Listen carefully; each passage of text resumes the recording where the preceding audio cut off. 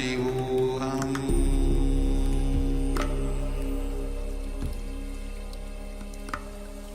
Om Nithyananda Paramashivoham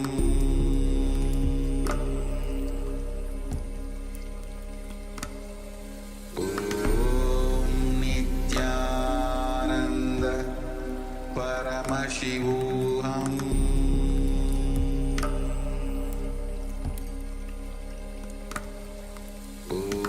Om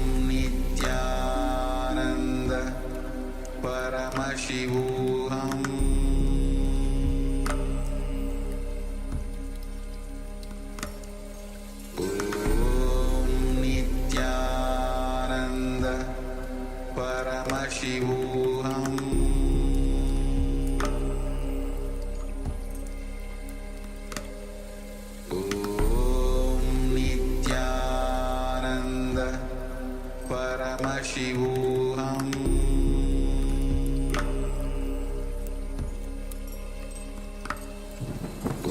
Om Nithyananda Paramashivoham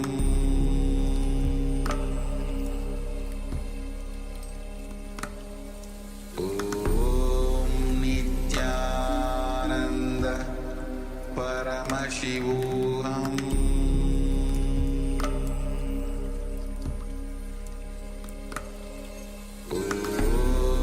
Nithyananda Paramashivoham Paramashivoham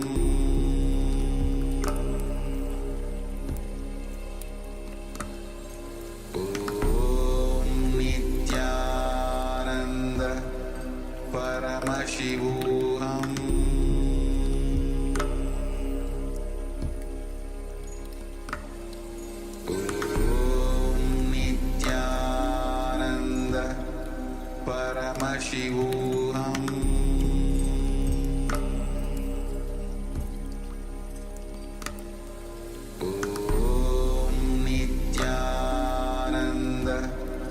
Paramashivoham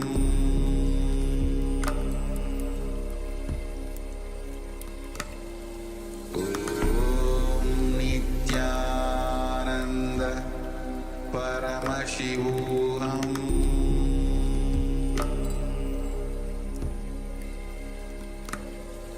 Om Nithyananda Paramashivoham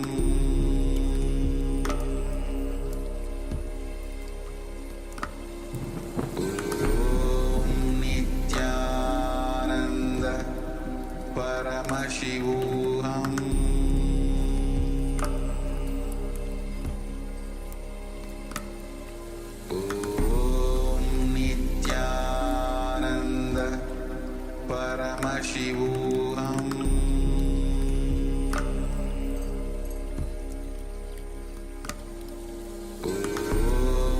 Nithyananda Paramashivoham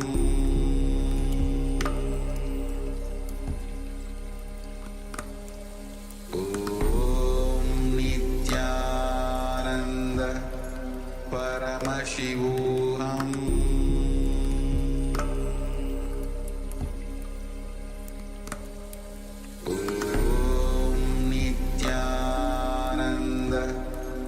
Paramashivoham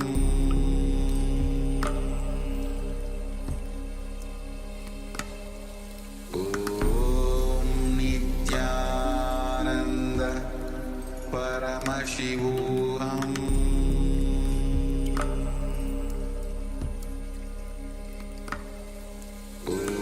Om Nithyananda Paramashivoham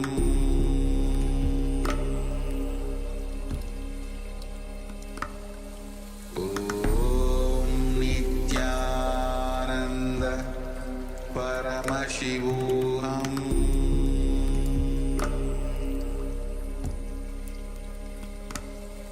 Om Nithyananda Paramashivoham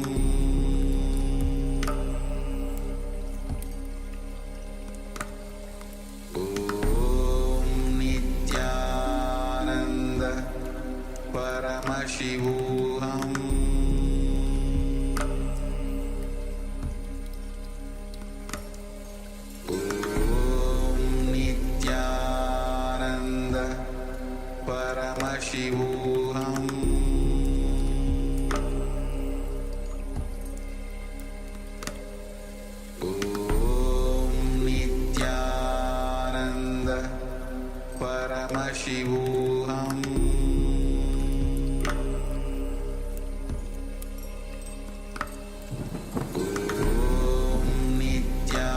Nithyananda Paramashivoham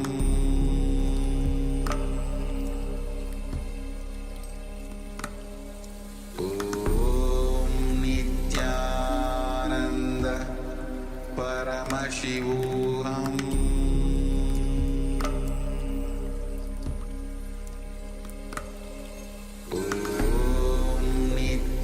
Nithyananda Paramashivoham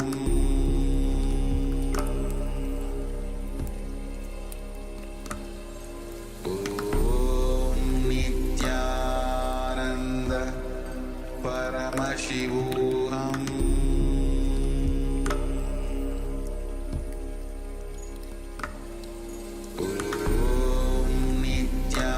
शकाब्दे अस्मिन् वर्तमाने व्यवहारिके प्रभवादीनां षष्ट्याः संवत्सराणां मध्ये क्रोधीनाम संवत्सरे उत्तरायणे लक्ष्मीवेङ्कटेश्वर ऋतौ मकरमासे शुक्लपक्षे द्वादश्यां शुभदितौ भानुवासरयुक्तायाम् आर्द्रानक्षत्र विष्कम्भयोग भवकरण एवं गुणविशेषण विशिष्टायाम् अस्यां शुभदितौ श्री कैलासोन्नतद्वादशान्तश्यामलापीठ श्री मीनाक्षी सुंदरेश्वरा भिन्न स्वरूप परशिवपुत्र रत्नकुमार गुरुमन्यतुल्यावतार श्री पार्वती स्तन्यपान लब्ध दिव्य ज्ञान विश्रुत सकल निगमागमसारभूत द्राविड वेद प्रवक्त्रे श्रीमत् परमशिव करुणा समधिगत मुक्तामय चतुरश्रयान गीयमान छत्र चामर श्री छिन्न काहलादि समस्त बिरडावल्यलंकृत ज्ञान विज्ञान चक्रवर्ती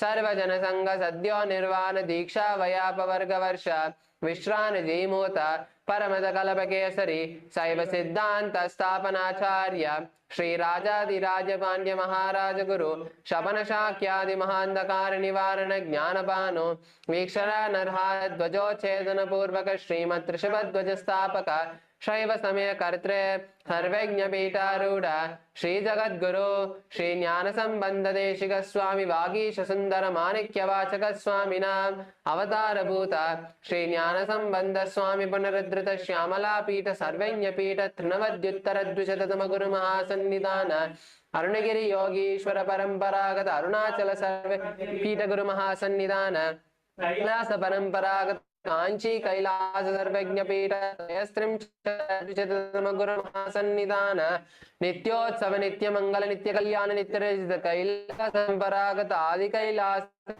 पीठ महासंस्थान महासिंहासन पीठ करते साक्षात् श्री परम शिव समुद्भूत कैलास परंपरागत वैवस्वतमनुक्ष्वाको हरिश्चंद्र भगीरथ श्रीरामचंद्र सूरसेन इत्यादि अनवच्छिन्न सामचक्रवर्ती परंपरागत चतुष्षष्टि योगिनी मंडित चतुष्षष्टि संप्रदाय प्रवर्तक मनुधर्म शासन सूर्यवंश प्राप्त सर्वज्ञ पीठ सुरांगी साम्राज्य मूर्धाभिषिक्त चूड़ामणि साक्षात् श्री परमशिव समुद्भूत कपिल महागुरु पुनरुद्धृत महानिर्वाण अष्टोत्तर सहस्र श्री महामंडलेश्वर साक्षात् श्री परमशिव समुद्भूत श्री महागणपति समारंभ अनवच्छिन्न पीठाधीश्वर गुरु परंपरा प्राप्त अष्टोत्तर सहस्र श्री अटल पीठाधीश्वर धर्म मुक्ति स्वर्गपुर स्वर्ण पीठ त्रयोदश पीठ सर्वज्ञ पीठ जगद्गुरु श्री कैलास पुनरुद्धारक श्री कैलास परमाचार्य श्री परमहंस परिव्राजकाचार्य वर्य सच्चिदानंद प्रणव स्वरूप श्रोत्रिय ब्रह्मनिष्ठ श्रीमज्जगद्गुरु श्री भगवत श्री नित्यानंद परमशिव श्री ज्ञानबंध देशिकाचार्य स्वामिनां प्रीत्यर्थम पादारविन्दयोः भक्ति सिद्ध्यर्थं गुरुकृपा कटाक्ष सिद्ध्यर्थं क्षेमस्थैर्य वीर्य विजय आयुरारोग्य ऐश्वर्याणाम् अभिवृद्ध्यर्थं धर्मार्थ काम मोक्ष चतुर्विध फल पुरुषार्थ सिद्ध्यर्थं परम शान्त्यर्थं समस्त मंगलावाप्यर्थं भगवत् श्री नित्यानंद परमशिव प्रसादेन सकुटुम्बस्य ज्ञानवैराग्य जीवन्मुक्तिप्राप्त्यर्थं पूर्ण आरोग्ययुक्त दृढगात्रयौगिक शरीर सिद्ध्यर्थं परमशिवशक्ति आविष्करणार्थं नित्यानंद योगाभ्यासं करिष्ये. Now please wash your hands with an udharni of water. Om apaupasprisya.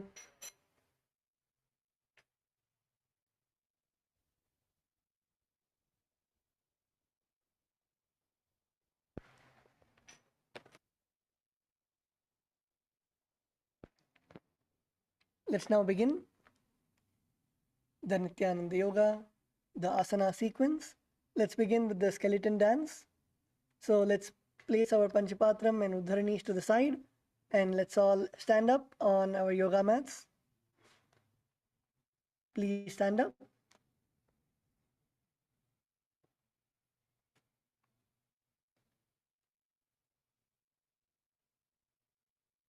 Visualize yourself as a skeleton without any flesh, muscles, skin. Visualize only the bones in your body.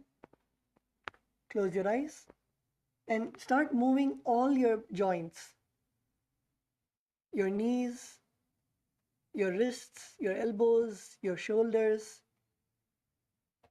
your hips, your neck. Start moving all your joints and loosen all your joints and start shaking your body intensely. Let's begin.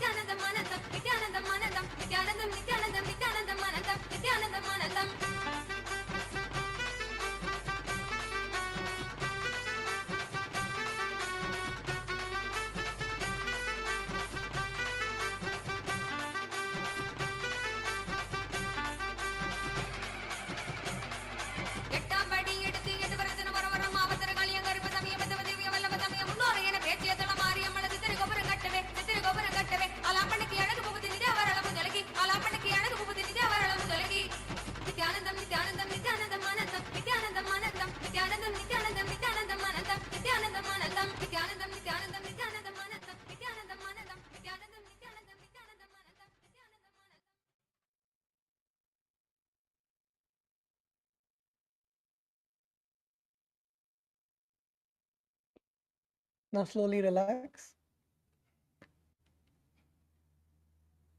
Stand still on your yoga mats.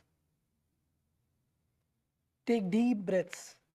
Inhale and exhale. Breathe all the way up from your knees and breathe out all the way till your knees. Take long, deep breaths.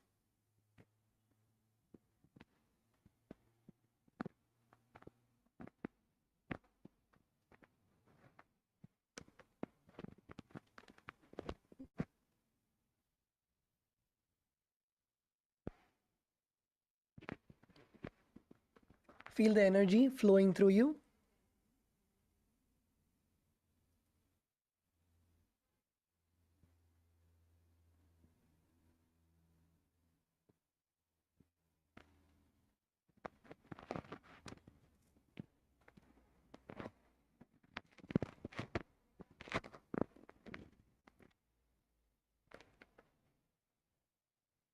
Yes, let's now settle down. Please settle down, and we are going to begin with the first asana for today. The first asana for today is Anjani Asana in the Pratama Vinyasa Krama. So sit in a comfortable position and then extend your legs in front of you. Extend your legs, stretch your legs in front of you with your toes pointing up. Bring your hands together under the buttocks and your palms facing up. So sit on your hands, on your palms. Keep your spine straight. Keep your spine as straight as possible. And your elbows close to your body. Don't bend your elbows.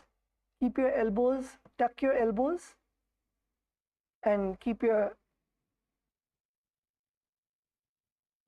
arms as straight as possible. And in this asana, you will be performing the Jalandhara Bandha and Moola Bandha. The Jalandhara Bandha is keeping your chin to your chest. Keep your chin to your chest. And Moola Bandha, that is contracting your perineum. Gaze at your nose. Keep your gaze at your nose.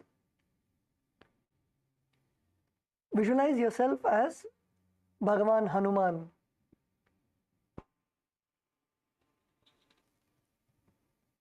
And the pranayama is Rechaka Kumbhaka. So that is first exhale, slowly exhale the prana, empty your lungs, and then hold your breath, and then inhale slowly. First, empty your lungs, hold your breath for a few seconds, as long as it's comfortable for you, and then inhale. This is the Rechaka Kumbhaka. And perform the japa of Mahasadaशिवोऽहम्.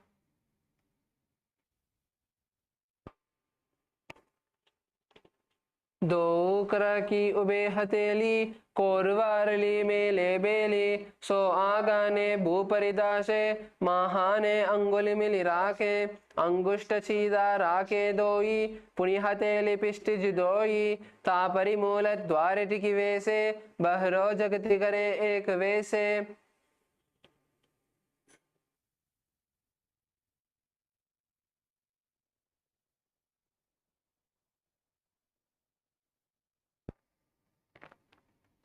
Yes, now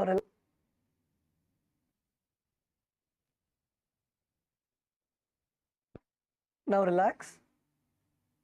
The next asana is Paschimottanasana. So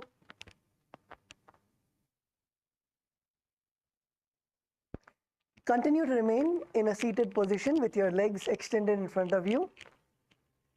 Now what you're going to do is you're going to raise your hands up to the sky and bend down from your hips bend down as much as possible from your hips, and you're going to catch your toes. Perform the prana mudra, that is keeping your index and middle fingers together, and catch your toe and pull your body all the way down. So your forehead is touching your knees. This is the Paschimottanasana.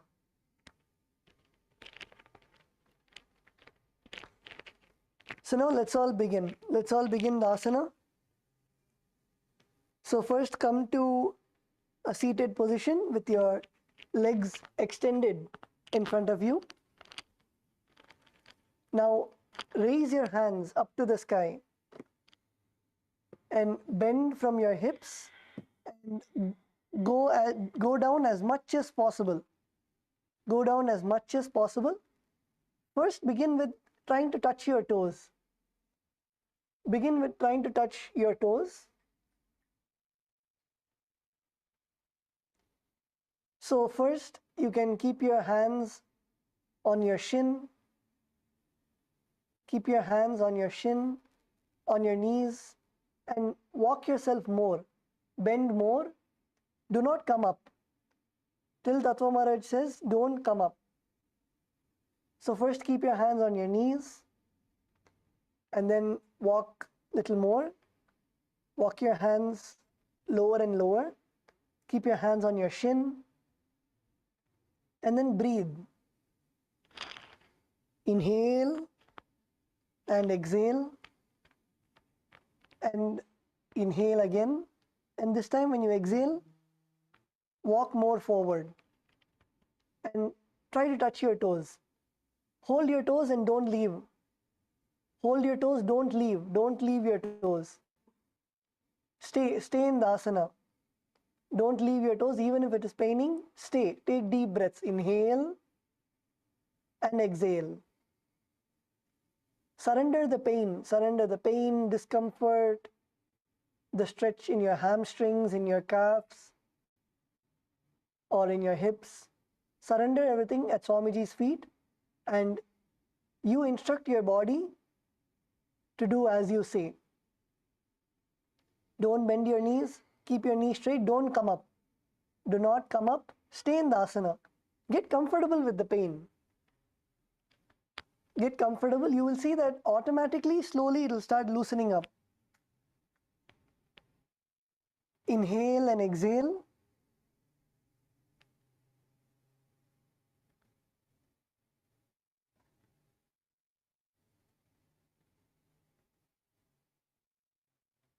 Now, if you can touch your toes, that's good. Try to slowly bounce up and down. If you're able to touch your toes and if you're comfortable, that's good. Slowly try to bounce up and down and slowly bring your knees to your elbows to your knees now. First, bring your elbows to your knees. Try to touch your elbows to your knees, your shin. Bounce up and down. Inhale, and when you exhale, go down. Again, inhale, exhale, go more down. Do not come up. Do not relax. Keep your muscles stretched. Go as low as you can. And stay in the asana. Become comfortable with the asana.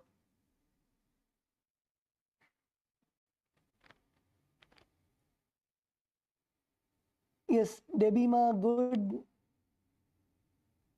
Ma Sona, that's good.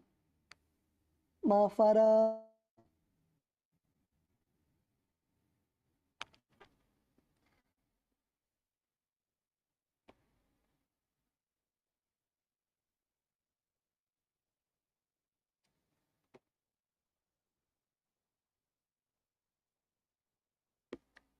Continue to stay in the asana. Yes, Murliya, yeah, that is good. Keep going down. Keep pushing yourself down.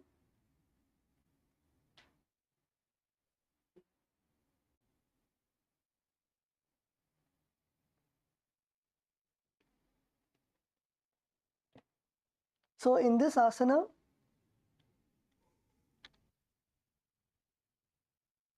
Your fingers will be in the Prana Mudra. The Prana Mudra is your index and middle fingers together. Visualize Swamiji in your inner space. In this asana also you will be performing the Rechaka Kumbhaka. That is, exhale, completely empty your lungs, and then inhale. So each time you exhale, go down. Focus on the exhalation. Each time you exhale, go more and more down. And the bandha is Mahamudra Bandha. Mahamudra Bandha is all three bandhas together. So the first is Jalandhara Bandha, keeping your chin to your chest. Second is Uddiyana Bandha, pulling your stomach in and up. And third is Mula Bandha, contracting your perineum. Perform all of these three and then go down. Go down as much as possible. The japa is Mahasadaशिवोऽहम्. जानुभरिललाटं दो पश्चिमं तानमुच्यते येन केन प्रकारेण सुखं धार्यं च जायते.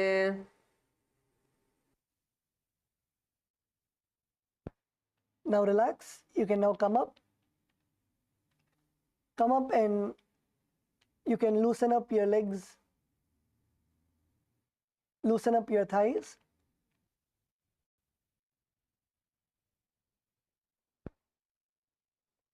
You can shake your legs, shake your thighs.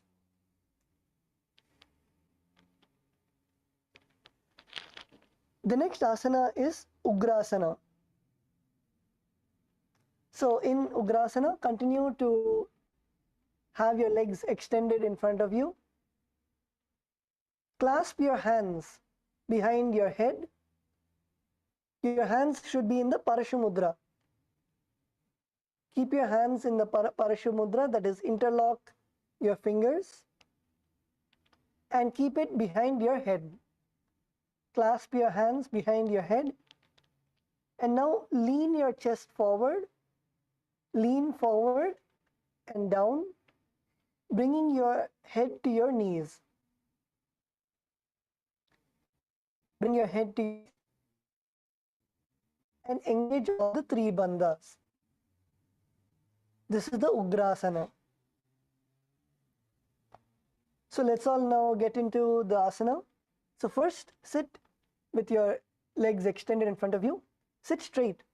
See head, neck, and spine in a straight line. Keep your straight, your back straight. Now clasp your fingers in the Parashamudra and interlock your fingers and bring your fingers behind your head. Now inhale and exhale. When you exhale, perform all the three bandhas. That is the Jalandhara Bandha, bringing your chin to your chest, Uddiyana Bandha, pulling your stomach in and up, and Mula Bandha, contracting your perineum, and then come down. Come down as much as possible. Try to touch your elbows to your knees. First, touch your elbows to your knees and stay. Touch your elbows to your knees and stay in the asana. Inhale, exhale. Yes, Kailasa, Bolivia, the Chinese Ayah at the back. That's good. Come on, Gatisaya. Gatisaya, come to the asana. Gustavo, yeah, that's good. Try to touch your elbow to your knees. Inhale, and when you exhale, keep going closer. And it's okay, feel the stretch in your hamstring. Feel the stretch, and you will see it will start loosening. You drop the fear or incompletion or the pain at Swamiji's feet, and you keep pushing yourself and do the asana. Yes, Sandeepaya, that's good. Little more down. You can even come together as partners, and you can help push. You can help push your partner as much as they are comfortable with.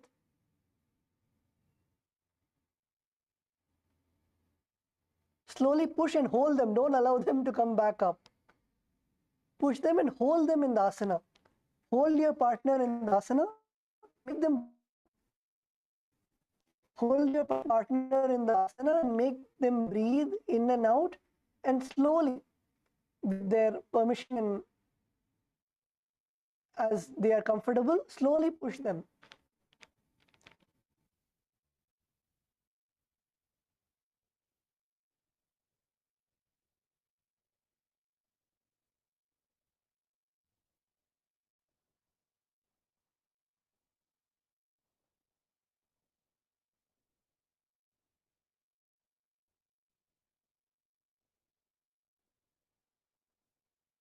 So you can hold the back of your partner, stand behind your partner, and slowly push your partner down.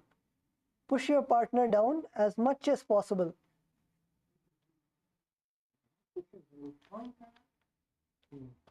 Push your partner down and make them breathe. Make them breathe in the asana.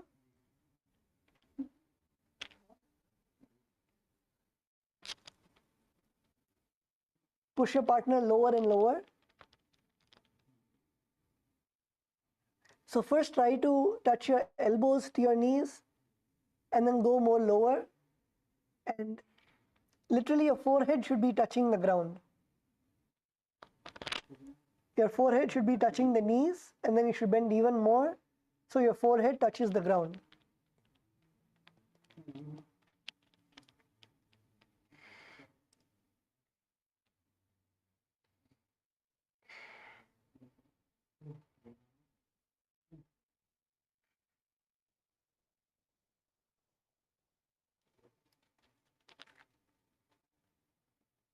Yes. So the mudra, your hand should be in the Parashu mudra. Visualize Devi Kali, Goddess Kali in your inner space. Goddess Kali is the ferocious form of Devi Parashakti. Perform the Rechaka Kumbhaka. That is, first exhale, completely exhale all the air out of your lungs. Keep your lungs in. Then hold your breath for a few seconds, as long as you can, and then inhale. Perform the Mahamudra Bandha. That is all three bandhas. The Jalandhara Bandha, placing your chin on your chest. Uddiyana, putting your stomach in and up. And Mula Bandha, contracting your perineum. And then exhale and come down. Come down as much as possible. And perform the japa. Mahasada-shivo.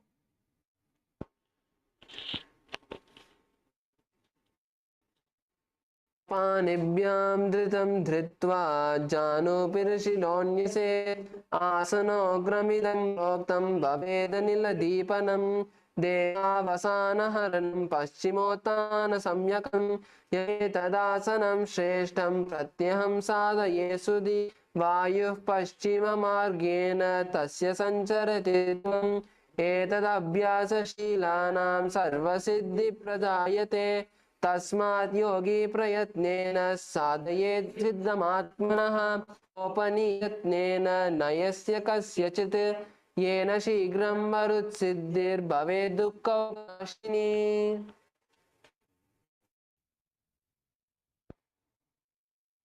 Now relax, slowly come up.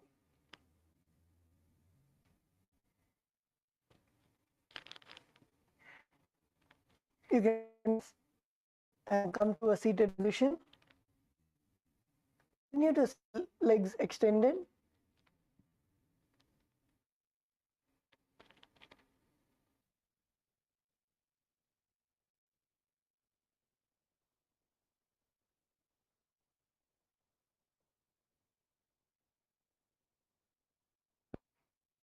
The next asana is Marichi asana. So continue to sit with your legs extended in front of you. Now first we'll be bending. Bend your left leg. Bend your left leg and bring your heel to your perineum. Bend your left leg and bring your heel to your perineum. Now what you'll be doing is slowly extend your hands in front of you, and with your left hand, bring it around your left leg, and with your right hand, bring it around your body and clasp your hands behind you. And after you clasp your hands, slowly bend down, bend as much as possible, and touch your forehead to your knees. This is the Marichi Asana. So let's all perform the asana. So sit with both your legs stretched out. Sit with both your legs stretched out, and bend your left leg. Bend your left leg and bring your heel to your perineum. Now take your left arm and bring it outwards around your left leg, and take your right hand and reach behind you and clasp your hands together.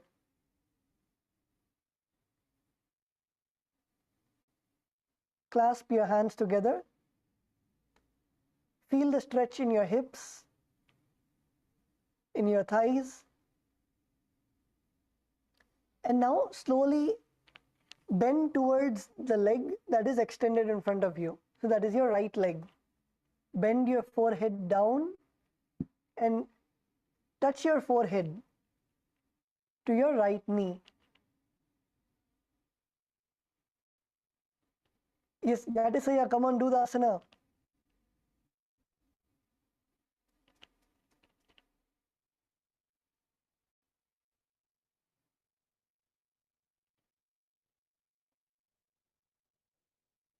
Kailasa LA female team, that's good.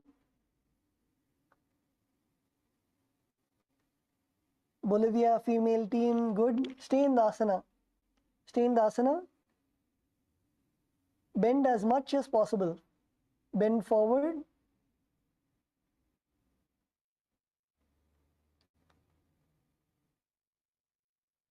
Bolivia male Chinese team, that is good.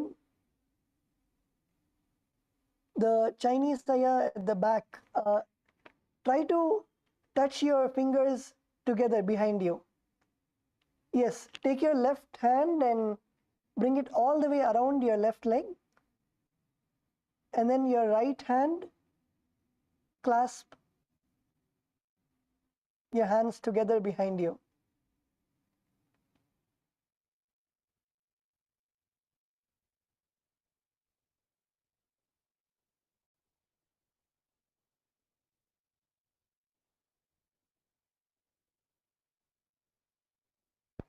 Try to interlace your fingers behind you and then bend forward and touch your forehead to your knees. Bring your chest to your thighs. Bend as much as possible.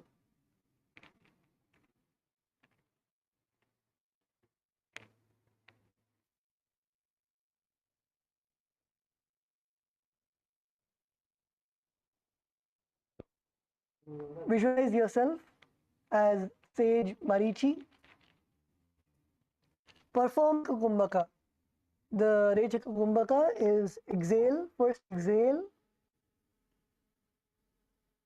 Let the air out of your lungs.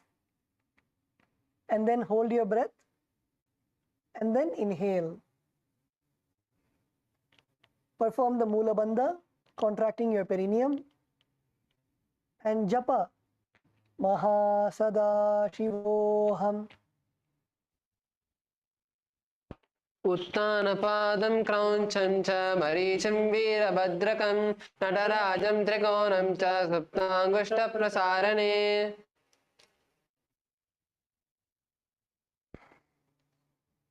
Now relax. The next asana is Mahamudrasana. So in Mahamudrasana, just let your knee fall. Your knee will have been raised up. Let your left knee fall to your side on the ground. Now extend both your hands up to the sky.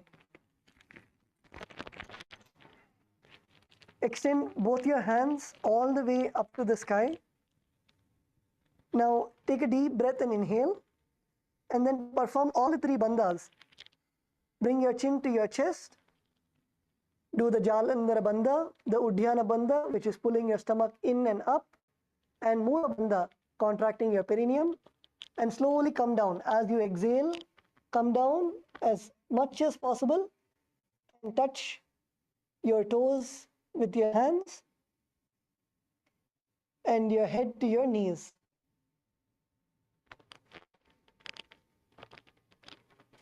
This is the Mahamudra.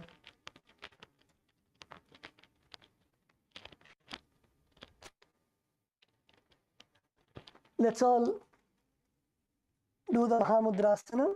So sit with one leg will be folded in your side, your knees extended outwards, your heels to your perineum, and your right leg will be extended in front of you. Reach, bring your hands all the way up and bend from your hips. Bend from your hips and hold the foot which is extended in front of you, keeping the leg straight, that your knees are straight as possible.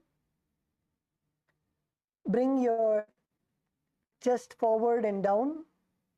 Engage all the three bandhas and gaze to your nose.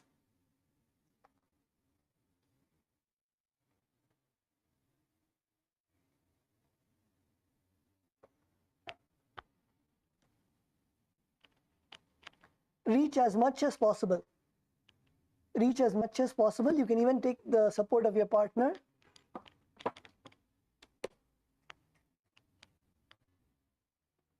You can take the support of your partner. Your partner slowly push your back, and again walk your, if you're able to, first touch your knees. Keep your hands on your knees, and then keep your hands on your shin. Walk your hands further and further, and then touch your toe and pull on your big toe.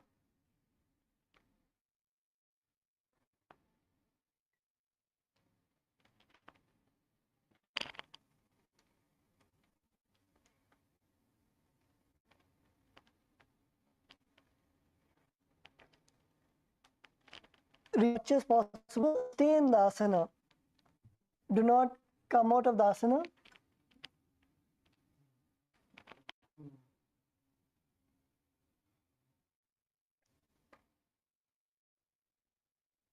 Stay in the asana and exhale. Each time you exhale, bring yourself lower and lower.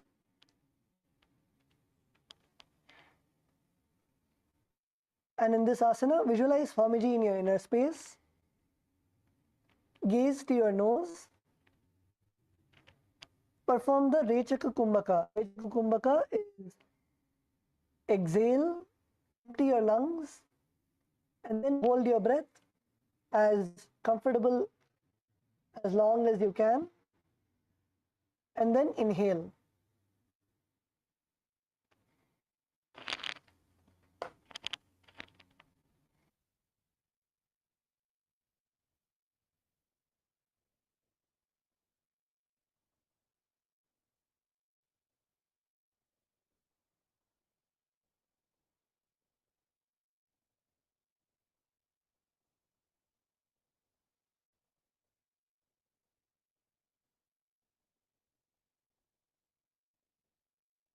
And perform the japa.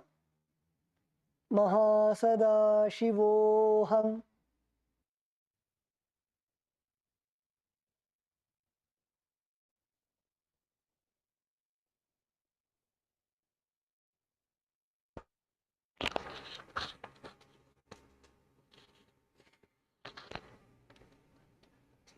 महामुद्रां प्रवक्ष्यामि तन्त्रिन्मम वल्लभे यां प्राप्य सिद्धिं च कपिलद्या पुरागताः.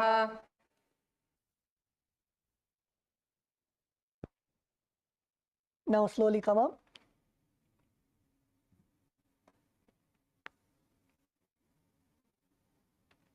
The next is the Marichyasana, other side. So now extend your left leg forward and bring your right leg to your perineum. Bring your right heels to your perineum, your knees extend upwards. Now take your right hand, and bring it all around your right leg, and take your left hand and clasp your right hand behind you. Clasp both your hands behind you, your right hand going over your right leg. Now bend forward and bring your forehead to your knees. Bend forward and bring your forehead to your knees. This is the Marichyasana on the other side.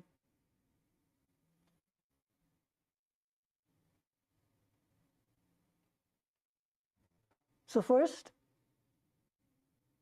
bend your right leg and take your right hand and take it all around your right leg, and then take your left hand and clasp your hands behind you, and then bend down and touch your forehead to your knees.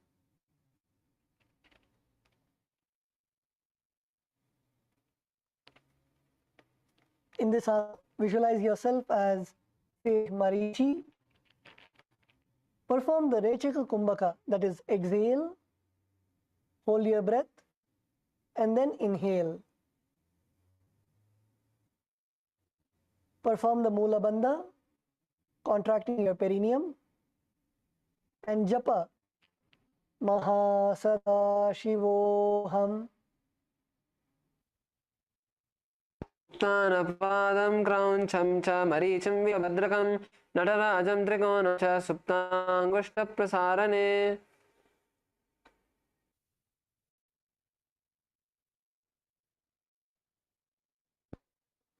Now relax. Asana, Mahamudrasana on the other side. Whichever knee, the right knee raised up, let your right knee fall to the side, down. Bring your right knee to the ground, and your right heels should be at your perineum. Now raise your hands all the way up beside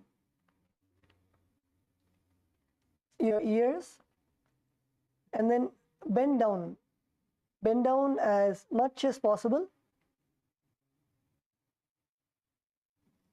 Bend down towards your left leg, which is extended in view, and hold your foot.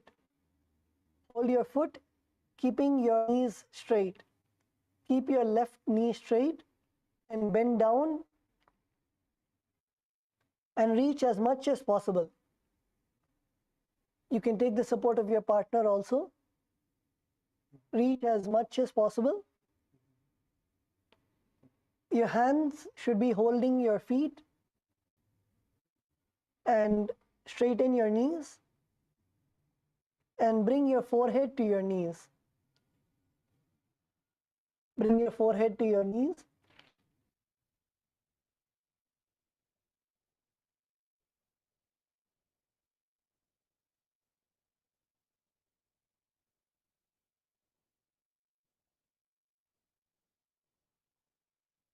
From all the three bandhas, the Mahamudra Bandha, to the Jalandhar Bandha. Bring your chin to your, and then Uddiyana Bandha. Pull your stomach in and up, and then Mula Bandha, contracting your perineum, and then lower your body. Exhale, lower your body all the way down.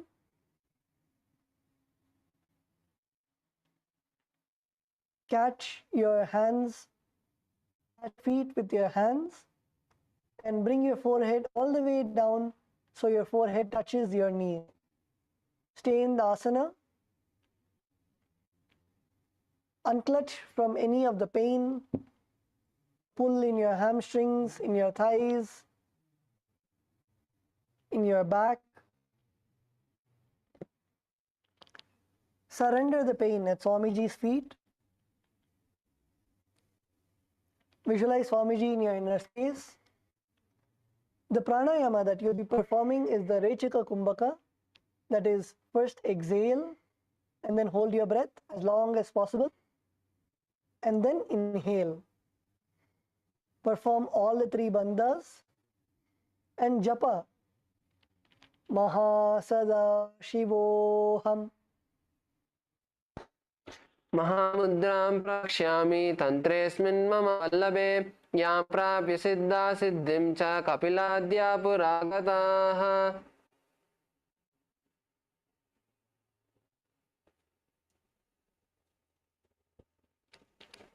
Now relax. Come up.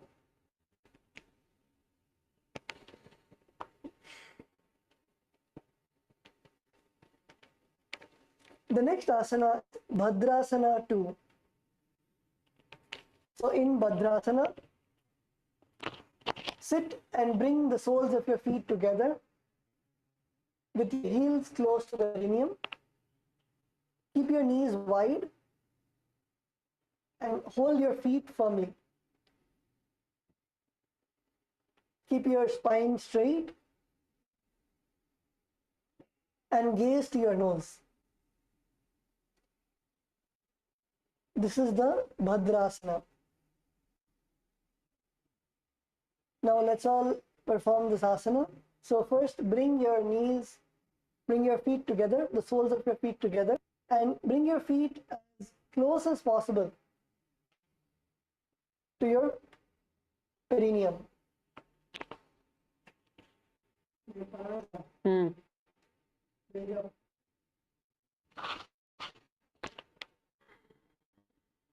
Heels to your perineum. Bring the soles of your feet. Now keep your knees wide. Keep your knees wide as possible and push your knees all the way to the ground. Stretch, feel the stretch in your inner thighs and knees all to the ground. Push your knees as much as possible. You can even push with your hands. Push your knees as much as possible. So your knees and thighs touch the ground.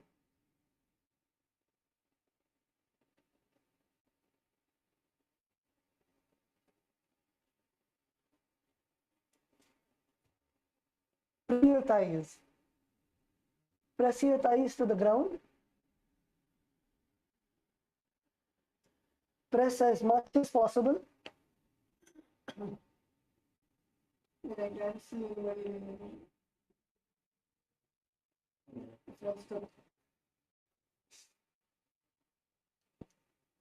Yes, Kailasa, Bolivia, female team.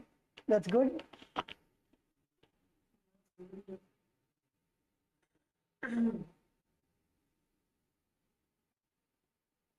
Press your thigh as much as possible. Press your knees to the ground. Feel the stretch in your inner thighs. Visualize Swamiji in your inner space. Perform the Rechaka Kumbhaka. So continue to do the Rechaka Kumbhaka, that is exhale, hold your breath, and then inhale. Perform the Mula Bandha, contracting your perineum. and japa. Mahasadaशिवोऽहम्. गुल्पौ च वृष्णस्यादः श्रीवन्याः पार्श्वयो क्षिपेत् पादपार्श्वे तु पाणिभ्यां धृतं बद्ध्वा सुनिश्चलं वसनं भवेदेतत् सर्वव्याधिविशापहम्.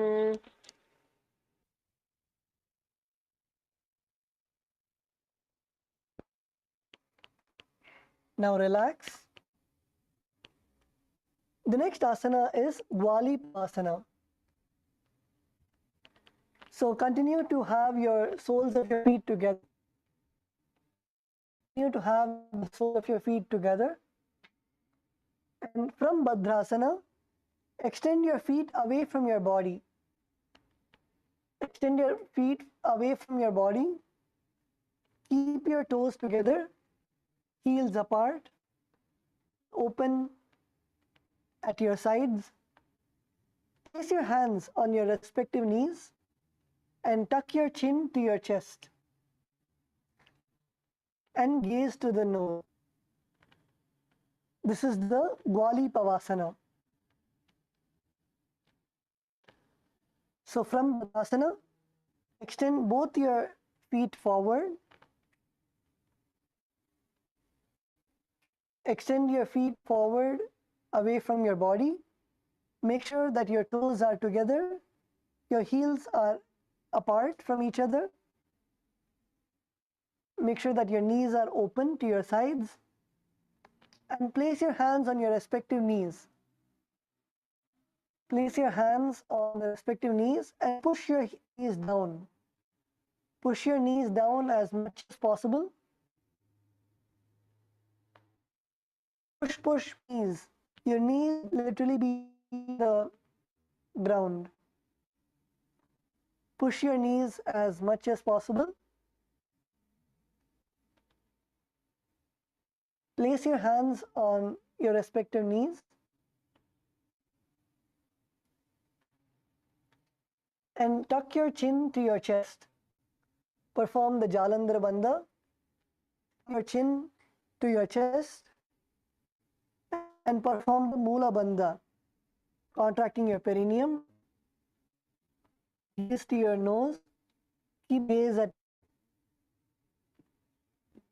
Visualize Swamiji in your inner space. Perform the Rechaka Kumbhaka, that is, first exhale. Bring all the air out of your lungs.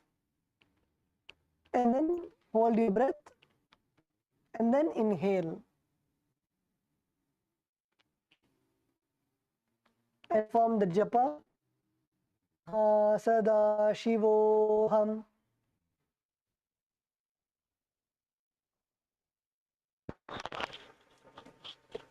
पूर्वचोककह्योऽसो हि वाहि विधियोचिकियोहि यामे एन्नजुराशे अंगुल आत अंतरासे चुबककूपकण्ठ में आनो NASA अग्रदृष्ट कोटानो या करि जालंधर बंद होई साधक साधे विधि सो कोई.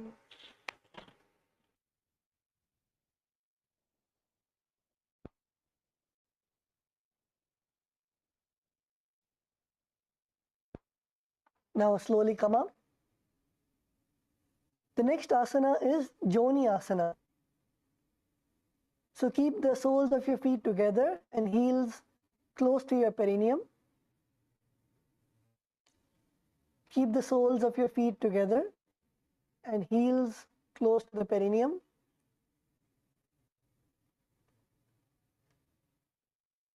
Now hold the sole of your feet and lean forward and down. Lean forward and down and bring your forehead to your feet. Bring the forehead to your feet and gaze to your nose.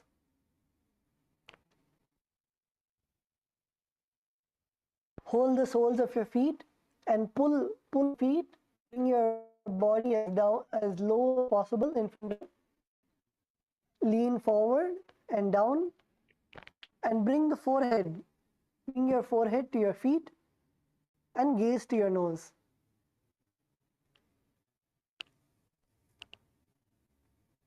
This is the Joni Asana.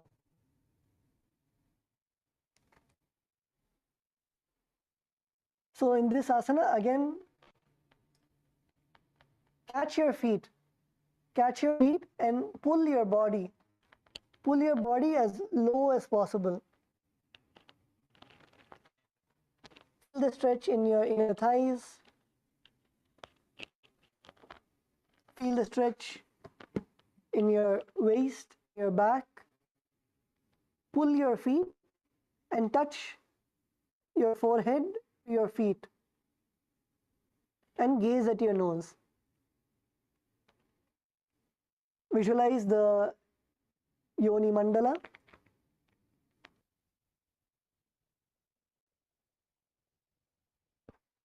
Visualize the Yoni Mandala and perform the pranayama, the Rechaka Kumbhaka, that is exhale, completely exhale. Feel all the air out of your lungs and then hold your breath and then inhale. Perform the Mula Bandha, contracting your perineum, and japa. Mahasada-shivoham.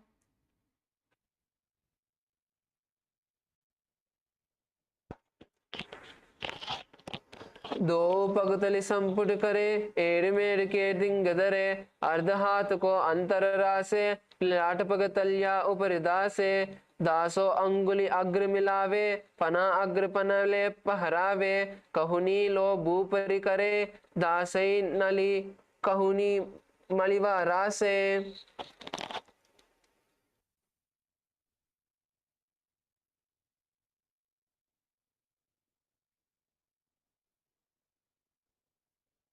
Now relax and come up.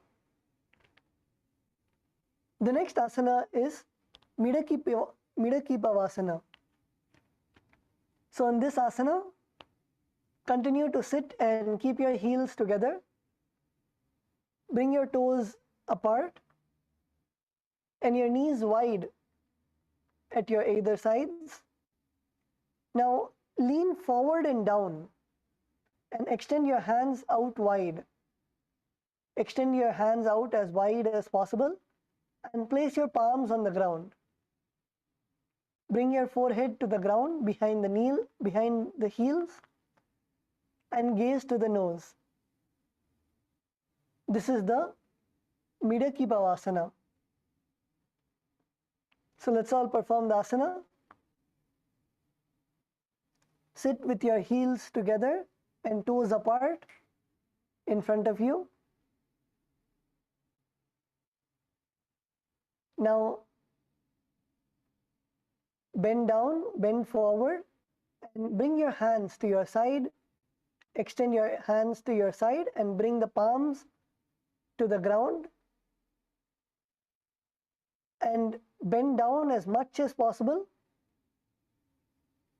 Bend down and bring your forehead to your heels.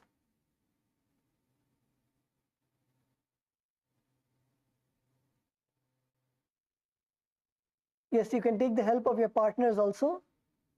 Push your partner as low as possible and breathe in the asana. Inhale and exhale. Each time you exhale, go more lower. Go more lower and bring your forehead closer and closer to the ground. And touch the forehead. Touch the ground with your forehead. Go as low as possible. Stay in the asana, don't come up. Stay in the asana. Become comfortable in the asana. Even if you're able to go down for like 1 second, become comfortable in the asana. So stay as much as possible in the asana. Slowly go down. Each time you exhale, bend more and more forward and down. Gaze to your nose. Visualize Swamiji in your inner space. Perform the Rechaka Kumbhaka, that is exhale, and then hold your breath, and then inhale. Perform the Mula Bandha, contracting your perineum, and japa Mahasadaशिवोऽहम्. पूरब विधि परिपगतली संपुट सोले Millais ये डासु माहिली कानी अंगुल दो आतरे लाठी धरती लगावे हाथ दो गोड़ा ऊपरी लगावे आडवाई पर पसारे हाथेली अंगुली धरती रासे दृष्टि नासा अग्र आसन कौगुन पच उप जनकी गाटी परा.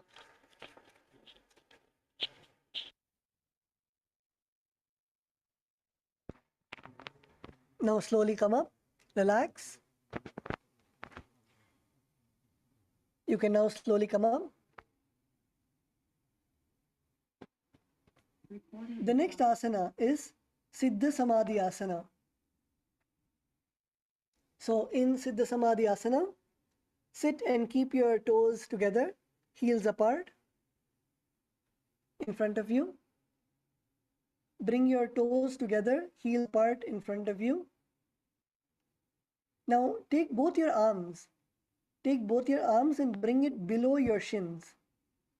Take both your arms, put them under your legs, under your shins, and extend your hands out and keep your palms facing up.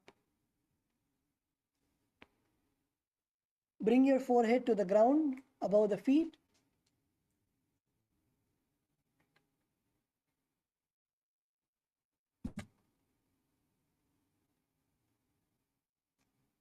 Bring your forehead to the ground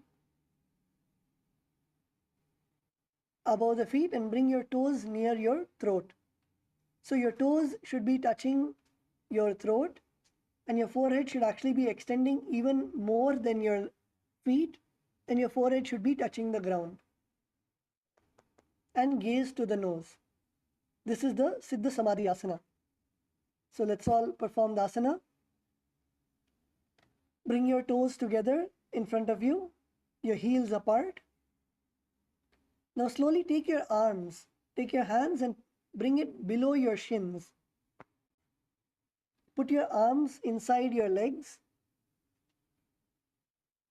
and extend your arms out. Bring your palms facing up. Keep your palms facing up. Bring your forehead to the ground above your feet. Bring your forehead to the ground above your feet and bring your toes near your throat. Bring your toes near your throat and gaze to the nose. Stay in the asana, and even if you are not able to bring your forehead all the way to the ground, stay in the asana. Stay in the asana and bend as much as possible.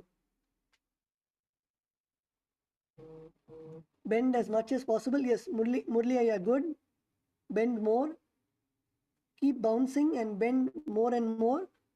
You can also get into partners and your partner can help push you all the way down to the ground so your forehead can touch the ground. Bend as much as possible. Yes, Gustavo, yeah, bend more. Bend from your hips. Bend from your hips. Bend as much as possible. And don't come up. Don't come up. Stay down. Stay down and bend more and more as you inhale deeply and exhale. As you exhale, bend more and more forward and down.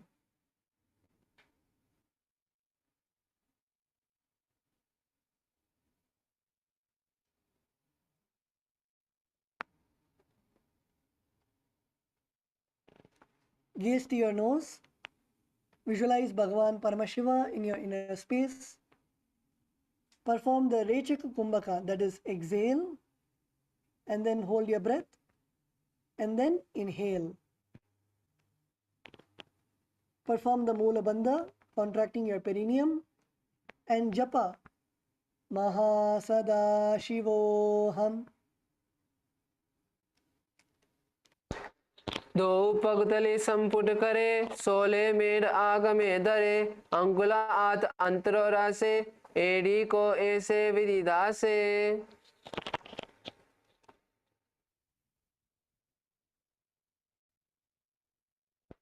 All of you can now slowly relax, come back, be seated. Please be seated in a relaxed position as we enter into the next asana.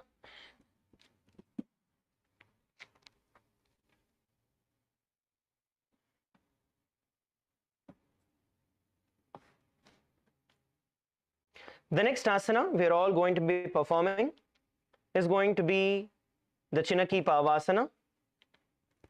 We are all going to perform the Chinaki Pavasana together.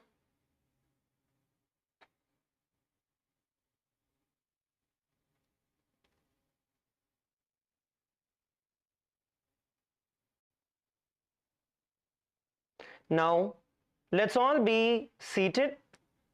Bring our heels together, toes apart.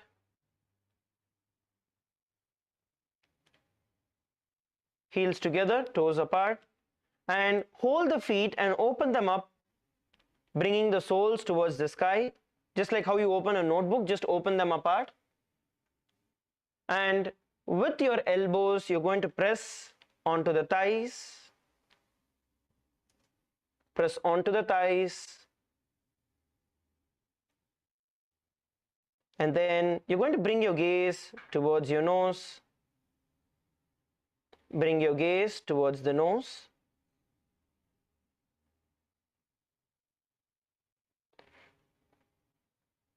While we are in this position, we are going to visualize Swamiji in our inner space, and let us perform the Rechaka Kumbhaka.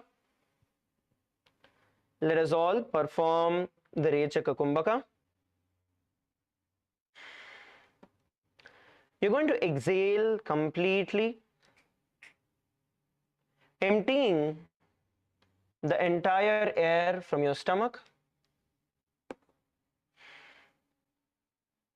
and hold the internal japa Om Nithyananda Paramashivoham. दो पगतली AD धरती मगवा मेर लगावे पगतली माहिली core अंगटा सदी सूदी जोड़े बारली core पना सुल्या रासे कहानिया की माहिली संधि गोड़ा ऊपरी रासे हाथ की अंगुली पृष्ठी धरती टेकी अंगुल अग्र सीधो धरती लगावे. Slowly relax, you can come up. The next asana is going to be a variation of this, which is going to be the Charapata Chokasana.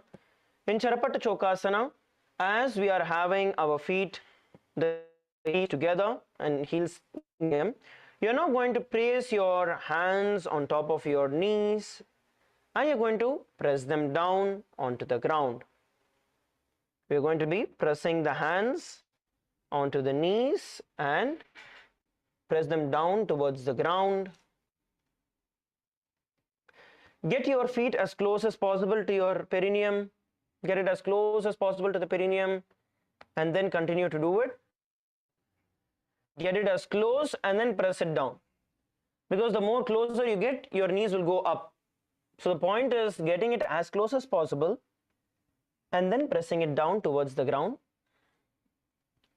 So let us all perform the Charapata Chokasana. In the Charapata Chokasana, you're going to visualize Swamiji in your inner space and we are going to be performing the Uddiyana Bandha and the Rechaka Kumbhaka. So first we are going to perform the Rechaka Kumbhaka, which is exhale completely, making sure all the breath is out of your stomach, and then suck your stomach in and up, pull your stomach in and up into the Uddiyana Bandha and hold in this position with the internal japa Om Nithyananda Paramashivoham.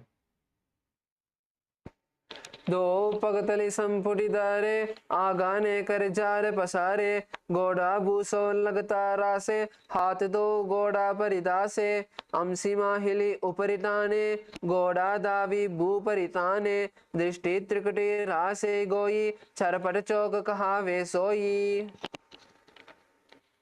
Please relax. Please relax.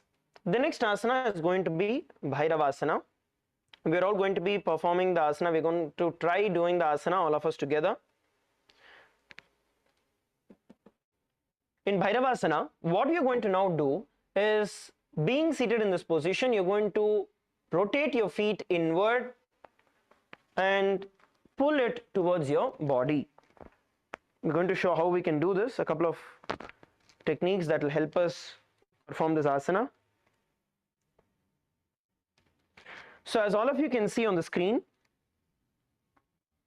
first thing that you need to do is, as you are in a seated position, okay, you are now in a seated position. In this position now, you're going to bend your feet together. So here if you see, the heels will actually become tight. Now when your heels become tight, make sure that they are placed in the equidistant. So it's not like one is forward, one is back. Don't place it that way. Make sure that they are all placed together. Once it is in this position, now slowly lift your feet. So you're going to mainly feel the tightness over here. You're going to feel the tightness over here, but you will see that your feet are getting tightened, your heels are getting tight, and hold in this position. Your hands, you can push your body up. What you can also do is, for it to be a little easier, you can also lift your butt up into the air. So you can hold here for a few seconds and then you can sit down. Let us all perform the asana. Now, relax, let's do it together. Come back to the seated position.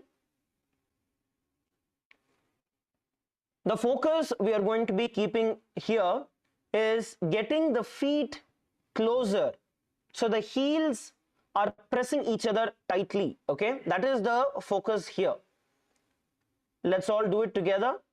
Now, pull your feet in, your heels pressing each other tightly, against each other tightly, and hold wherever you can. If you're able to pull all the way in, it's okay. If not, how much ever you're able to pull it and hold. Farah, come on, let's do it.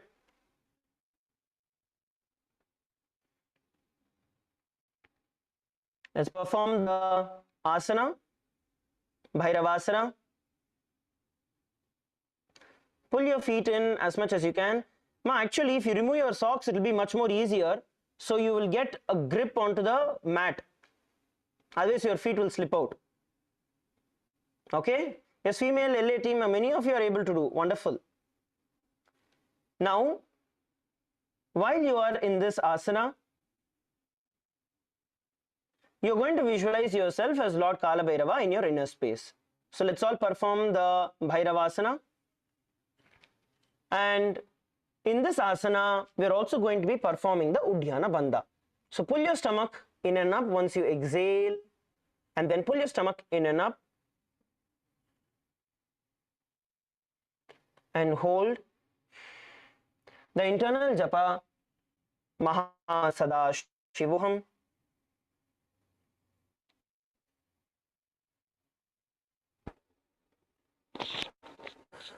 Gulpo sampidya chanyonyam yutkrame notitam shanaihi janvo pashvagato hasto dandavad bhairavasanam. Slowly relax. Yes, slowly get your feet up. All of you did a wonderful job. Now stretch your feet out and slowly rotate your ankles. Stretch your feet out, rotate your ankles. Give yourself a nice shake. The next asana we're going to do is going to actually stretch our body from this position. Okay. Now, having stretched out our feet, let's enter into the Samanasana. In Samanasana, I'm going to be sharing an important technique here that will help us get more comfortable in the position. Now, as you are seated in this position, let us get one foot to the perineum, and the other, we're going to be pulling it up in front of us. So you're going to insert one hand and then pull that knee. Now, please understand, here the elbow which is there under, right? The elbow which is there under your foot, you want to make sure that this elbow presses onto your thigh.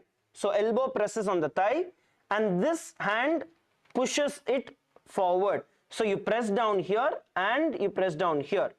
Don't release this from your thigh. When you do this, you will get a beautiful stretch.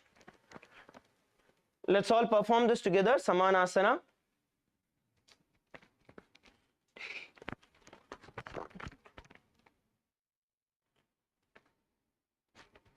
Let's perform the Samanasana together.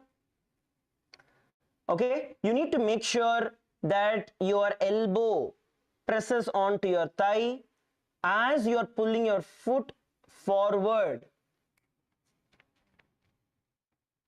As you are pulling your foot forward.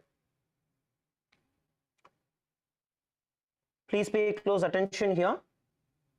You don't want to let your elbow slip off. How many of you are feeling, how many of you are able to first get the position right? How many of you are able to get that feet right? Your elbows right? Okay, Ma Sona is raising her hand. Only Ma Sona is able to get it? Can the others also confirm? Okay, how many of you are not understanding? Okay, rather let me ask it that way. How many of you are not understanding? Okay, Ma at the back, Ma Parameshwari. Okay. Now, what we can do is, most of you are getting it. How many of you are now feeling a little different stretch that comes all the way at the perineum? When you actually crush, you push your feet out with your elbow and at the same time pull your feet in with the other hand. Let us all perform this together. Let's all perform this together. Surupranima, lift the foot up. The knee, straighten it up, push it up more. Yes. Now, in this asana, we're going to visualize Swamiji in our inner space and the internal japa, Mahasada-shivoham. समानासनमावक्षे सिद्धमन्त्रातिसाधनात् एकपादमुरो दत्त्वा गुह्योऽन्यलिङ्गवक्त्रके एतद्वीरासनं नाथ समानासनसम्यकम् इत्याकृत्य जपेन्मन्त्रं धृत्वा वायुं चतुर्दले. Okay, slowly relax. Now we are going to be doing the Apanasana. Now Apanasana is going to be the next variation from this asana. The foot that you had lifted up, now you're going to lift that all the way and place it as high as possible towards your shoulder. Place it as high as possible towards your shoulder, as you can see. Then hands on your sides, place your hands on your sides as high as possible to the shoulder, hands on the sides. Now stretch the other foot up in front of you, toes pointing forward. Come on, LA male team, let's do it together. Yes, Sandipaya, come on, come on, come on. Let's do it together. This will also help you. Come.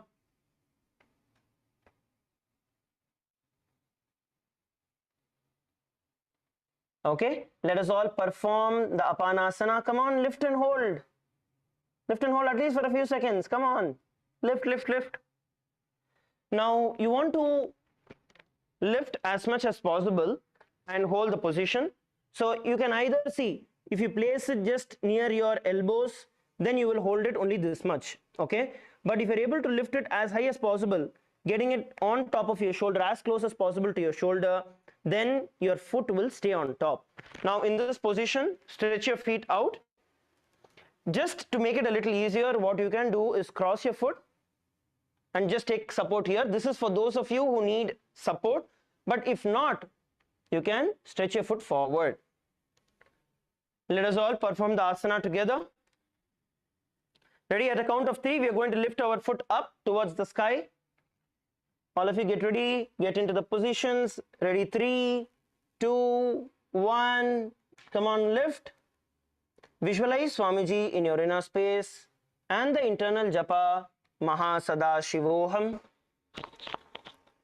केवलं पादमेकं च स्कन्धे चारोप्य यत्नतः एकपादेन गगने तिष्ठेद् दण्डवत् प्रभो अपानासनमेतद्धि सर्वेषां पूरकाश्रयं कृत्वा सूक्ष्मे शीर्षपद्मे समारोप्य च वायुभिः तदा सिद्धो भवेन्मन्त्रपानापानसमागमः अपानासनयोगेन कृत्वा योगेश्वरो भुवि.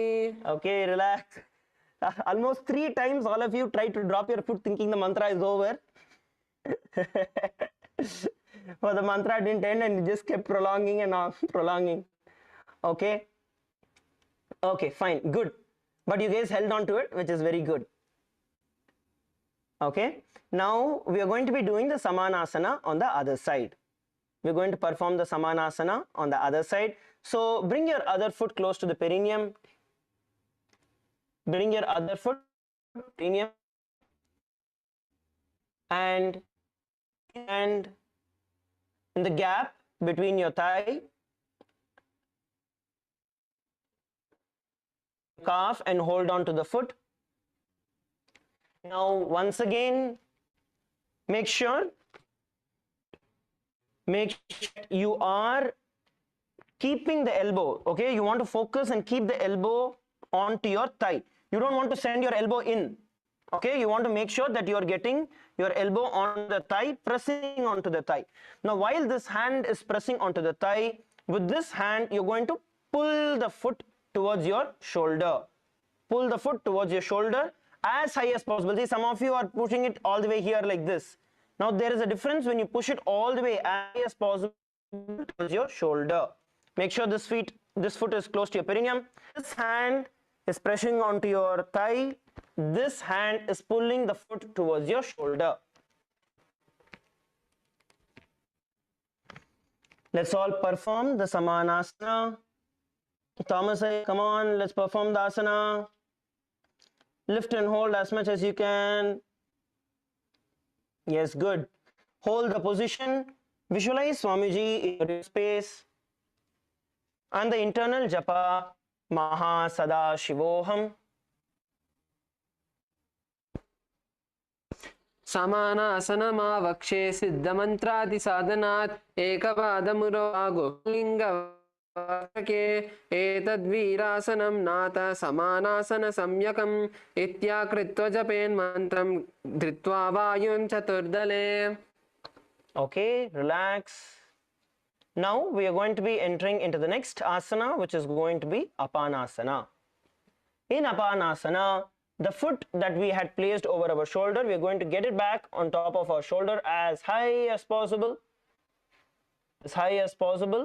and then place that hand onto the ground, balancing yourself. So both hands on the ground, and then we are going to lift the other foot up in front of us, toes pointing forward, lifted up in Apanasana. Now if you feel a little hard, you can cross your foot and take the support, but don't drop your foot. We are going to be chanting the long pramana for this, and all of us are going to hold on to it. Okay, all of you get ready to enter into the position. Legs down, let's do it together. One leg up the shoulder. Let's get ready to enter into the position. Ready? 3, 2, 1, lift. Visualize Swamiji in your inner space and the internal japa Mahasada-shivoham. केवलं पादमेकं च स्कन्धे चारोप्य यत्नतः एकपादेन गगने तिष्ठेद् दण्डवत् प्रभो अपानासनमेतद्धि सर्वेषां पूरकाश्रयं कृत्वा सूक्ष्मे शीर्षपद्मे समारोप्य च वायुभिः तदा सिद्धो भवेन्मन्त्र प्राणापानसमागमः अपानासनयोगेन कृत्वा योगेश्वरो भुवि. Okay, relax. Wonderful. So let's all relax for the day, and we're going to be taking some questions. We have another half an hour to go, so we can take questions. Any questions that all of you have, you can ask, you can come, you can share. Okay, so one of the questions that I want to attend for those of you, how many of you are having lower back pain? Any of you having lower back pain? Raise your hands. Any of you? Yes, Sandipaya, yes, I got it. I'm actually attending for you only. Who is this guy? Murli is lying down and raising his hands. Okay. All right. Anybody else in female team? Okay, Ma Farah is raising the hand. Anybody else in female team? I'm going to come to Bolivia next. Okay. Couple of people here. Okay, let's go to Bolivia. Bolivia female team. Anybody having little lower back pain? Can you raise your hands? Okay, there's one person all the way at the back. Okay, one in the front. Okay, noted. Anybody in the male Bolivia team, if any of you are having lower back pain, can you raise your hand? Okay, fine. All right, okay. So all of you relax. I'm going to be sharing a couple of details over here. First and foremost being that lower back pain comes due to two reasons. Okay? One is that, for example, let's take Murli Aya, okay? Or see, if you have not done yoga for a very long time, then the body becomes tight. Now, when you start doing the yoga, when you start relaxing, at that time, the body starts getting adjusted. Now, there are two different things. One, where it pains at your muscular level, which is more on a superficial level. And then the other is where the pain goes, let's say, at the spine, which is at more at like a poking pain at your backbone, that kind of a pain. Now, as long as it is just in the muscular level, which is what most of you should be feeling at this point in time, it is nothing to be majorly concerned about. Two things we need to do. One, stretches. Two, by doing the asanas more and more only, we will be strengthening the core. And back muscles are directly supported by your core muscles.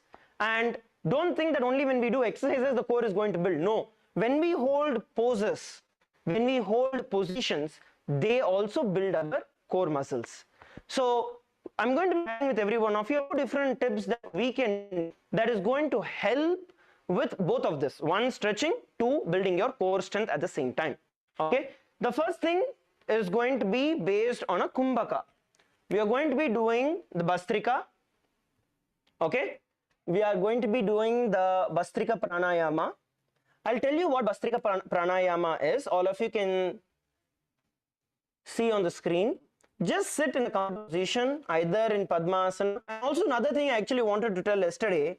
See, whenever I tell relax or be seated in a comfortable position, all of you should start making asanas like Padmasana as your comfortable position. Please understand, when we say we feel that okay, let's all release everything and just relax, but that is not relaxing for a yogi. All of us are becoming yogis.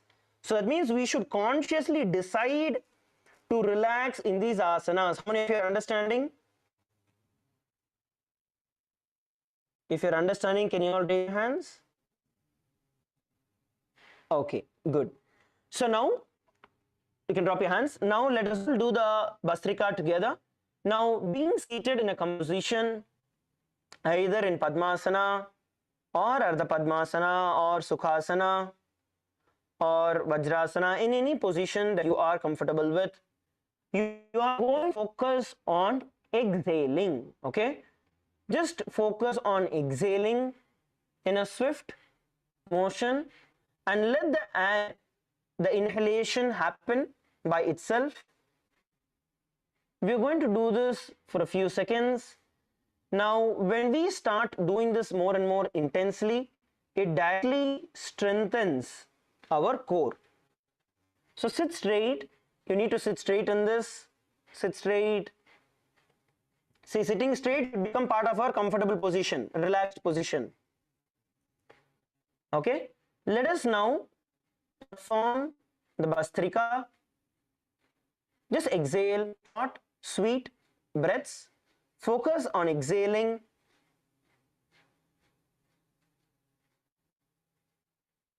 Pulling your stomach in, exhaling. short breaths, quick exhalations, and let the air come in by itself. Let's do this for a few seconds. When you feel you're running out of breath, you can relax and inhale and exhale for a couple of breaths. And then again, let's perform the Bhastrika.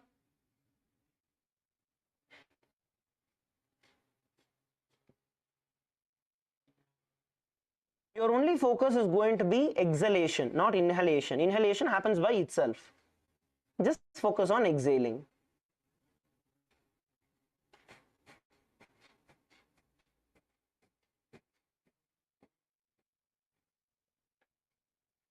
And slowly increase the speed of exhalations.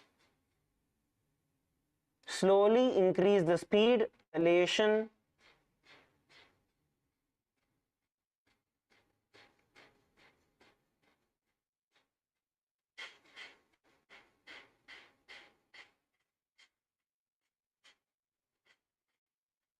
Your focus is going to be just exhaling.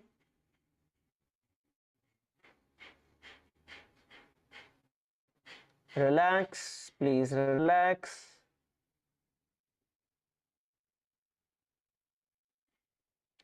Let your breath settle down.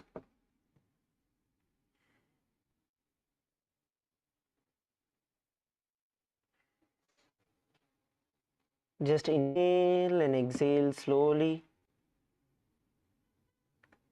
Inhale and exhale slowly.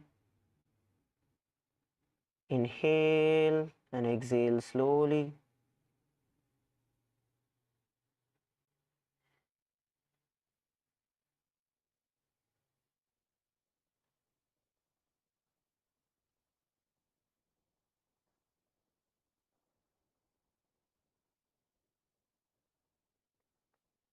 Now, relax. Yes. So, Bhastrika helps us a lot when it comes to building the core strength, indirectly helping. Okay, it might not be like an instant relief. It's not like an instant technique that is going to relieve, but it is going to build the stomach muscles, the core muscles, that helps you support your lower back. How many of you are understanding this? Can you all raise your hands? Every day, just few minutes of Bhastrika. It doesn't even have to be that you have a timed way of doing it. Whenever you feel in between the day itself, you can just do it. Few minutes, 2 minutes, 3 minutes, just across the day. If you do the Bhastrika, you will see that you start building the inner muscles to support your back. So this is as far as pranayama is concerned, that will help you with the lower back. Now let us look at the exercise or the asana, a stretch that will help us with regards to the lower back.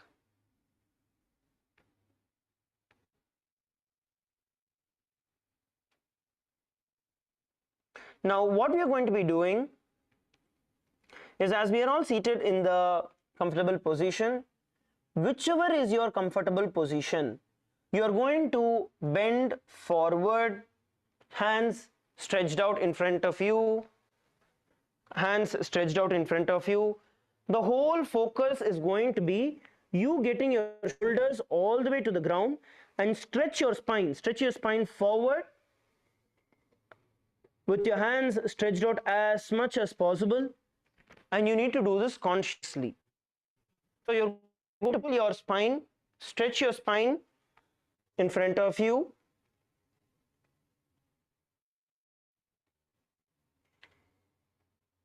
Stretch your spine in front of you and hold down in that position.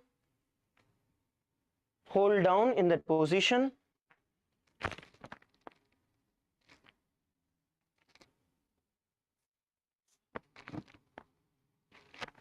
Hold down in that position.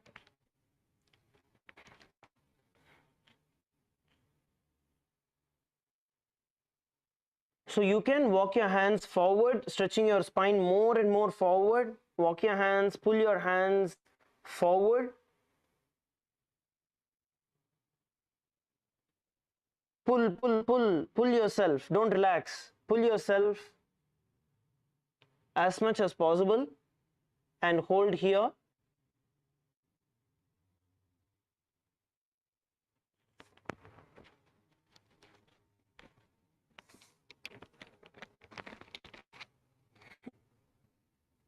Slowly relax, come up to your seated position.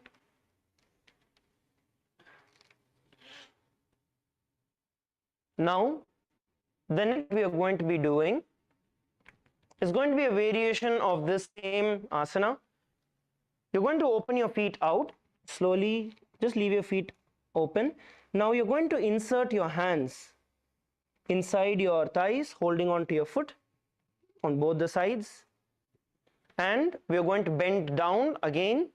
Here you're going to be having the partners who can help you in this position, pushing you down all the way to the ground, pushing you down all the way to the ground.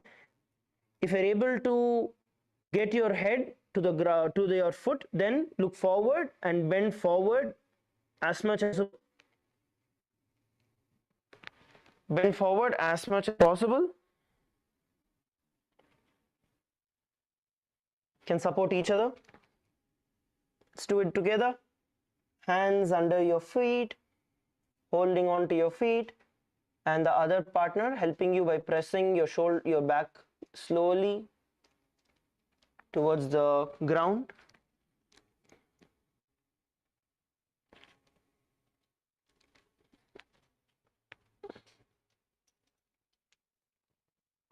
Let's all do it together.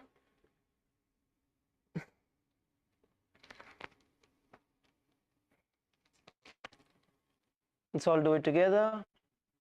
You can switch partners and do the same.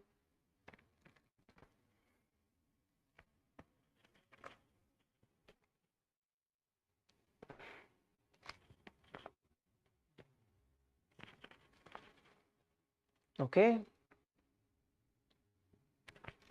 Relax. You can relax. Now slowly come back to your mat. The next stretch is going to be a little easier version where we're going to do it ourselves once again. So get on to the sides of your mat. You're going to stretch your feet open. Stretch your feet open. Now place one ankle on top of the other. So if you're placing the left on top of the right, we are going to turn towards the left. So now you're going to get this hand as much as possible and remove this hand. This hand is going to be in air. You're going to exhale and turn. Exhale and turn, making sure your feet are continuing to be straight. Exhale, keep exhaling as much as you can as you twist yourself more and more. And if you want to push yourself a little further, then you can place hand also on the ground and push with both your hands, ensuring that you continue to be straight. Ensuring that your feet continue to be straight. Go down as back as possible and turn. Ma Sona, you need to go a little more back, like lie down, like more towards the ground. So many of you are sitting straight. See, this will only be effective for you if you do this way. Hold on. If you do it just like this and then turn, this is not what we are doing. What we are doing is going backward. Okay, we're going to place our hands as extended as possible and then turn. So you want to make your body as close as possible to the ground. So you're not seated up, you are going as much as possible towards the ground. Let us do it together. All. Maharaj, that helps so much on the sciatic pain than it is like back pain, but that feels so great. Thank you. Sorry, Ma, can you repeat? Maharaj, that feels so much better. It's not even back pain as it is sciatic going down the leg. Pain feels really great with the legs stretched out instead of being this position, but this one helps the the sciatic going down the leg. It feels really great. So thank you so much. Wonderful, Ma. That's great. The focus here is going to be lying down as much as possible. Of course, you're not going to lie, but you're going to pull your body as close as possible to the ground, making sure your feet are stretched in front of you. It's very important because if your feet twist, then you will not get that stretch. So you want to make sure that one foot is always on top of the other, and then pull yourself. Sandeepaya, you can also try this. This will actually help you.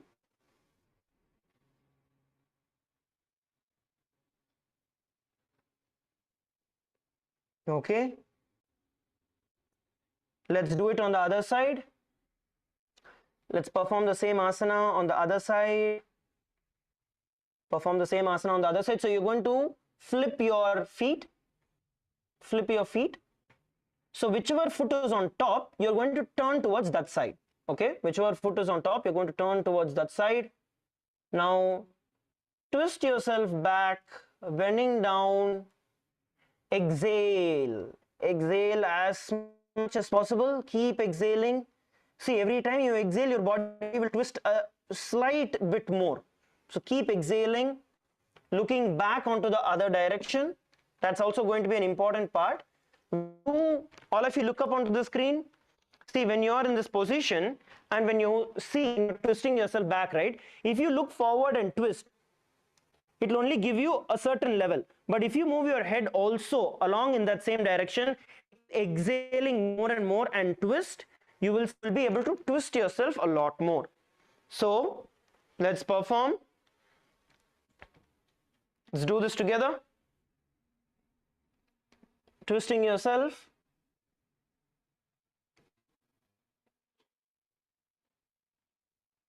Okay, twist yourself. You can do it towards the left, towards the right.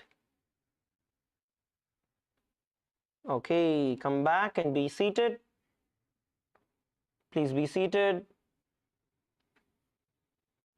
Okay, so these are a couple of stretches that do, and of course build the entire strength ability.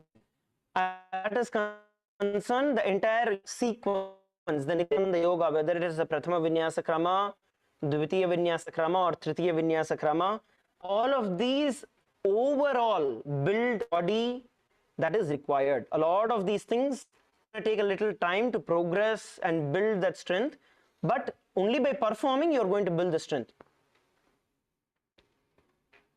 Okay, yes. Sandeepaya, do you want to share how you're feeling?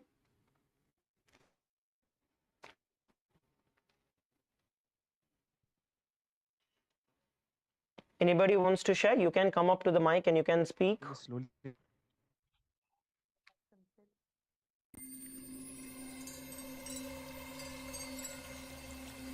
I welcome you all with my love and respect. Let you all open all your three eyes. Om Nithyananda Paramashivoham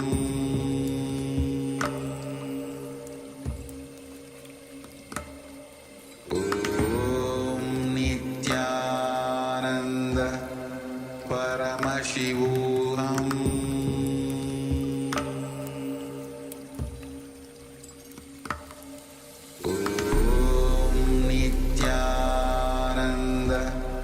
Paramashivoham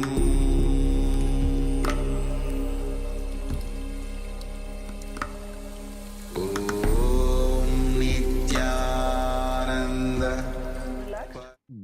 The intention right at the beginning, the 11 times we do it, it's an internal japa, so we not Oh, okay. No. Yeah, I understand. You're speaking Mulamantra. So, Mulamantra Japa, you have to see the mantra happens as Ajapa Japa inside you. So, your mouth does not move, faulting the Japa. See, when we chant it externally, when we chant it internally, where we do not move our tongue or our teeth, that becomes Ajapa Japa. So, the Shiva Mula has to be chanted internally. And we need to make sure that our tongue and our teeth are not moving, but visualize that japa happening inside us. That's how Paramashiva tells the ajapa japa has to be done in the agamas. Lovely. Thank you very much for the explanation. From a personal standpoint, I touched the heel of my foot to my navel yesterday, and it was a joy. It was a success, and yeah, stretching and little moments are just wonderful. Yeah, the progress. They feel like progress, and it feels wonderful. Thank you, Maharaj. Wonderful, Laya. Great. This is Kyle. Can you hear me? Yes, Kailaya, please go ahead. I can hear you. Yeah, today I first time stretch my low back and I can put my head feet, yeah. And but now I feel much pain in my low back. More pain. You feel after doing the stretch, did you do the stretches along? Yeah, Like the last set, whatever we did you do it? yeah. Okay, did that help? Yeah, low back. Yes, that will help in the low. Good. So you just have to perform it a couple of more times so it feels more and more better, and the lower back slowly starts getting healed. As I was telling, one is stretching and second is also building the strength. So by doing the Nithyananda yoga, you will build the strength as well as the stretch. Yeah, good. Yeah. Okay, good. Yes. Bolivia team or female team, anybody has any questions or anybody else has anything you want to ask, share, you can unmute. Maharaj, can I check, can you share like how to loosen the knees? Like it feels tight. Is there any way that you can? Yes, loosening out the knees. So one thing that you can do is Balalingasana. Balalingasana is an excellent way which will help you loosen out your knees. So what you want to do here, you want to raise your knee up, and here once you hold on, pull it as much as possible close to your chest. So this will work on two things: one, your knee, and second, stretch on your thighs as well. But what this actually does is that when you are getting yourself a full bend, it actually works on your knees. Then from here, when you feet back, here once again you want to focus and pull this as back as possible, holding it as back as possible and pulling it as back as possible. From this variation, once again, when you drop your foot down into Virabhadrasana, you can drop your foot down into Virabhadrasana, hand your feet out and bend in knees and hold. When you sit down, once again your knees, I'll tell you what is the difference here. Now the reasons are getting a lot of load is because your thighs are not strong. The moment your thighs are taking the load of your body, the knee will start getting relaxed. Are you understanding this, Ma? So by performing the asanas that I just showed you, whether it is the Balalingasana or the Padapidanasana or the Virabhadrasana, and focusing on your thighs, strengthening and sitting down on your thighs or pulling your thighs back, you are actually making way for your body to be putting a lot of weight thighs rather than the knees. The knees by default will stay more and more loose. Are you understanding, Ma? Yes, Maharaj. Yes, Maharaj. I cannot keep. No, your voice broke up, Ma. Maharaj, I feel like the back of my knees is not able to stretch Mhm. out, and if I lift it up, I'm not able to keep it straight. It's like Mhm. sometimes when, yeah, I cannot keep it like really straight. No, I understand that. That is okay. It is. Don't worry about. The more and more, the more we do the Nithyananda yoga, the more and more it will start helping you. Okay, because it has to be built. The knee, the strength of the knee needs to be built over time. Many times our body weight, when we stand, we put it on one side, we put it on the other side.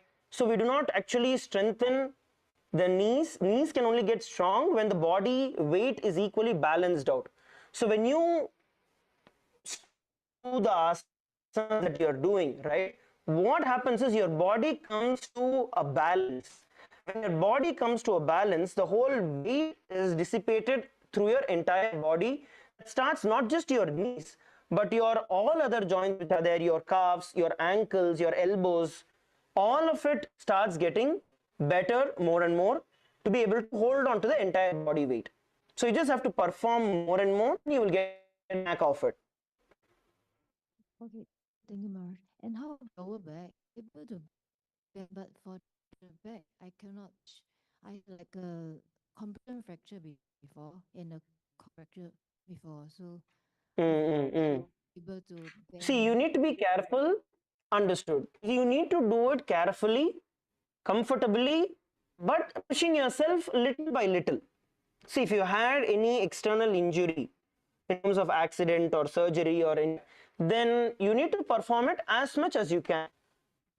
Okay, so don't take it too hard in terms of, okay, everyone is able to do, I'm not able to do. You need to look at your body, listen to your body. It's very, very important that all of us are able to listen to our body, how our body is responding, and flow accordingly. Okay, so if you had like the surgery, don't compare yourself with others who are able to do. You see how much your body is allowing yourself to move forward. Are you understanding? Listen to yourself and then push accordingly. Yes, Maharaj. Thank you very much. Yes, wonderful, Ma. I think we have time for one more question. Anybody else more question? Yes, Maharaj. Can you hear me? It's from Bolivia female team. Yes, Ma, Bolivia female team, I can hear you. Please go ahead. I have a question because I feel the thigh is always very tight, and sometimes I can do Paramasana, sometimes I cannot. Can you give me some suggestions? Yes, sorry, what is tight? I missed it. Your voice broke. The end of my thigh. Always Oh, been the very end of your back. Okay, understood. It is a simple technique I'm going to be sharing with you. Now, when we are seated, right, you're going to turn, I'm going to be showing you. It is going to be a lot focused on how you are. Now, first thing, you want to consciously awareness to sitting straight. There are of doing when you sit, you are sitting down on your spine. This is going to put a lot of pressure on your spine. Now, when you move your body up, here you're going to sit on your butt, the muscles. That way, you will see that the load does not fall on your backbone, rather falls on your muscle. That is why sitting up straight makes a lot of difference. Now, you need to do this consciously. When you are seated, you are going to bring your awareness and see, are you sitting down on your tailbone, or are you moving your body a little forward and sitting on your butt? When you automatically move your body forward, your back becomes straight automatically. So the easiest solution for what you're telling is, through the day, whenever you're sitting, bring awareness to yourself, sure that you're sitting with your back straight. And you can, another technique is that when you are having your back straight, see, your normally shoulders will be sunken down, rolled forward. But whenever awareness, see, just every time you have to do, but whenever you bring awareness, whenever you are aware that, okay, it's hurting a little, just sit up straight, open your shoulder out, roll your shoulder blades out, and just be seated in this position. So whenever you're bringing awareness, whenever you're able to remember, do this through the day, you will see that the lower back, the lower tip of your spine does not get stressed. Are you understanding, Ma? Yes.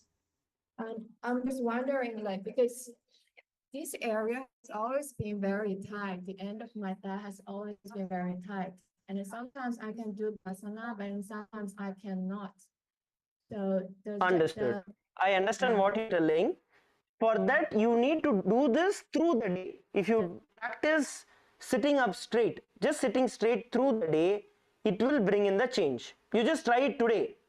And then tomorrow's yoga session, you see, you'll be able to perform it a lot better. Okay, I will try. Wonderful.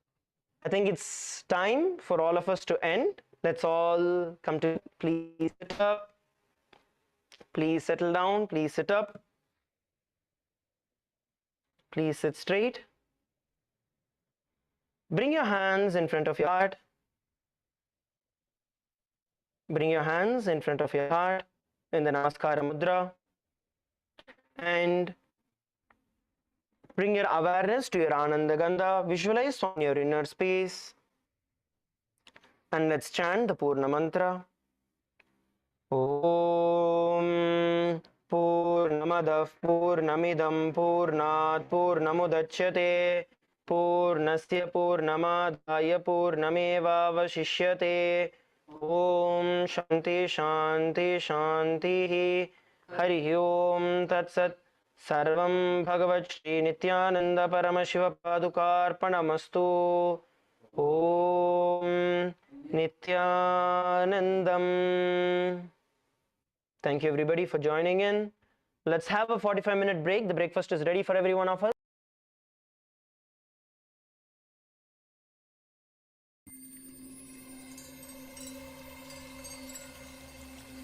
I welcome you all with my love and respect. Let you all open all your three eyes. Om Nithyananda Paramashivoham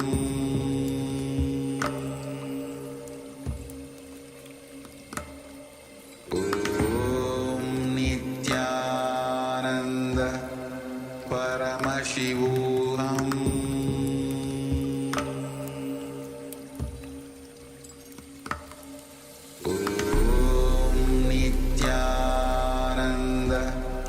Paramashivoham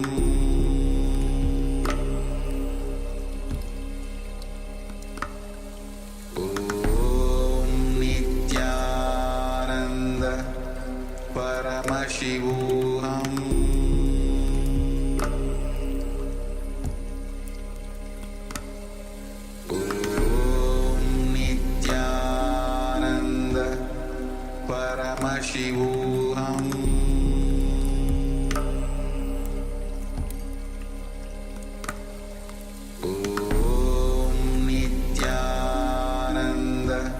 Paramashivoham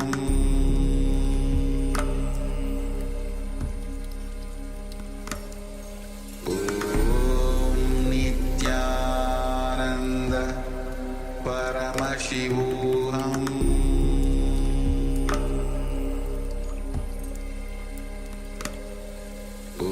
Om Nithyananda Paramashivoham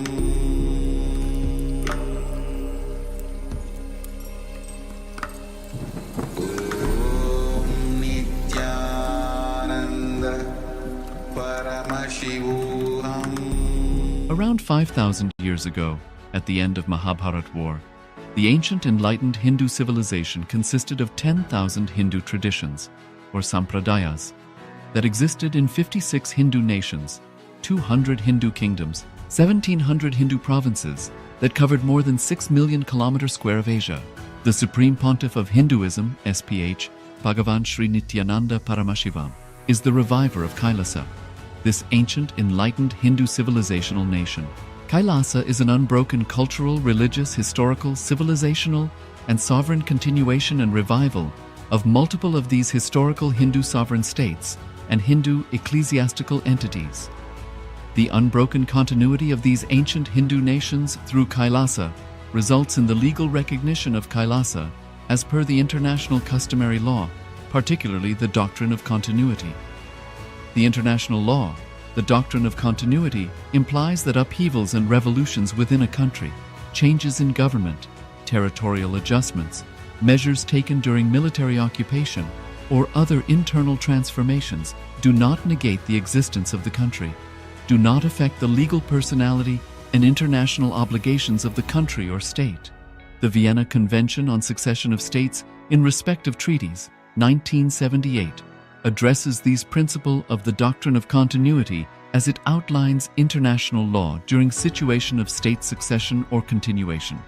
International law recognizes a state's legal personality by recognizing its identity. This perspective extends even during the period when the given state or country is annexed or occupied by a foreign power. Even in such cases, the legal personality of the state is considered to persist, enabling its subsequent re-establishment. Historical examples dating back to the 18th century include cases like Portugal and Genoa that were re-established after the Vienna Congress of 1815. More recent examples include countries such as Poland, Ethiopia, Czechoslovakia, Albania, and Austria that were re-established after World War II. Even when a nation is deprived of its territory, the nation continues to exist. Its sovereignty and international legal personality continues to persist. The Dalai Lama, as the spiritual and temporal leader of Tibet, exemplifies this principle. In 1959, the Dalai Lama was exiled and forced to flee. Despite the challenges faced, the Dalai Lama continues to advocate for the preservation of Tibetan culture and garners worldwide support for Tibetan autonomy on the global stage. Similarly, from 1309 to 1376, the Pope of Catholicism had been in exile in Avignon. Despite this, he was recognized as the head of state as well as head of the church and given full privileges of the position after their return to Rome.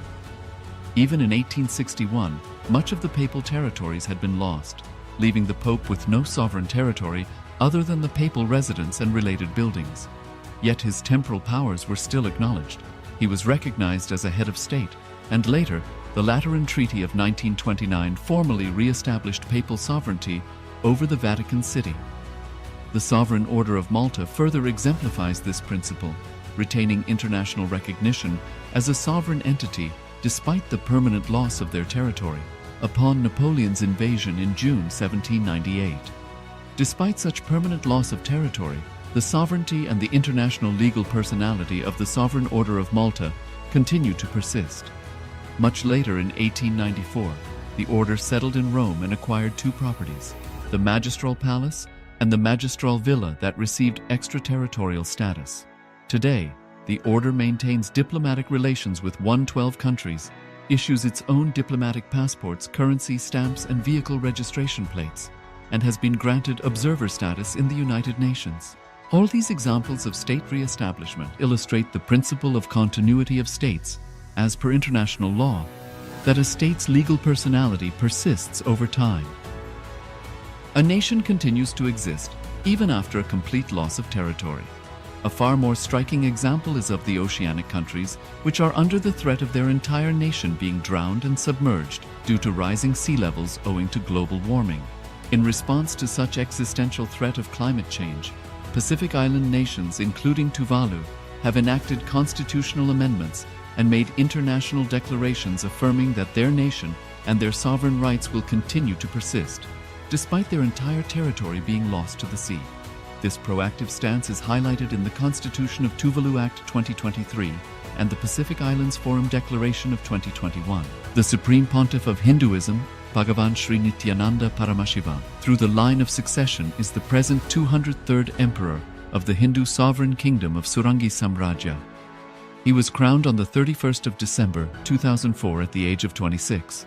Thus, by very same principles of the doctrine of continuity, through which the international legal personality of Portugal, Genoa, Poland, Ethiopia, Czechoslovakia, Albania, Austria, Vatican, Tibet, Sovereign Order of Malta, and several other nations has been recognized despite having undergone a period of exile, annexation, occupation by a foreign power, or despite loss of territory. The SPH Nithyananda Paramashivoham, through well-established legal and historical facts about the Hindu sovereign state of the Surangi Samrajyam, derives all sovereign rights and powers of the royal lineage of the Surangi Samrajyam as its 203rd sovereign emperor from his inheritance and continuation of the unbroken succession of the kingdom of Surya Vamsa Surangi Samrajyam Sarvanapitha. Surya Vamsa Surangi Samrajyam, through unification with 20 other sovereign Hindu states and sovereign ecclesiastical, historical entities, became part of the United States of Kailasa, which thus became a sovereign, independent juridical state, with the SPH Nithyananda Paramashivoham as the sovereign. Just as how the oceanic nations like Tuvalu have safeguarded their sovereignty from the existential threat of total submersion by amending their constitution and asserting that their sovereignty will persist regardless of the loss of their territory, Kailasa, which is a sovereign continuation of 21 sovereign Hindu states and sovereign ecclesiastical historical entities, is also reviving and continuing the Kumari Kandam Hindu nations that got submerged. As per the doctrine of continuity, these facts imply that the Kailasa's statehood is recognized by international law and manifests as a natural outcome of well-established historical legal facts. Share your time, talent, and treasure. Become part of Kailasa. Sign up as an eCitizen https://kailasa.ecitizen.info.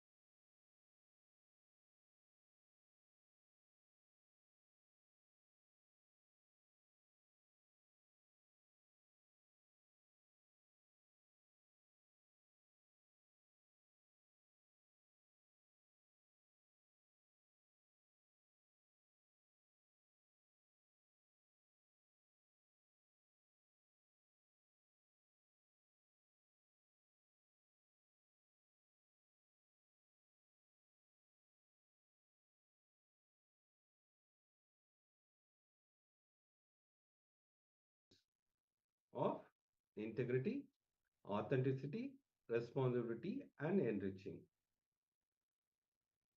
So, after the powerful yoga, we will enter into the power manifestation. Yes, as always, the first round of the day is going to be blindfold reading. So make sure you have a blindfold ready with you. We're going to give you some time ahead to get ready, as we are going to chant the Shastra Pramana, the scriptural reference for the science of third eye, for the manifestation of this particular power. The Pramana goes as follows. Kapalantarmanonyasya tishtannilitalochana kramena manasodhadya lakshaye lakshamuttamam. Yes, the translation goes, by fixing the mind on the inner space within the crown, center, and sitting stably without any movement, having the eyes closed in succession, by that stability of the mind and inner space through the power of the third eye, one directly sees the ultimate goal, that is Lakshyam.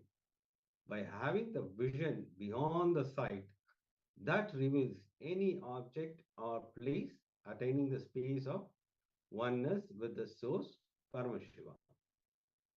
So this is the Shastra Pramana.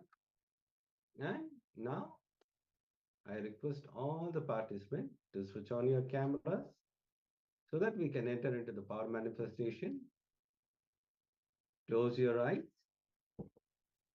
Sit straight with your head, neck, and spine. Enter into the space of oneness by chanting Mahavakya. Om Nithyananda Paramashivoham. Om Nithyananda Paramashivoham. Om Nithyananda Paramashivoham. Enter into the space of oneness. Request Swamiji, whatever is being projected to show through the third eye, be in the space of oneness with deep gratitude. Just connect to Swamiji and request Swamiji to show through the third eye whatever is being projected. Please close your eyes as we enter into the power manifestation.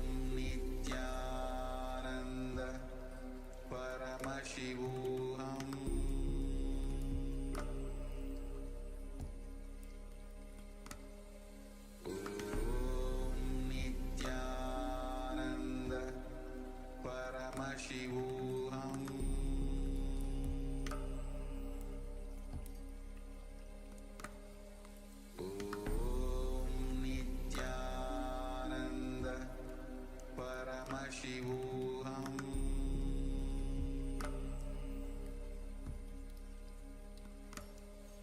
Om Nithyananda Paramashivoham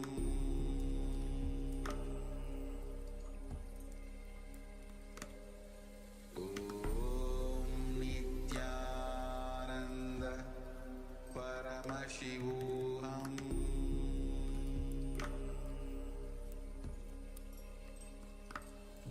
Om Nithyananda Paramashivoham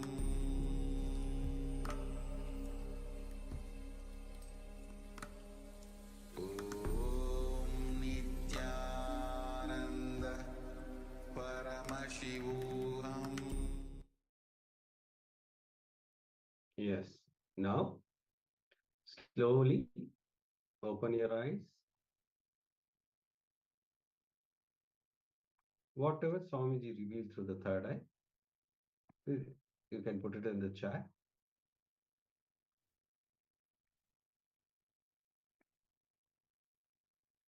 Ma Chen Hu, can you please switch on your camera?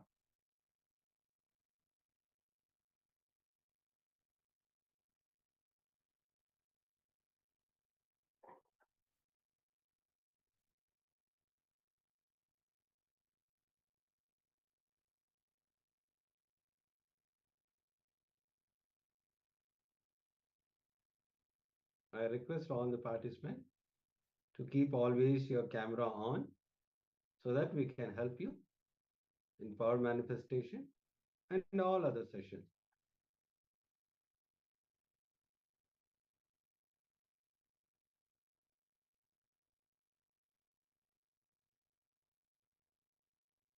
Yes, make sure to share whatever was revealed in your inner space during this round of the power manifestation.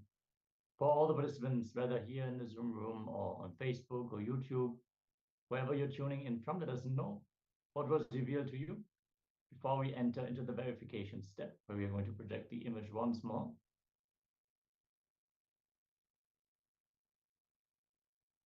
Ma Shukra Indananda is saying yellow, orange, sun, some mountain shapes, water, boat, green, some other things.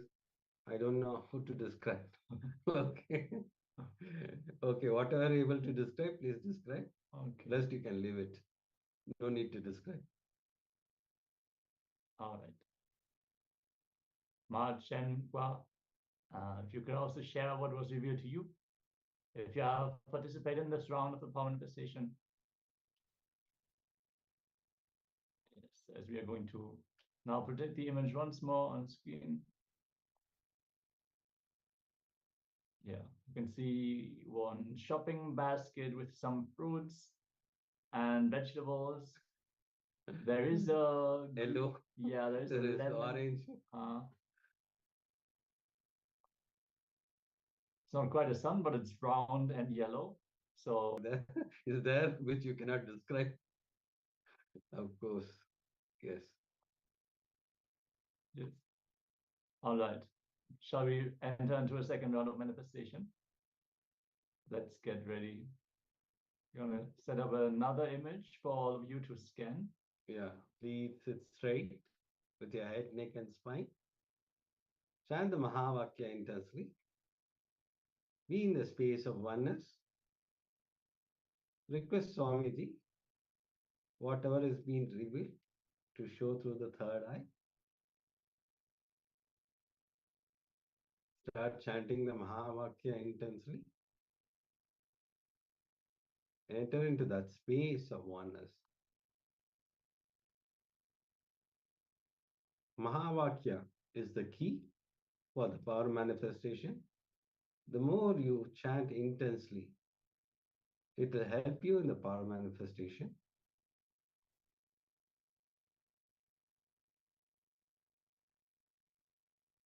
Keep chanting the Mahavakya.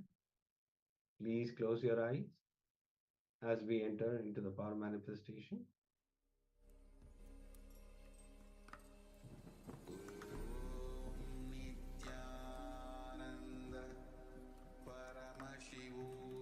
The image is projected now. So keep scanning, keep chanting the Mahavakya, and let's begin. Om Nithyananda Paramashivoham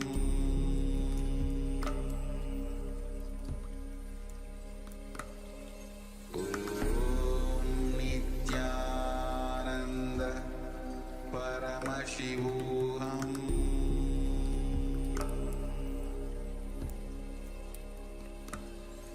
Om Nithyananda Paramashivoham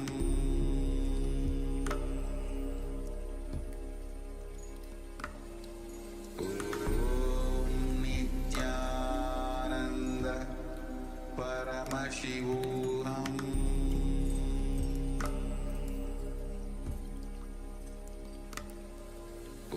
Om Nithyananda Paramashivoham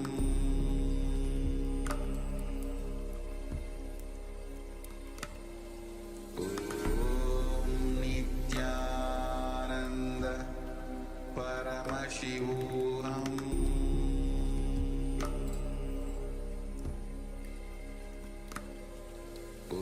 Om Nithyananda Paramashivoham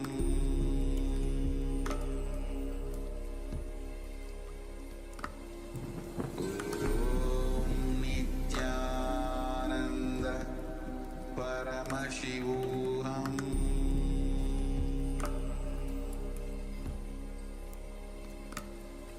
Om Nithyananda Paramashivoham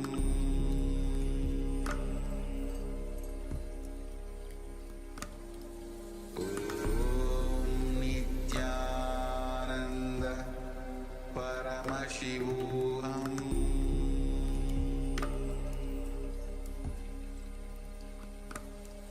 Om Nithyananda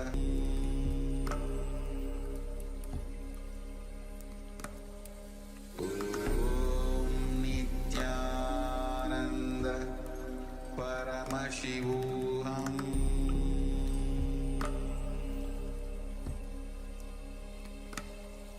Om Nithyananda Paramashivoham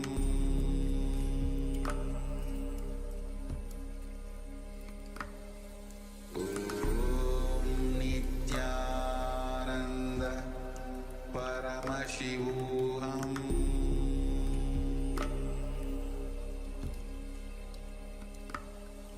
Om Nithyananda Paramashivoham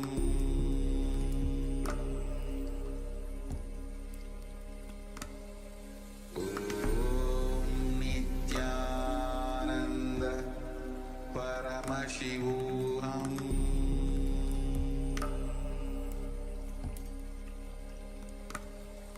Om Nithyananda Paramashivoham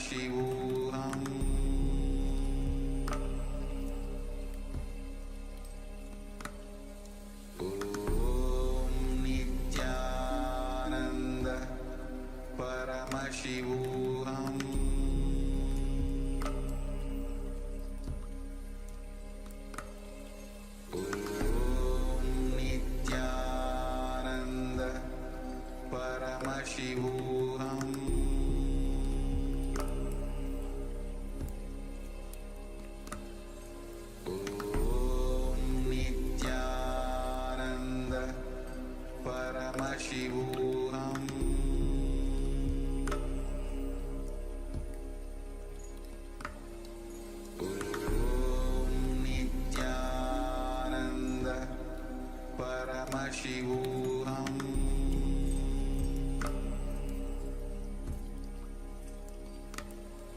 Om Nithyananda Paramashivoham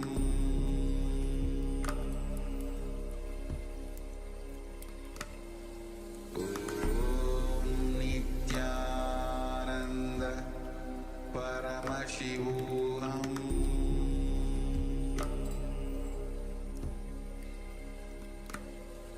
Om Nithyananda Paramashivoham.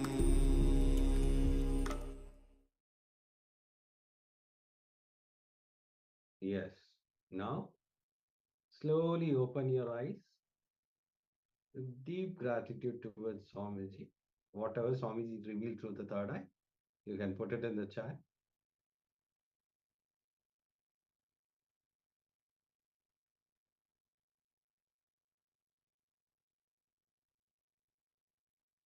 Yes, this is one of the fundamental powers. When we experience a breakthrough in this power, then all the other powers also manifest seamlessly. When we can break our own logic and we can experience there is something which exists beyond our five senses, beyond what we experience on the regular basis, then many of the other dimensions also open up. Many of the deeper understandings also open up in us. So manifesting this power every day is essential if you want to have a breakthrough in the powerful cognitions. That is why it is part of every day of the program. Some of the Balasans, they even ride a bicycle with their eyes blindfolded, play basketball, and avoid obstacles, read full book pages, and it's amazing to see. Some of them, they take one picture, and with their eyes blindfolded, they redraw the same picture once more. So there's many different variations of this power. And if we just keep on pushing ourselves with the will persistence, then more and more details will be revealed to us. We will get more and more grounded in the state of nirvikalpa samadhi from which all the powers manifest. So when we can establish ourselves in that oneness, then all the powers manifest because they are all Shakti. They're all based only on our feeling connection, our ability to settle in the oneness experience with Swamiji, and then he just manifests all of that through us. So requesting all of you to join in the power manifestation and share your results also. Yeah, Mahashukranananda is saying, first looks like 2-3 layer cake, then it looks like a temple, place with people, similar to a temple in Japan, lots of stone structure. Good. Actually, I wanted to select a picture of a cake at first. I wanted to type, but because you were on camera, I just selected whatever picture was there. It was actually, that was my first intention. Okay. Let us project the image on screen that we have shown in the meantime. It is a teacher in front of a class with a virtual whiteboard. There are some stickers on a mirror of some students, someone playing basketball, and you can see some of the students are sitting there. Yes. All right. Okay. I would still say you manifested the power, even though it was not blindfold reading. It was yeah, it's not a temple mind reading. place with the people. It's a classroom with the people. Yes. So beautiful. Thank you for sharing and participating. And let us now get ready for the first Jnana segment of the day. Today, as we are going to cover the four tattvas, the four powers, and their significance in our life and in the very existence itself, we're going to start with the first of the four tattvas, which is integrity. Let us listen in as Swamiji is going to reveal about this fundamental universal principle Let us all sit straight with our head, neck, and spine in a straight line and listen and deeply as we learn about integrity.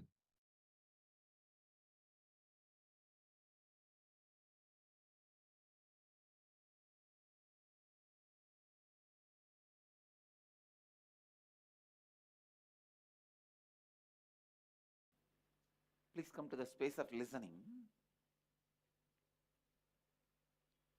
The principles based on which the whole cosmos functions, more than the principle, they are your birthright. Understand this one example. There is a old house and house has one room which is locked for centuries. Nobody knows what is there in that.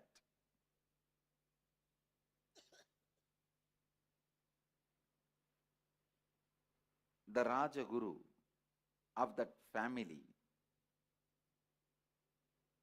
calls you and gives you the key and says, go and open that key, and whatever is inside, enjoy it, it is yours.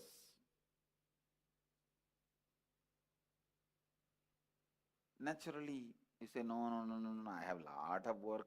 Why one more work? I am not interested. Who will go into the house and who will go into the room and who will open?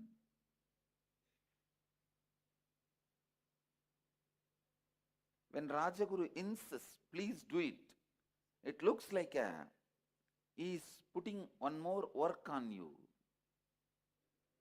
He is putting one more responsibility on you. He is forcing you to do something. But when you go and open the door and see the treasure, large treasury. Any of you have seen literally with your eyes any treasury? Any of you? Any of you have seen in your life any treasury? I saw twice in my life. One, Anandapadmanabha Swami. I saw in few years before it became public when that king invited me to his palace. That is now overnight it has become world's richest spiritual institution. In Kerala, nearby a state, there is a temple, Padmanabha Swami temple. It literally feels like somebody slapping you. No, really. The treasury now which is made public, I saw, they are saying that it was not open, it was not accessible and all that. It's lie. It was under the control of king and it's a temple of Vishnu. I myself saw. It's literally like you faint. Because each diamond, see actually when I went it was all packed in gunny bags. When they showed me, something like a 90 gunny bag. And I asked him, what is there in this gunny bag? Why are you keeping this in the underground room? Oh Swamiji, that and all diamonds. And if you see there is a photograph also. Few photographs we have with that king in palace and when he was taking me around the treasury. Of course, we could not complete seeing.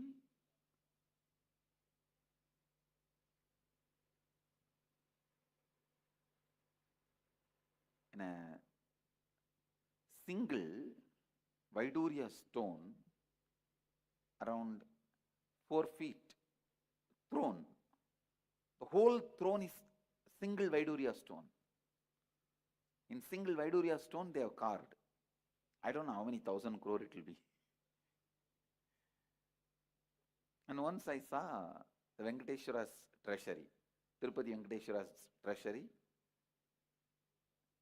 Anyhow, I'm just giving you the idea of what is treasury. If you find the treasury in that room and make it as yours, after that, will you feel what that Rajaguru was telling you is a responsibility, is a work? No, it's your birthright. Please understand. Before you open the door and acquire the treasury, acquire the treasure, it's a work. After you acquire the treasure, it's your birthright. Exactly the same way, these principles, these 4 principles, before you live them and start opening up to all the treasures of these 4 principles, extraordinary powers which you will be receiving by these 4 principles. Please listen. Before the extraordinary powers of these 4 principles becomes available to you, living this may look like a responsibility. Please listen. Come to the space of listening. Before you experience the powerful principles expressing miracles through you, it is like a responsibility. But once you open the treasury, the powerful powers which comes to you by internalizing these principles, it's your birthright. How many of you are able to cognize what I am saying? So these 4 principles are not one more responsibility I am adding to you, one more rule I am adding to you, one more law I am adding to you.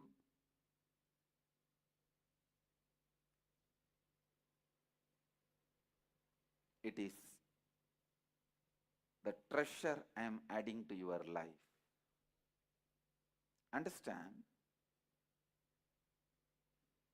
I think still many of you are not cognizing. If you cognize the treasure is getting added to your life, you will sit straight.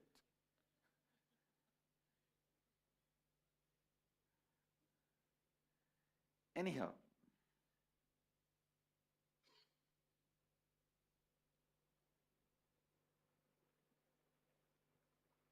maybe when you start seeing the extraordinary powers, these principles can add in few days.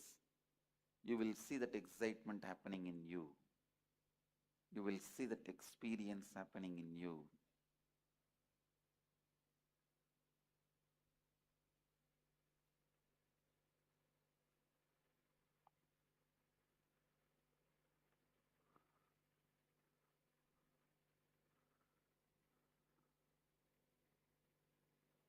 I'll start the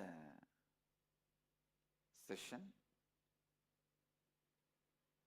I'll start introducing the 4 principles.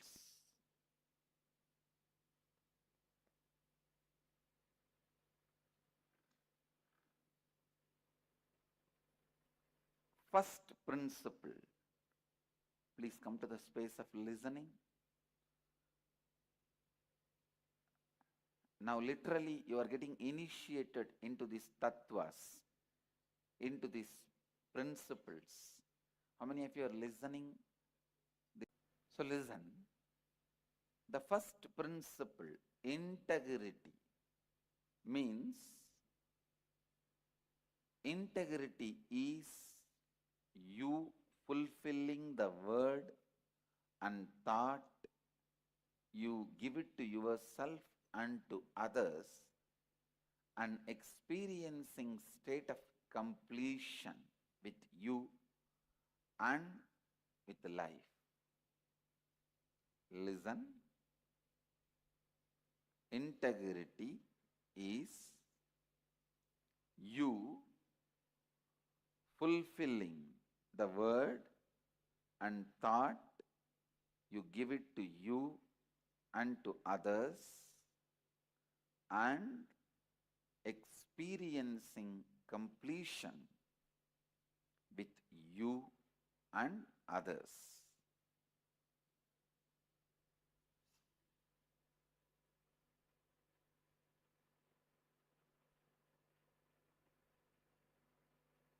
Integrity is not social ethics, morality. No. I am not talking about integrity as a social ethics or as a morality. I am talking about integrity as a spiritual principle. See, society teaches you whatever word you give it to others, please honor it, and you have to honor it.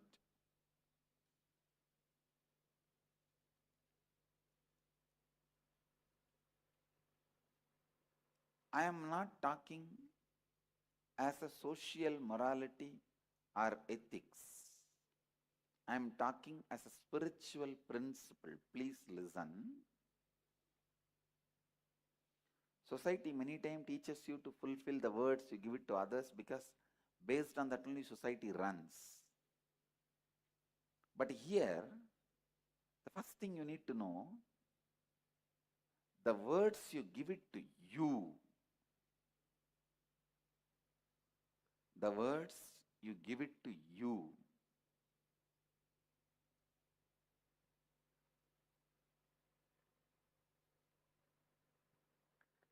start honoring the words you give it to you.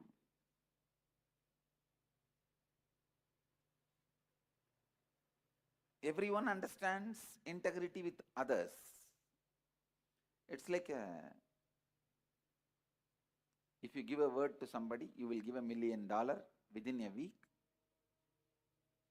Even by giving your life, you have to give that $1 million. If you realize 6th day,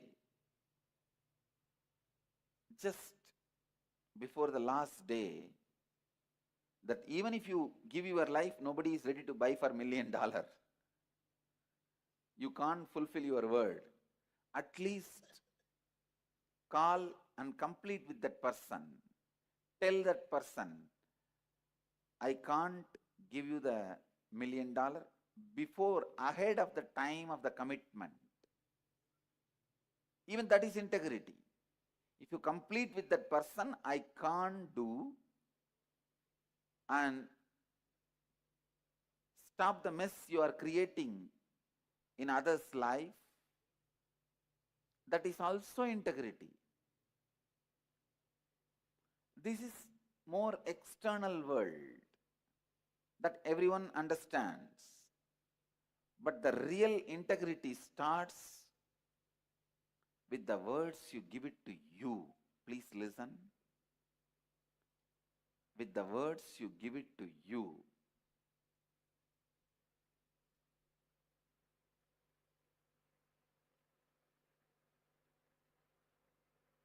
I am giving you an example. In the young age, you wanted to become a doctor. Means you already gave a word to you that I will become a doctor. If you don't, sometimes you don't become doctor, and you don't even bother about the word you gave it to you. Mostly because there is no evidence for the word you give it to you, and there is no punishment for breaking the word you gave it to you. Because nobody else is involved, you do not care about the words you give it to you. Please understand, the more and more you disrespect the words you give it to you, the more and more you will lose respect on you. Please listen. The more and more you disrespect the words you give it to you,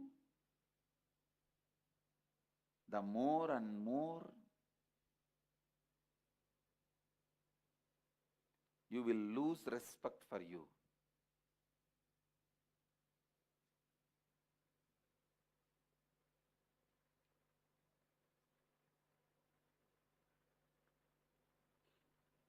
if you have committed with you that I am going to become a doctor, and if you are not able to become, at least complete with yourself. I gave a word to me, oh me, I gave a word to me that I'll become a doctor. Neither I have become, nor I am going to be. So I complete with the commitment. I gave it to you, or I gave it to me. I free myself from this commitment so that I can become complete. It's something new, first time.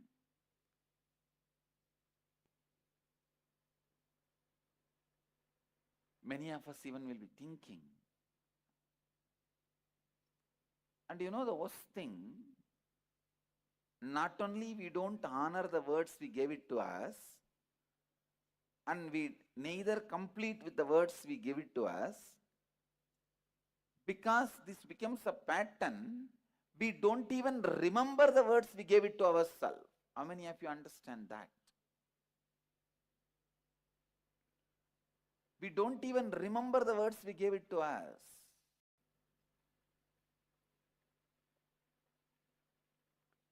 Your life works only when you are in integrity. The degree of workability in your life is directly proportionate to the degree of integrity with which you live your life. I tell you, if you have integrity, even if the whole world does not listen to you, you will listen to you. I tell you, nobody needs to listen to you other than you. If you listen to you, you are a success. You are a winner. Nobody can do anything to you. I tell you from my experience.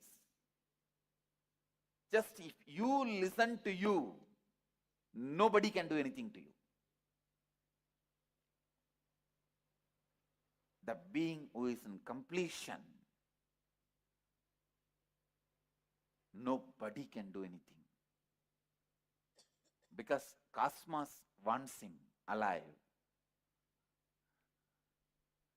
Life wants him alive.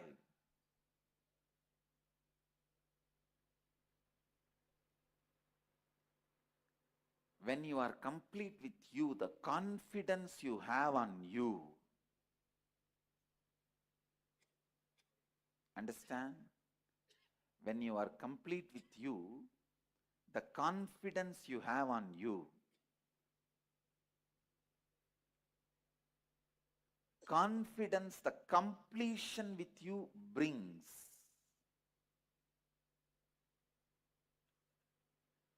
Only when you experience the completion, you will understand integrity is not a principle for you to practice. It's a treasury you got. It's your birthright.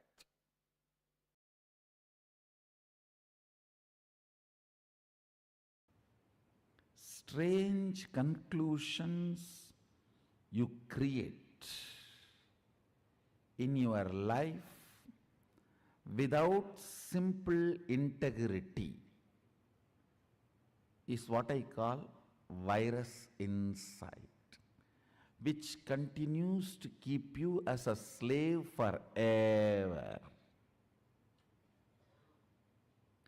This is the straightforward, most practical solution. You need to understand almost 99% of your conclusions, the cognitions you carry about you, life, strange stupidity.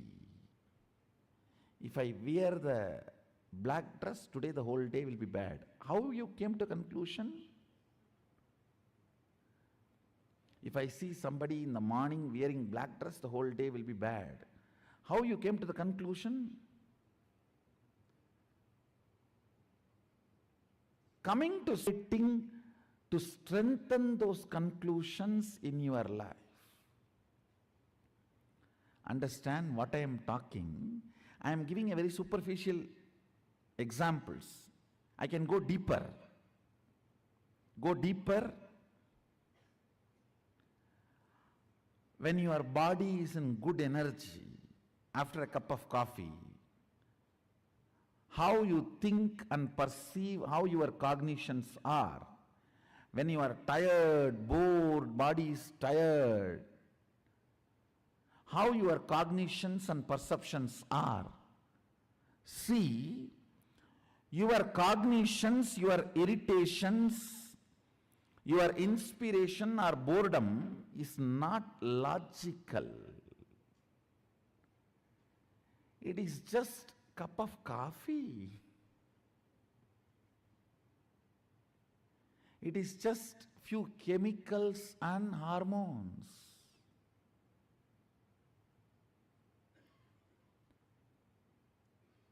Distrusting your cognitions and trusting integrity as your software. Listen.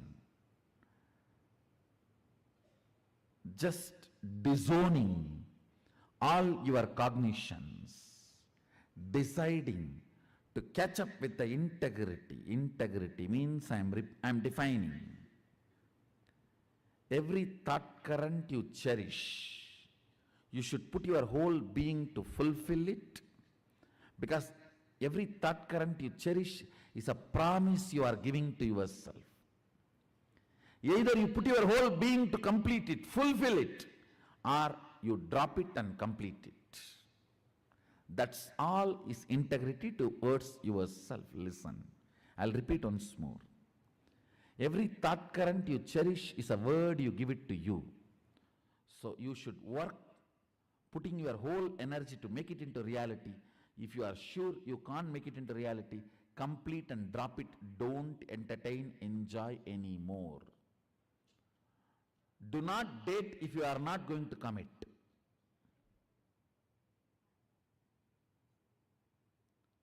Same thing outside. Give a word only when you are going to live it. If not, drop it. Just this one, only one, integrity, replace all your cognitions. Your cognition about God, your cognition about world, your cognition about life, your cognition about society, your cognition about your body, your cognition about your mind. Replace it just with this simple, straightforward integrity. The kind of a transformation you will go through, I tell you. In Ayurveda, there is a very simple one verse by a great Siddha. He gives deathless life, the art of deathless life. Take care, the throat is always clear. You will not have death. Looks so simple. One, true, the statement is true.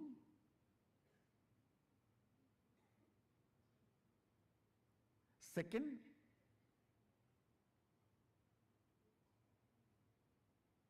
all problems start with your throat infection.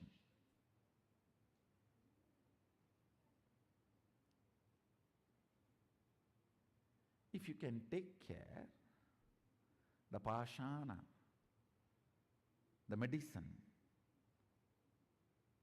is stored in the throat, you will never, not only you will never die, you will never age old. That is actually the symbolic representation of Sadashiva having poison in the throat. Poison clears any infection even before it starts.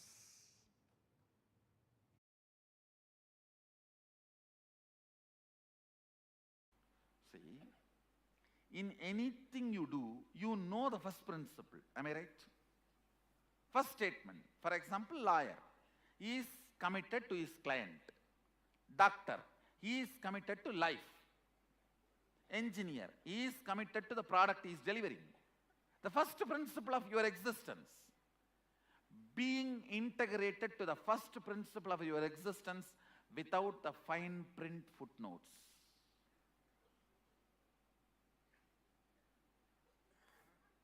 See, all of you know the first principle of your existence. Am I right?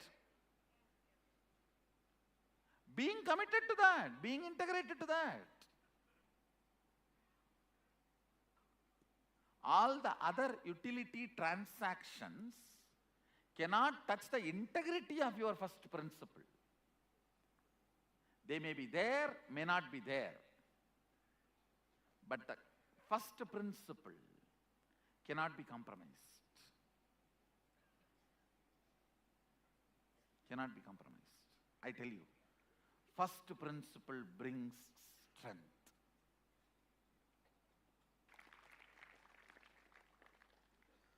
Understand?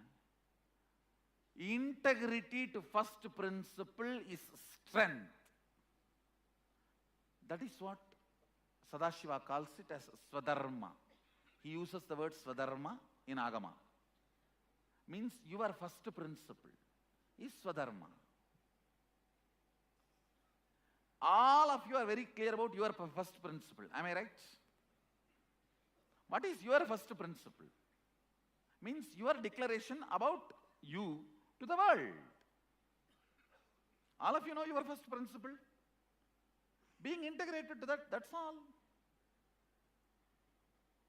When you say we know the first principle, is it something that changes from time to time, isn't it? Time to time. Yeah. I should say the practical application may change time to time, but not the first principle itself. First principle itself does not change time to time. Surely it doesn't change. You said if someone becomes a doctor, then he wants to become an engineer. Then Oh, no, what I am saying, that time what I said, multidimensional. That I used. Here what I said is your main commitment. Even if you are doing multidimensional, then your first principle should be, when I am declaring myself as a doctor, I am committed to life. When I am declaring myself as a lawyer, I am committed to client. When I am declaring myself as an engineer, I am committed to the delivery of the product. That's all. So that's the first principle. What I am declaring, that forms my first principle. Your first principle is your Swadharma. And being integrated to your Swadharma without shaking or letting your integrity to be shaken by any of the outcomes and side effects. Whether you are praised or blamed or showered, supported or beaten, being integrated to your first principle.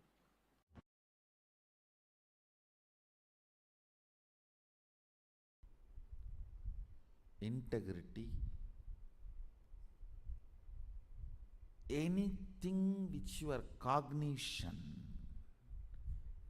cognizes. As on now, I can give you example of how your cognition cognizes anger and lust and even hunger, fear. In that frequency, if you cognize the power of integrity, you will be powerful forever. You will be powerful forever. Not just feeling powerful, you will start manifesting powers.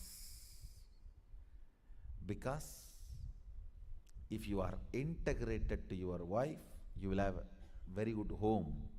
If you are integrated to your boss, you will have very good office.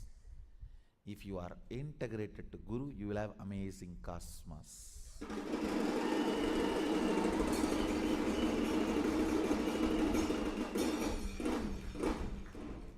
Your integrity is directly integrity to me.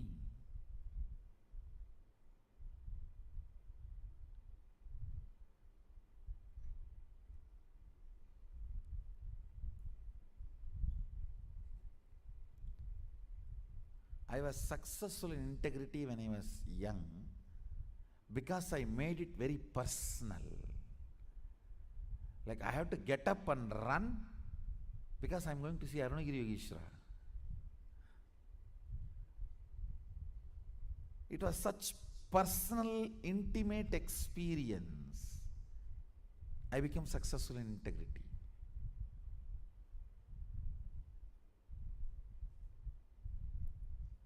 Not any other logical practices. Practice may make you perfect, not integrated. Cognitive shift makes you integrated.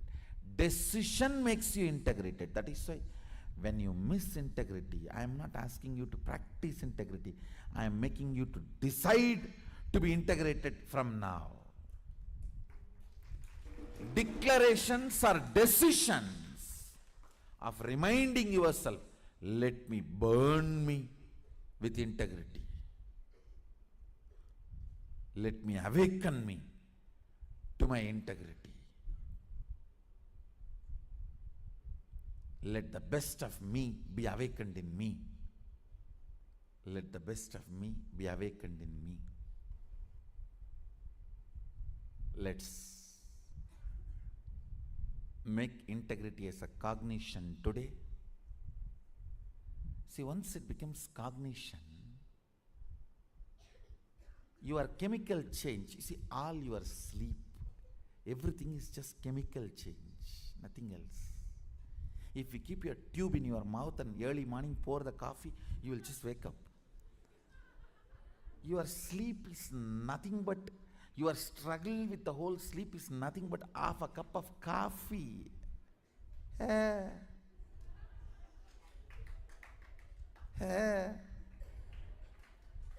No, really.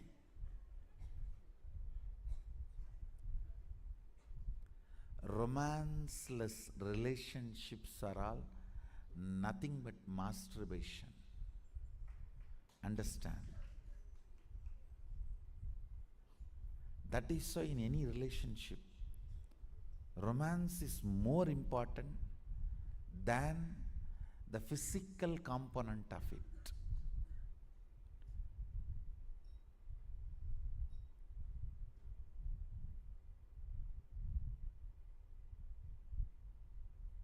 All your struggle with the sleep or tiredness or boredom is nothing but simple chemical imbalance.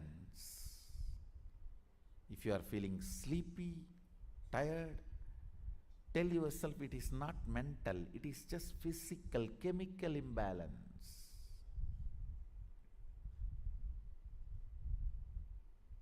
Integrity will clean it up. When you clear chemical imbalance using integrity, you bring tremendous health to your system. Understand?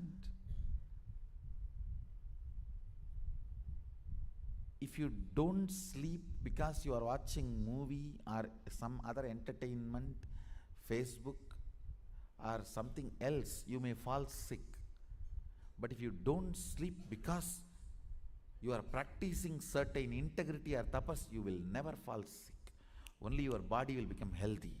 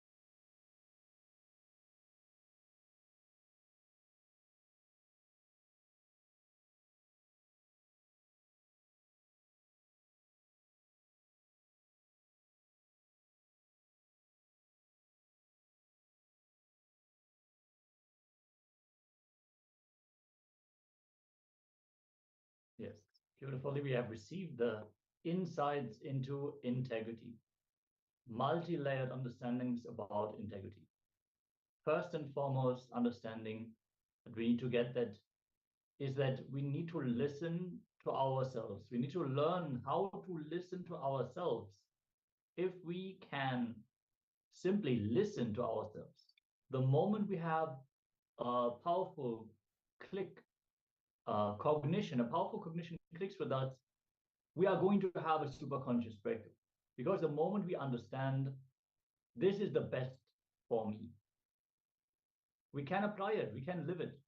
But if we don't listen to ourselves, naturally, the powerful cognition, they will be not useful for our life immediately. We might use it to give some good advice for someone. But if we ourselves don't listen to us, who will listen? And as Swamiji shared, it is most important for us to listen to ourselves. Then even if others don't listen, it doesn't matter because we are already successful.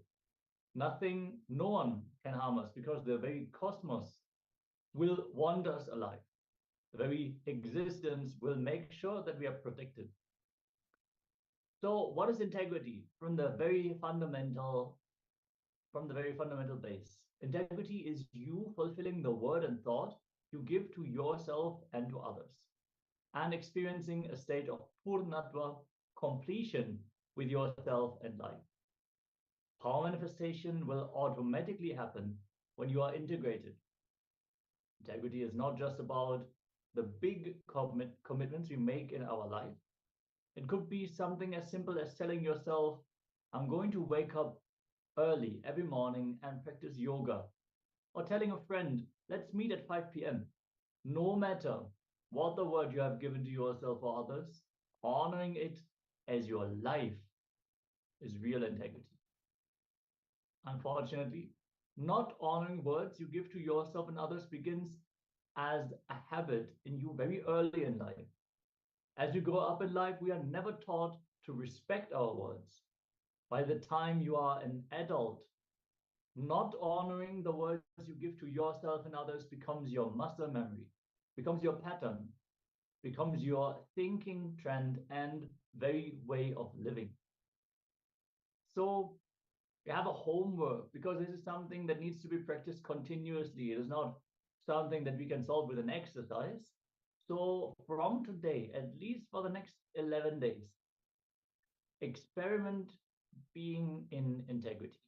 Honor every word you give to yourself and to others. If you're not able to honor any word you gave, complete that. For example, you gave a commitment to finish a project you took up by a particular date. Do everything it takes to see that you finish and submit that project on time. In the worst situation, if you're not able to fulfill your commitment, speak to yourself and ensure you are complete. If you gave a commitment to another person, inform them that you are not going to be able to finish this on time and tell them how you're going to complete it. Completion can also mean that if you give everything that you could, but you're not able to make it, to at least inform, remove the expectation that was created about you delivering that goal, that target, being on time for a place. Imagine you're waiting for a friend and they are stuck in a traffic jam for 2 hours and they don't let you know. You're waiting there, standing there, expecting them to arrive. So it's most important to do the completion. So we're going to anyways enter into a small exercise for completion with our bark. Whatever commitments, words, promises you gave to you and others and did not honor and fulfill, where you did not restore your integrity, where you have not even completed, please list all of those down. See, if you honored, you don't need to pen them down. If you have completed with them saying that I'm not going to honor it, you are on your own. I'm on my own. Even if you don't, even then you don't need to pen those down. So if you completed telling the person that you're not going to fulfill whatever you have declared towards them, you don't need to pen those commitments down.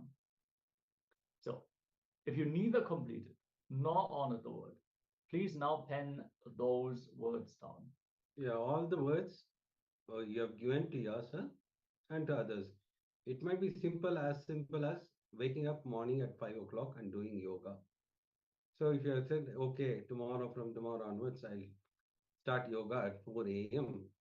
So, but because of your laziness, you didn't wake up and you didn't do for yoga. It starts with small incompletion or small words you have given to yourself and others. You said to your friend you'll be coming at 5 p.m. for the coffee.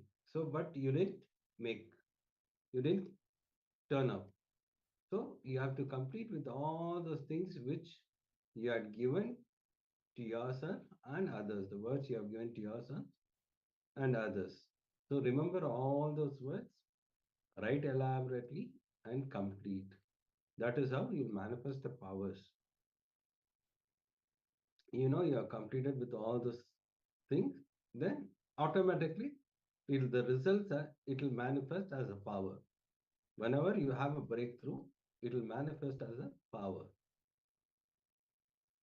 Yes, understand the power of Vak, which is awakened through completion in the field of integrity, is such that your word will hold such a weight that not only people, the very cosmos will listen to you.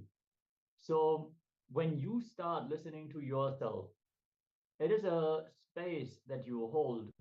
It is kind of leadership that you radiate that will make the cosmos simply follow you. So I'm sure some of you would have already experienced this phenomenon where you just knew, okay, this is what is going to happen. And you made that declaration knowing from your being that this is what is going to be the reality. And the people around you, they were moved. Simply, they also understood, yes, this is what's going to happen by your declaration. This is what you can experience when you complete with your Vak more and more. So let us now move into the first step of the exercise. We're going to have multiple steps. Let's take a few minutes. If you have any questions about integrity or this exercise in particular, let us know so we can attend to it.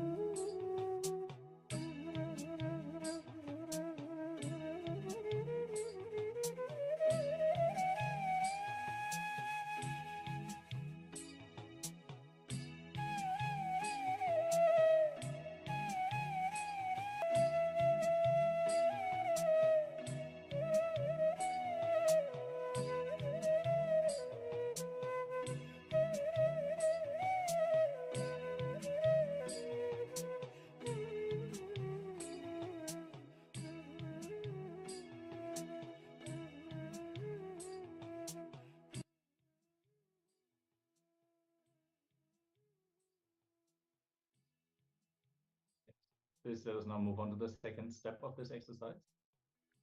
Now, please give a commitment to yourself to be in integrity and to complete with your words, promises, and commitments which you gave to yourself and others. So either fulfill what you declared or complete with all those words, promises, and commitments.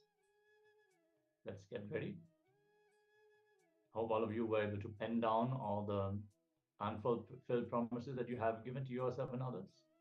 And now let us declare to complete. As Ramaji has shared, a declaration is a decision. So whenever you want to manifest something in life, just declare it rightly. Declare it to your family, your friends and family, to your colleagues, to your Sangha members, everyone who knows you, everyone who knows how you have been. Just declare how you are going to be. So let's enter into the step of the exercise. Ma Shuklananda already shared that she had already completed with 2 people. Great, Ma. Let's continue with the next step of the exercise.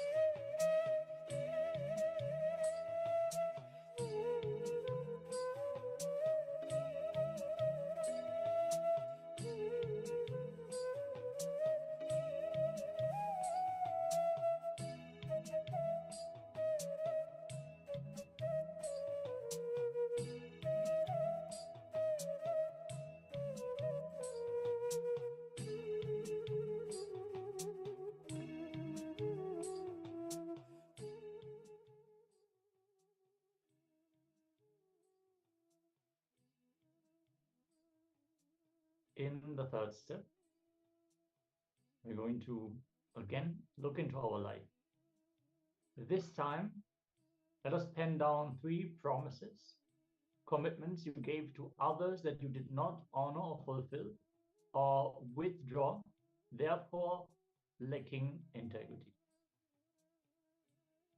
And then make a call to the 3 people and either recommit to honoring the word you gave and fulfilling it, or withdraw your commitment and complete for the word you gave. Sometimes people may not remember that you have given this word, but if you remember, you have to complete with it. So that's what is most important. See, when we don't fulfill the words that we give to ourselves and others, not only they will lose trust in the word that we give, we ourselves will lose the trust in the words we give. So let us do the completion. Let us do what is necessary to restore our power, restore the Vak Shakti. If you have any questions about this exercise, let us know. And let's now enter into this exercise.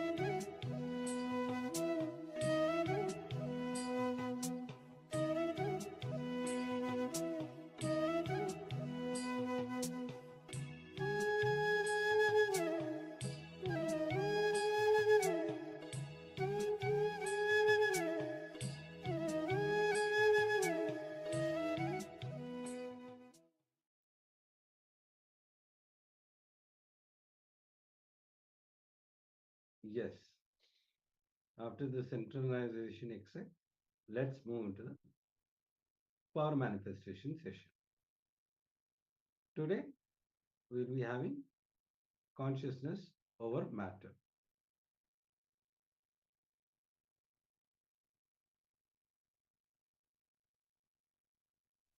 Yeah, it's one of the very beautiful powers. Very impressive to see how the object is moving by the force of your will alone. And it is one of the powers which can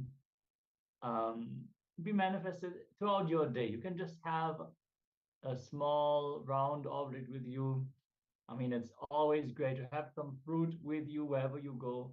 So just keep some oranges or an apple or something, and you can manifest the power wherever you go. Not that you cannot manifest this power with inorganic objects as well, but in the beginning stage, it is easiest to manifest the power using organic objects such as fruit.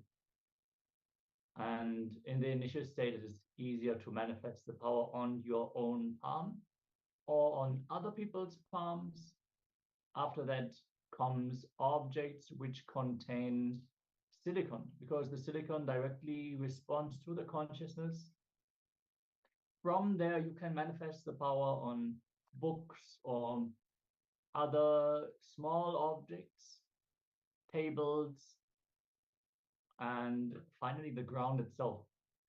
Swamiji has explained that your ability to roll the object on a different surface is directly connected to your completion space that you hold with that object. So that is why there's like different levels to this power, where you can finally have the completion with the entire planet itself, with the ground which you are walking on, the ground on which you may be spat in the past. All these things we don't even cognize what we are actually doing. Swamiji clearly said, if you carry violence in your inner space, every step that you take on the ground is a violation to the ground itself. So when you start going into more and more completion, naturally also your steps will carry that completion. Swamiji said, the being should be so light that if you walk on the grass on a daily basis, there should be no footpath being developed. The grass on which you walk should not die from your steps. That is when you know that you are a real sannyasi in the complete completion. So with this as a context, let us get ready. Have an object, any round object, any fruit is optimal. And get ready. You can take a coconut or an apple or mango, an orange, whatever you have available, and settle down. Place the object on your palm. You can keep the palm on a solid surface like a table so it is stable, and then connect with Swamiji in your inner space. Yes, you can take any of the round objects. It might be coconut, apple, or orange, any round object. Chant the Mahavakya intensely, consciously decide, and with the power of third eye, move the object.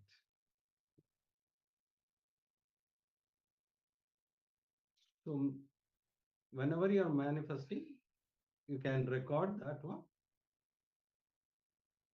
Yes, anything you are doing power manifestation, you can always record it as your Atma Pramana.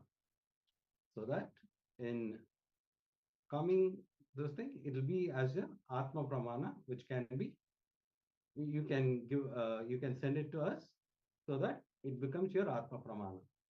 We are actually already working on compiling a set of videos where other people have been manifesting the power of consciousness over matter.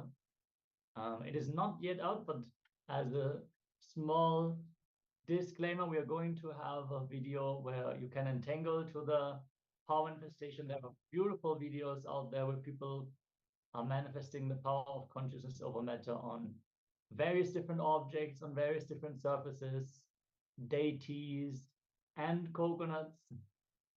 And move. You can clearly see how the deity starts spinning and moving around. It is beautiful to see.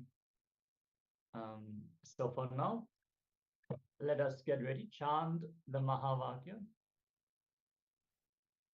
Om Nithyananda Paramashivoham. Om Nithyananda Paramashivoham. Om Nithyananda Paramashivoham. Keep vibrating with the Mahavakya. Yes. Keep chanting the Mahavakya intensely. Hold the object on your palm and chant the Mahavakya. You can see the object rolling from your palm. Whichever side you want. If you want on the right side, tell it to roll on the right side. If you want left side, you can move it left side. If you want it to make it stand, you can make it stand. Coconut is the best thing. You can see it standing. Or the Atmalinga. If you have Atmalinga with you, you can use Atmalinga. Chant intensely the Mahavakya.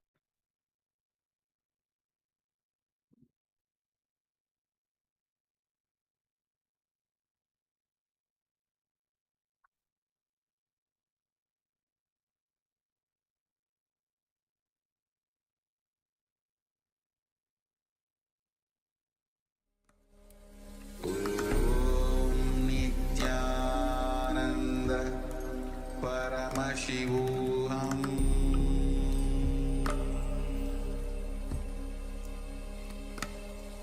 Om Nithyananda Paramashivoham.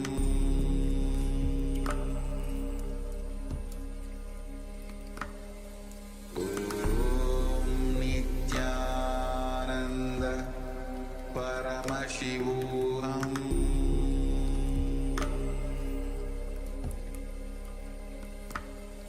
Om Nithyananda Paramashivoham.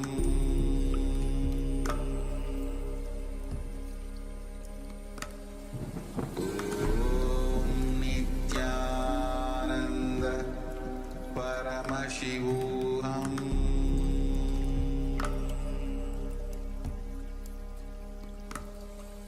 Om Nithyananda Paramashivoham.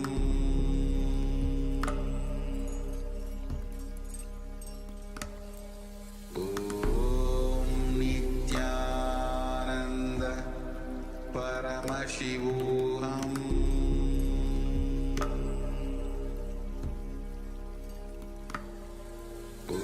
Om Nithyananda Paramashivoham.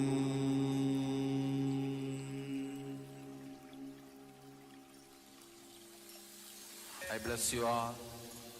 Let you all open all your three eyes.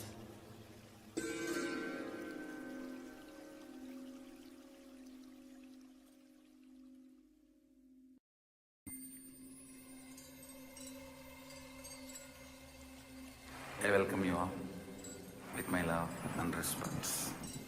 Let you all open all your three eyes. Om Nithyananda Paramashivoham.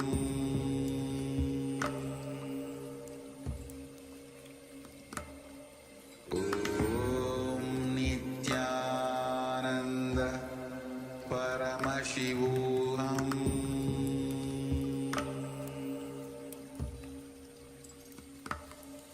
Om Nithyananda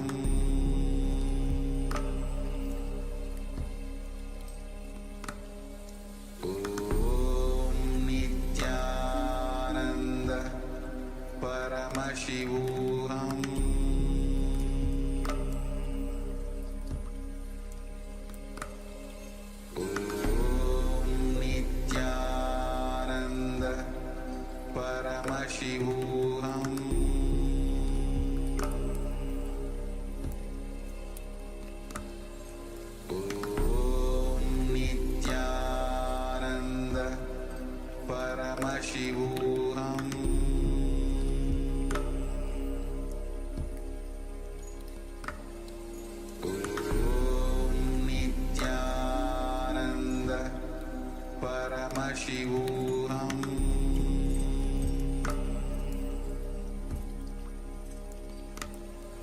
Om Nithyananda Paramashivoham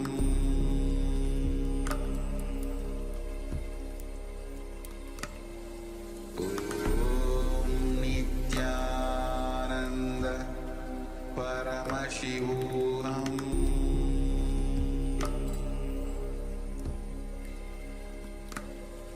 Om Nithyananda Paramashivoham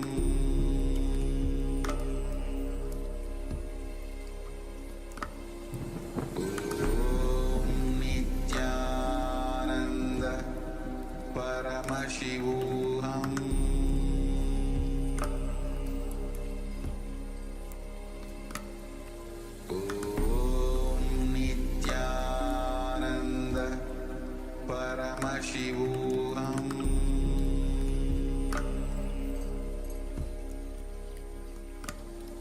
Om Nithyananda Paramashivoham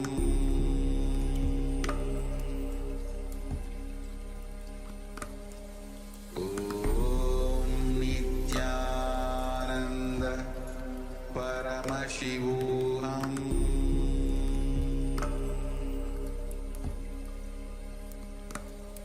Om Nithyananda Paramashivoham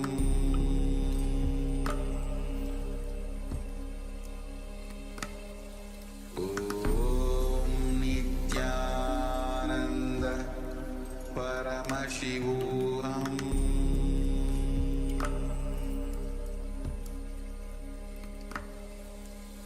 Om Nithyananda Paramashivoham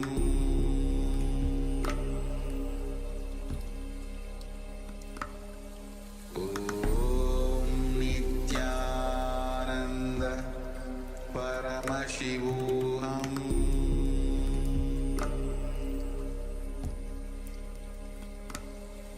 Om Nithyananda Paramashivoham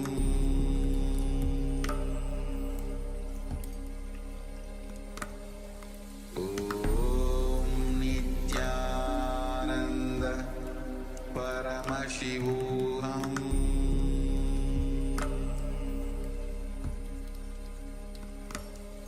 Om Nithyananda Paramashivoham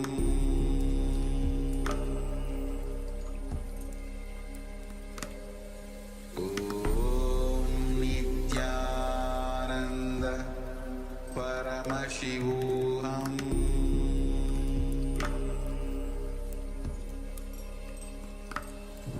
Om Nithyananda Paramashivoham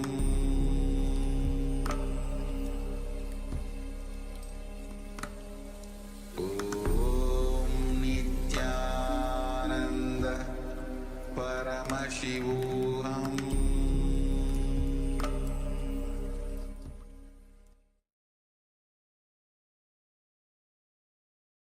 Yes. That's all settled down. And share your experience during this round of the power manifestation. Share your power manifestation results. You can also let us know what object you have manifested this power with. Requesting all the participants to please come on camera. Ma Chen Hua, Kong Jiaolan, and Ma Kailiwang. Also, Ma Li Sisa is barely visible. It's only black with a white spot. Yes. Oh, another black screen just joined. Okay, please make sure you are visible on camera throughout the sessions and share your manifestation results after this powerful round of consciousness over matter. You can also share what level of power you've manifested. Have you rolled the object on your palm? Have you rolled it on a surface? Let us know. See, the power of consciousness over matter is actually a multi-dimensional power. It is not only moving objects with our mind. It is matter. Everything which is matter can be moved. That means you have a health problem. You can literally move your organs. You can adjust whatever needs to change in your own body. You can move people. People are matter. You can move them to do what you want them to do. You can move their thought currents. Swamiji has clearly shared our cognitions are matter. They are synaptic connections in our brain, and they can be moved through the power of consciousness over matter. For example, you have a spine problem, a bone problem, you can realign your own body through the power of consciousness over matter. And naturally, all the objects can be moved. Swamiji says even planets, objects of the size of planets can be moved with this power manifestation. It is possible.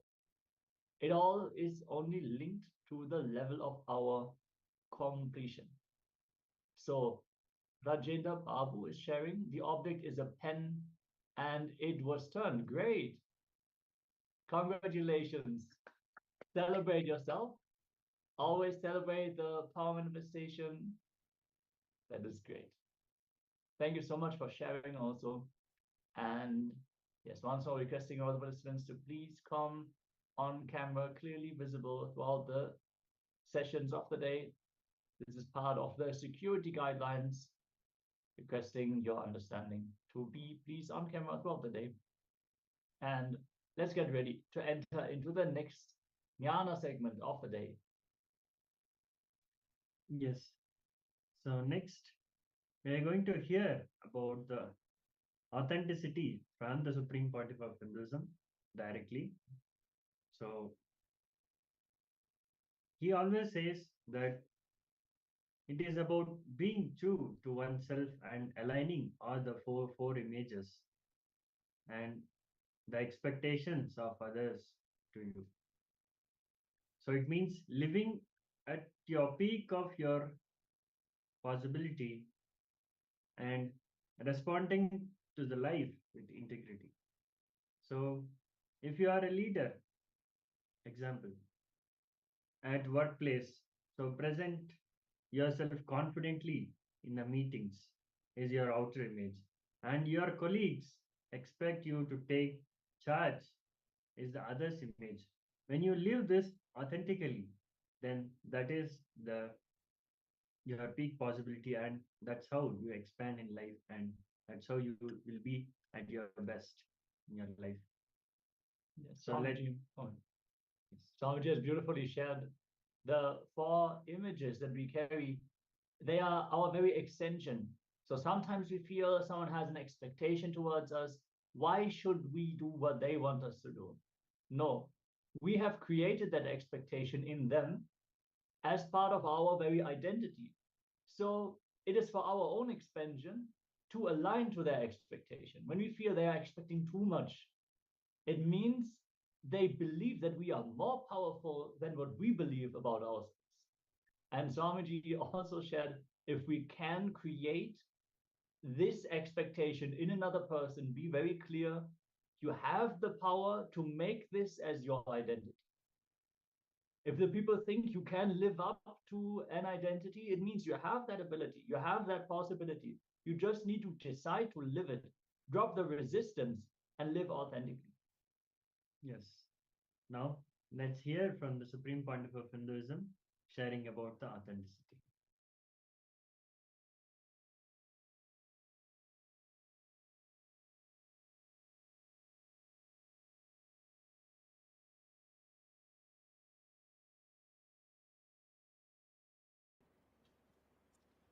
I'll expand on the second principle, how second principle, authenticity, transforms the reality of your life. First, line, first tattva you need to know is whatever you experience as reality is only possibility. Please listen. If you are experiencing your reality as rich, everything good, that is also only a possibility for great which is supposed to come. If you are experiencing your reality as bad, poor, suffering, suffocation, that is also is a work possibility for the worst which is going to come. Listen. Whatever you experience as reality is only possibility. If you are experiencing as good, the great possibility for better. If you are experiencing as bad, the possibility for worse. But do not ever think the reality you are experiencing is the reality. No. It is just possibility. If you are experiencing fear, be very clear. It is only a possibility for the greater fear which is going to come. If you are experiencing courage, be very clear. It is only the possibility for the greater courage which is going to come. Everything you experience as reality is just possibility. Let me expand on authenticity. Authenticity means the state where you are established in the peak of your capability, your possibility, and you respond to life from who you perceive yourself to be. The inner image and peak in the outer image, and establishing yourself in peak in others' image about you. Listen.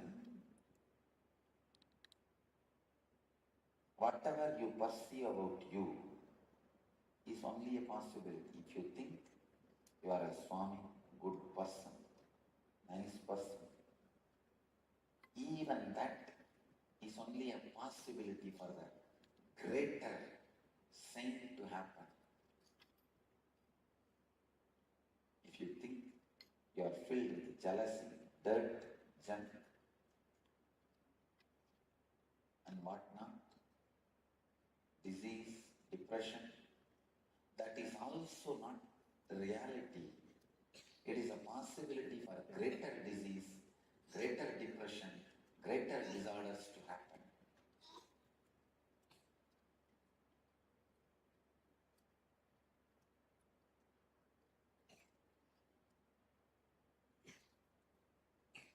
Now, almost all of us experience ourselves as a mixture of both. How many of you cognize what I am saying? You experience yourself as a mixture of both. Little health and little disease. Little goodness, little badness. Little joy and little depression. Little reconciliation and little fight. And little wealth and little poverty. So you are a possibility for any extreme. In a way, you are a possibility for any possibility.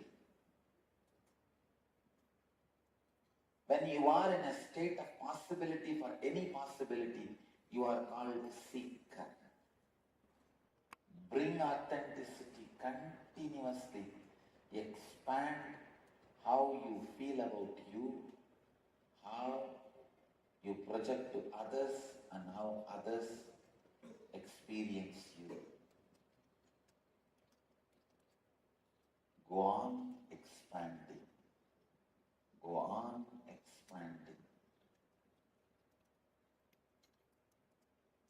Authenticity is the possibility of life in you. Drop this tool.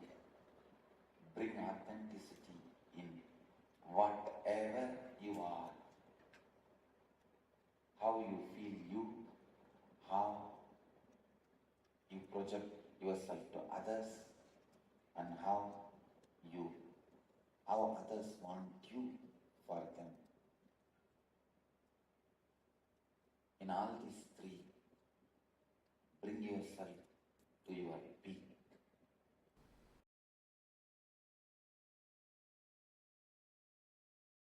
When you bring authenticity to your thinking, please understand, bringing authenticity into your thinking and your action not just brings the result how much you expand. It's like there is a water canal. You remove only 2 feet mud which is covering the canal.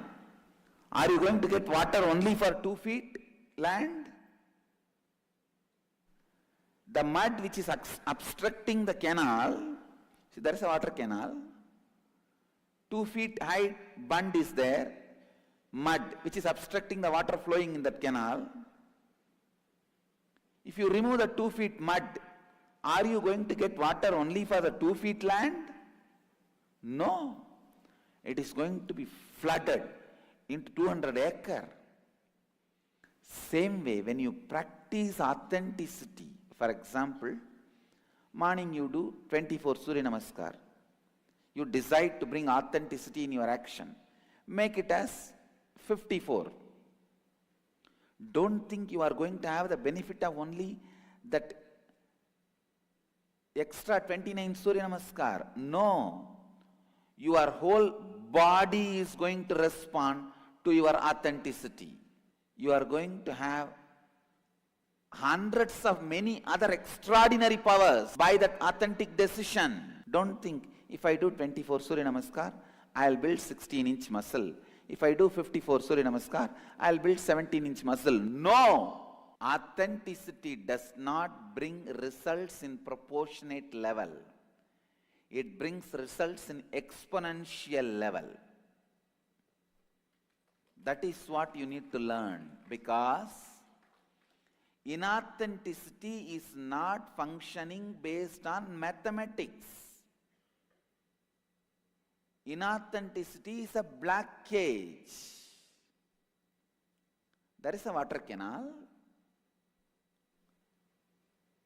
The entrance of the water canal is 2 feet wide, and the 2 feet wide is covered by 2 feet height mud.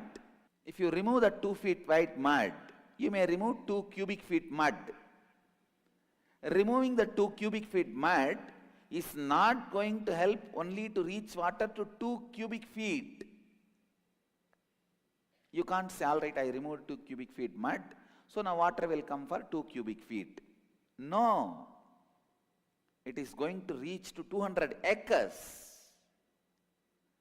because inauthenticity works as a black cage. It does not function in mathematics logic, the logic of maths.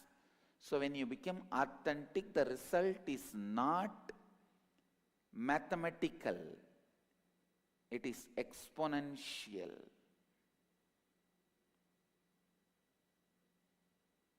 It is not proportionate, it is exponential. All your inauthenticity is a small black cage.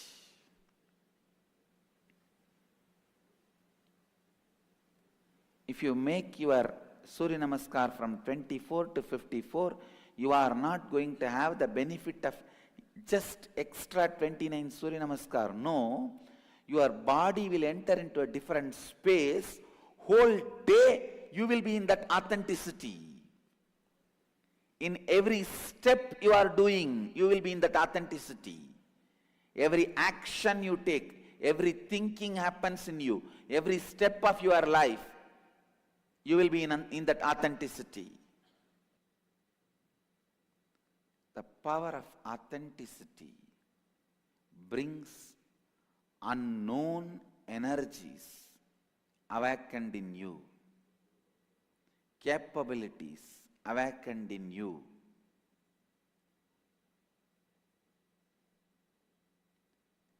Authenticity straight away brings strength in your presence. Nobody will even plan for cheating you. I go around everywhere wearing so much of gold. Not a single thief thinks of stealing from me, because he knows it will be too costly mistake. Even 2-gram chain, 3-gram chain, people snatch. And it's not that I don't walk alone. Many times I walk alone.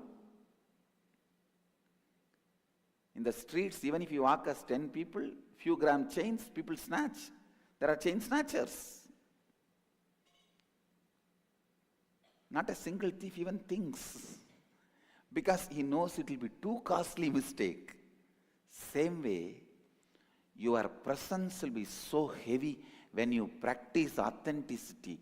No one will think of taking advantage of you. They know it is too costly mistake. It will be too costly mistake. Authenticity brings strength to your presence. Understand? Catch the truth. Authenticity brings strength to your presence. When you practice authenticity, just by your presence you will enrich people. Anything you say simply will become part of the people's space. Their inner space will not even have a guts to say no. They will simply forget no in your presence. Understand? Authenticity means being in peak in all the three. Being in peak in all the three. Let me explain. Having best, no books, notebooks. Please drop everything. No, can you drop all the notebooks?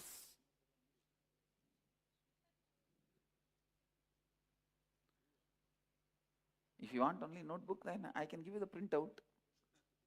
And no need for class, na? Listen, listen. Internalize.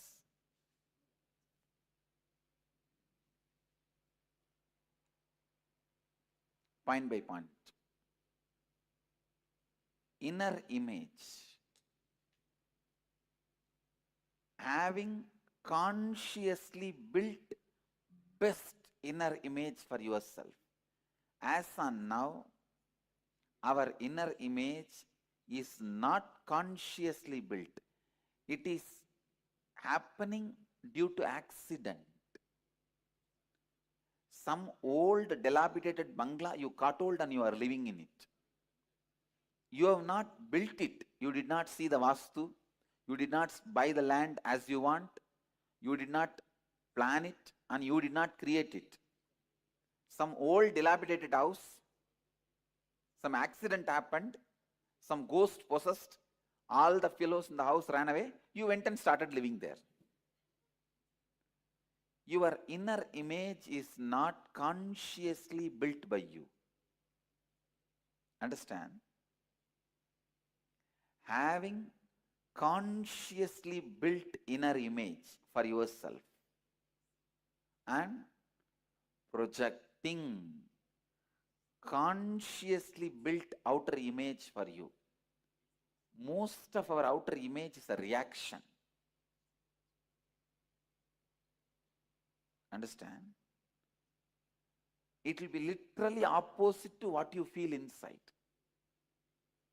It's like if somebody punches you, inside you feel that you are terrorized, terrible fear.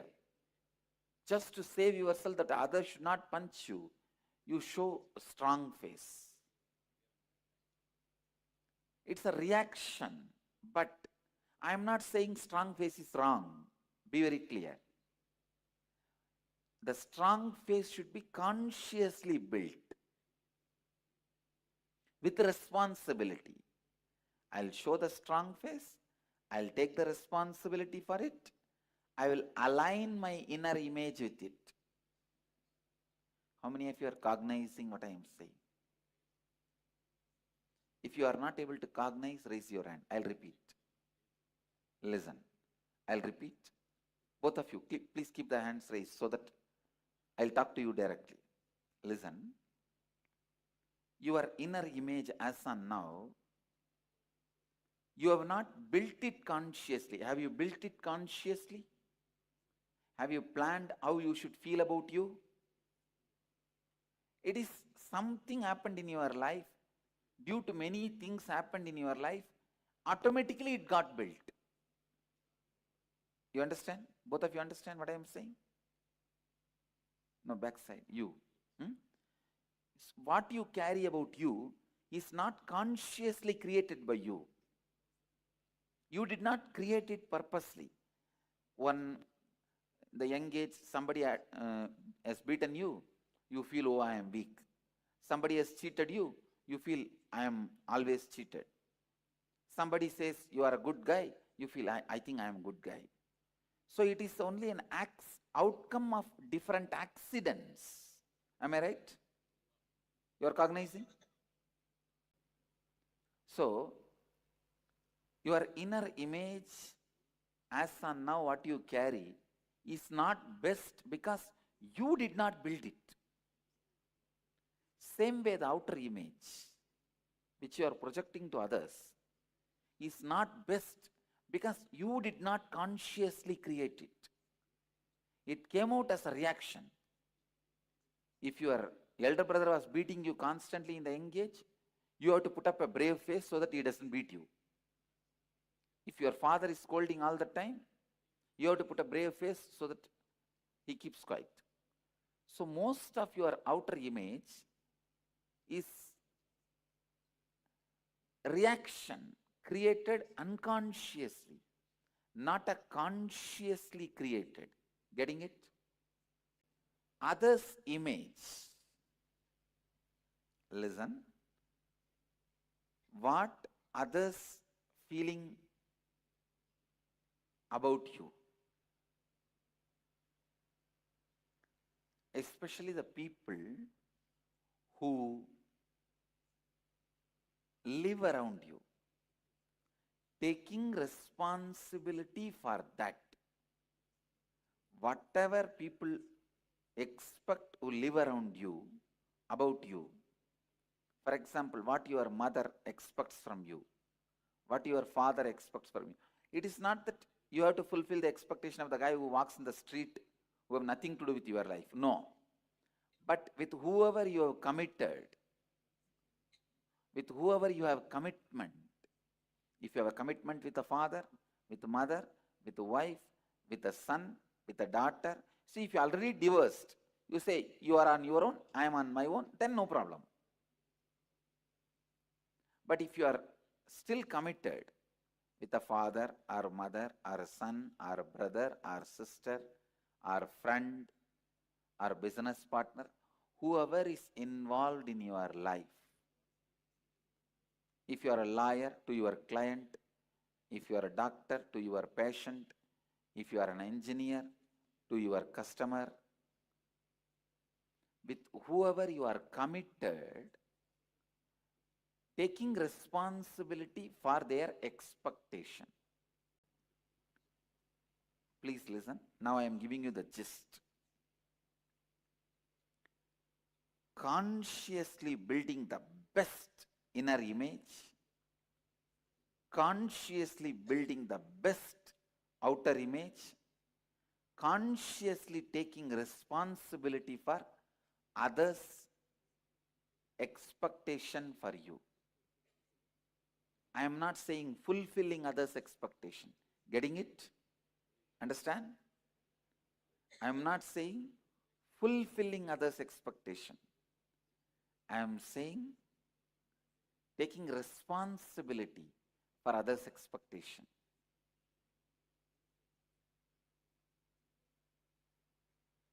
This three is authenticity. Building best conscious inner image for you, best conscious outer image for you, responsibility, taking responsibility for others' expectation about you means you should be responsible for what you make others expect from you. And either you should change their expectation or fulfill their expectation. But for both, you are responsible. Getting it? This is authenticity. Taking responsibility for what others expect from you. For example, you are mother of somebody. You set an expectation to your son what he should expect from you. So you take the responsibility and set a scope of expectation. You understand? You set a scope and you fulfill it. Taking responsibility for what others expect from you, you set a proper scope and fulfill it, both. So, all these three being put in one line. All of you are getting it? Let me make it more clear with some more examples. Aligning your inner image, outer image, and others' expectation.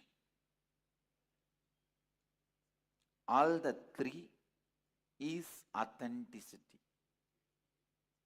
Let me define. In any point in time, authenticity is you being established and responding to life from the peak of your capability of who you perceive yourself to be for yourself, who you project yourself to be for others, what you expect, what others expect you to be for them. It's almost like a legal statement. Now let me make it very practical.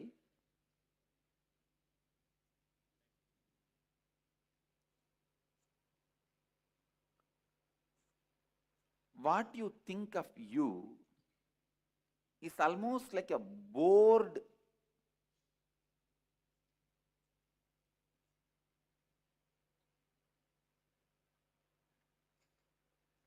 useless repetition words. That is why you terribly feel bored of you.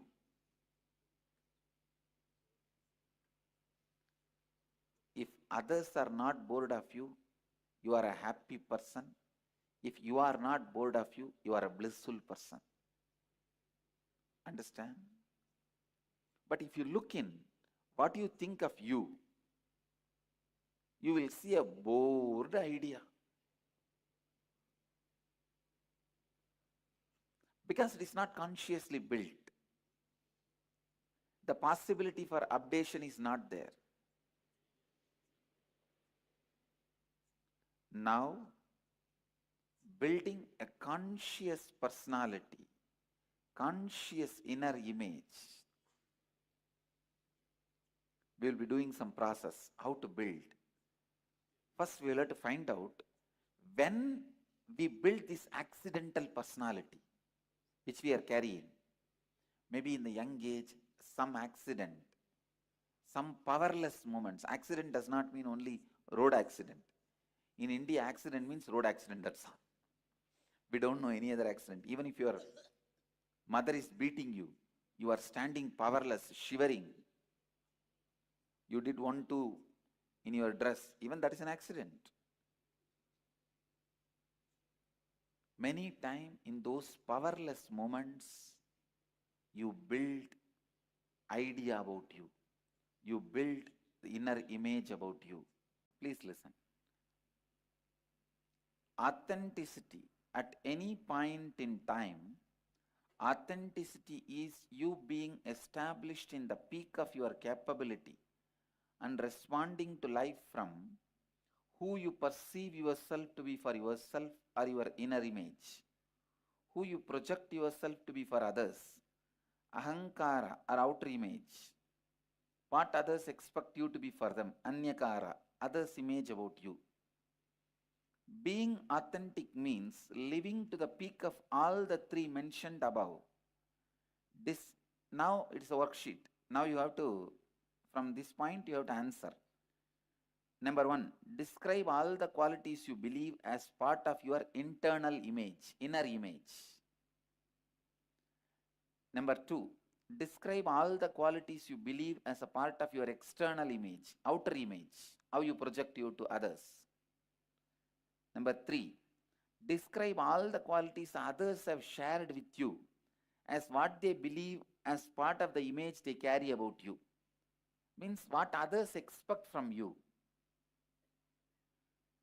Now analyze the above and identify which of the qualities are not in alignment with the three images, your inner image, outer image, and others' image about you.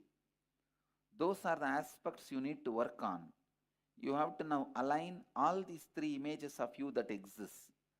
This may include stretching your inner and outer image, it means internal and external image, to align with others' image of you, or take responsibility to transform others' image and align it with your inner and outer image.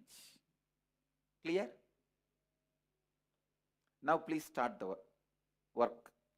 Start answering the 3 questions. Then we will do what need to be done. You answer only these 3 questions.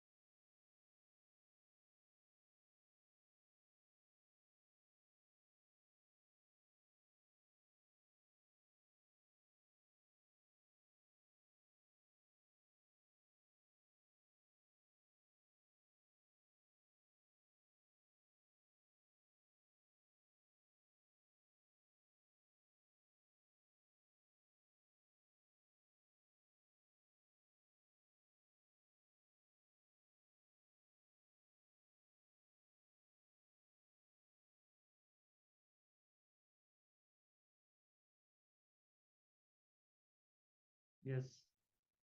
So beautifully, the Supreme Pontiff of Hinduism shared about the authenticity and how your beliefs, what you believes as you, and what you projects as you to others, and how to fulfill that others' expectations about you.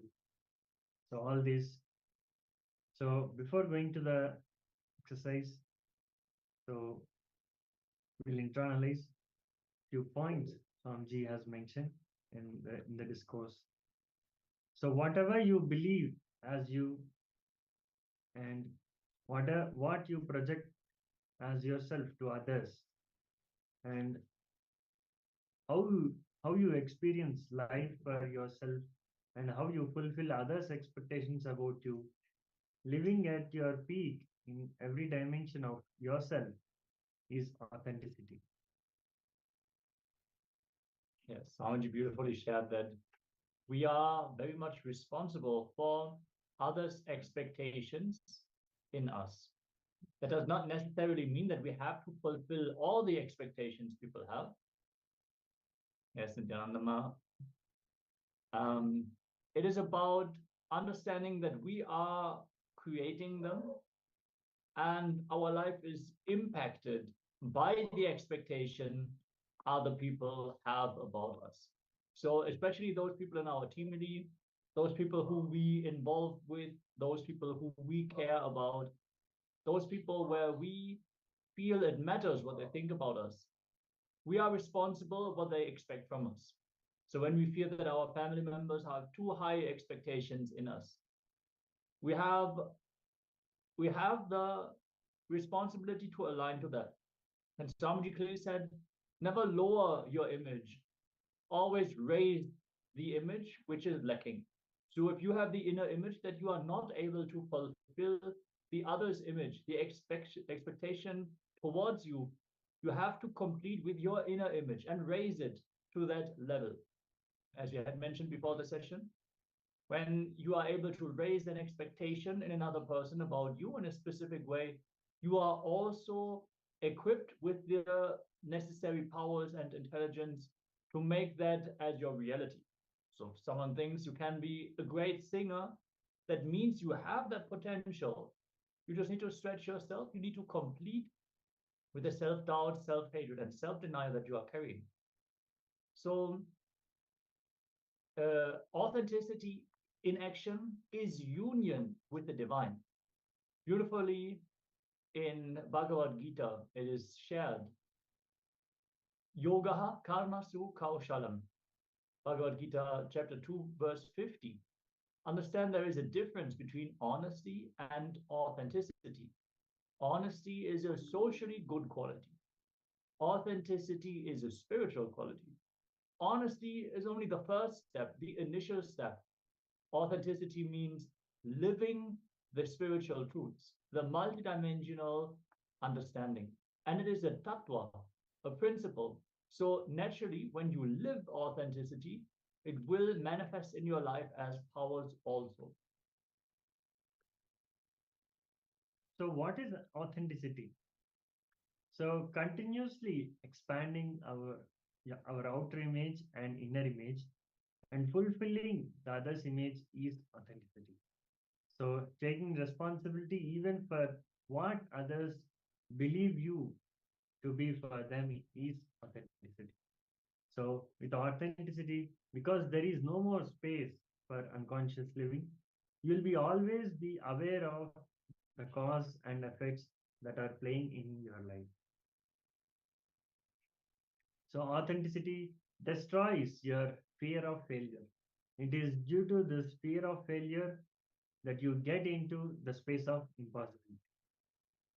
The fear of possibility, it is due to this fear of your possibility that you get into the space of impossibility. Yes, you would have experienced this many times when you think about how you want to be. You have some vision about yourself. But the moment you start visualizing yourself already being in that space, it feels too big.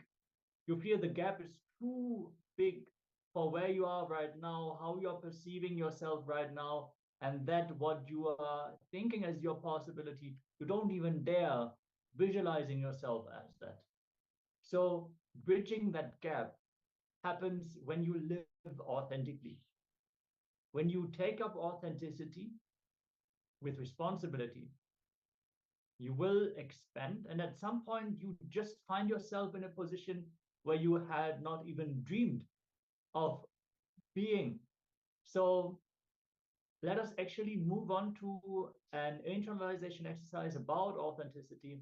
Understand when we get into a disalignment with any of the tattvas, it is not some coincidence or accident.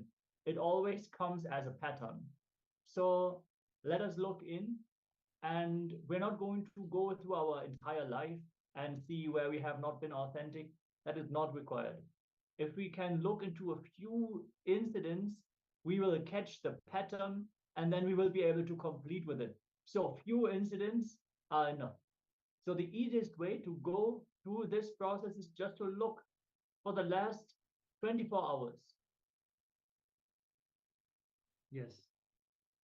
So spend little time writing about all the moments where you displayed a lack of authenticity in last 24 hours. And after each situation, find a way how you can realign yourself back to authenticity.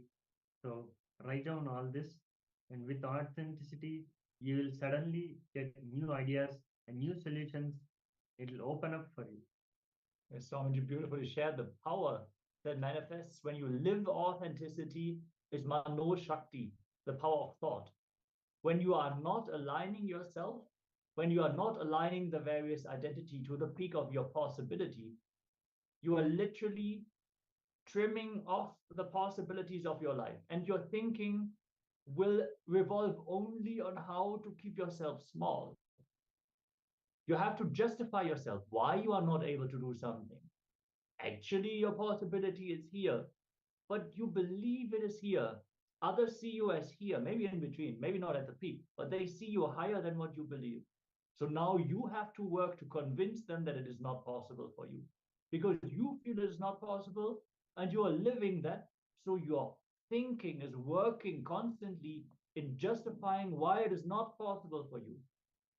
So if you can complete with that, all of a sudden, all that energy that you are investing in justifying why something is not possible for you becomes free. And you can actually use your thinking to express it as the peak of your possibility. It's like removing that self-sabotage and opening up the floodgates. Like Swamiji just said, you remove 2 square feet of mud, all of a sudden the flood of water comes in and floods hundreds of acres.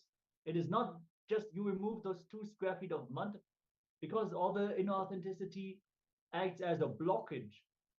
So the blockage is able to prevent hundreds and thousands and millions of liters of water to flow into the system. So let us work on that 2 cubic feet, and then we'll experience the transformation. And yeah, let's take a few minutes, pen down wherever you have not been authentic in the last 24 hours, where you did not want to stretch yourself. Either you did not take responsibility to create the right expectation about you and others. See, sometimes other people might not expect much of you, and it is easy for you to fulfill their image, but only because you didn't create the right expectation in them. You might feel comfortable. Oh, yeah, they only expect me to do this much of work. My boss thinks I'm not capable of more. Let me relax in that work.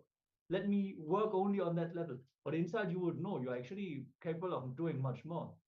So what you should do is you should raise their expectation to what you know is possible for you, and then stretch yourself to fulfill it. Then naturally your boss will say, whoa, he's a capable person. I should give him a raise. I should give him a more important role in the company. But if you don't raise their expectation about you to what you know as your possibility, you will never get there. Same way, another person might be disappointed that you're not delivering because they know about your possibility, but you don't believe that. So you self-sabotage yourself and you don't expand. So wherever you have experienced these kinds of happenings in the last 24 hours, write those down and look in what you can do to realign yourself, to expand yourself, to align your inner image, your outer image, and the other's image to that peak possibility that you carry. If you have any questions about the exercise or about any of the images, let us know in the chat. We'll happily respond and help you to understand this exercise so you also can live at the peak of your possibility. Let's enter into this internalization exercise.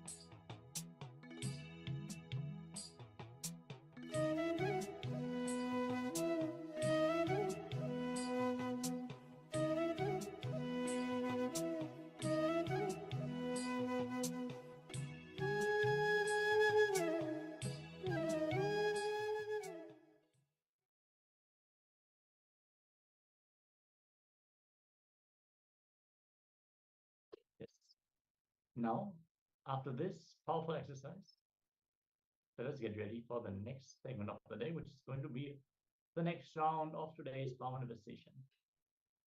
There is one question in the chat. Do you know if Akashic records can help to find my highest possibility? I know Swamiji can change the Akashic records to stretch the life goal. I'm sure that even knowing about the Akashic records will help you to live your authentic identity. Since even if you just receive information about your default future, you know clearly where you are heading. So from there, you can make informed decisions. But naturally, the ultimate possibility is Paramashiva only. So I guess, sure, I'm sure if you receive information, insight from the Akashic records, that will definitely help you to manifest your highest possibility, just because it is so easy. It's so easy to listen and receive the revelations. Naturally, after you have received the reading, it is still your will persistence alone to manifest it. So that Tyaga, to align where you are heading, to where you want to go, that is still up to you. So I hope that answered your question, Mark. Yes, if you want to share, anyone want to share anything, like after you did this exercise, you can put it in the chat.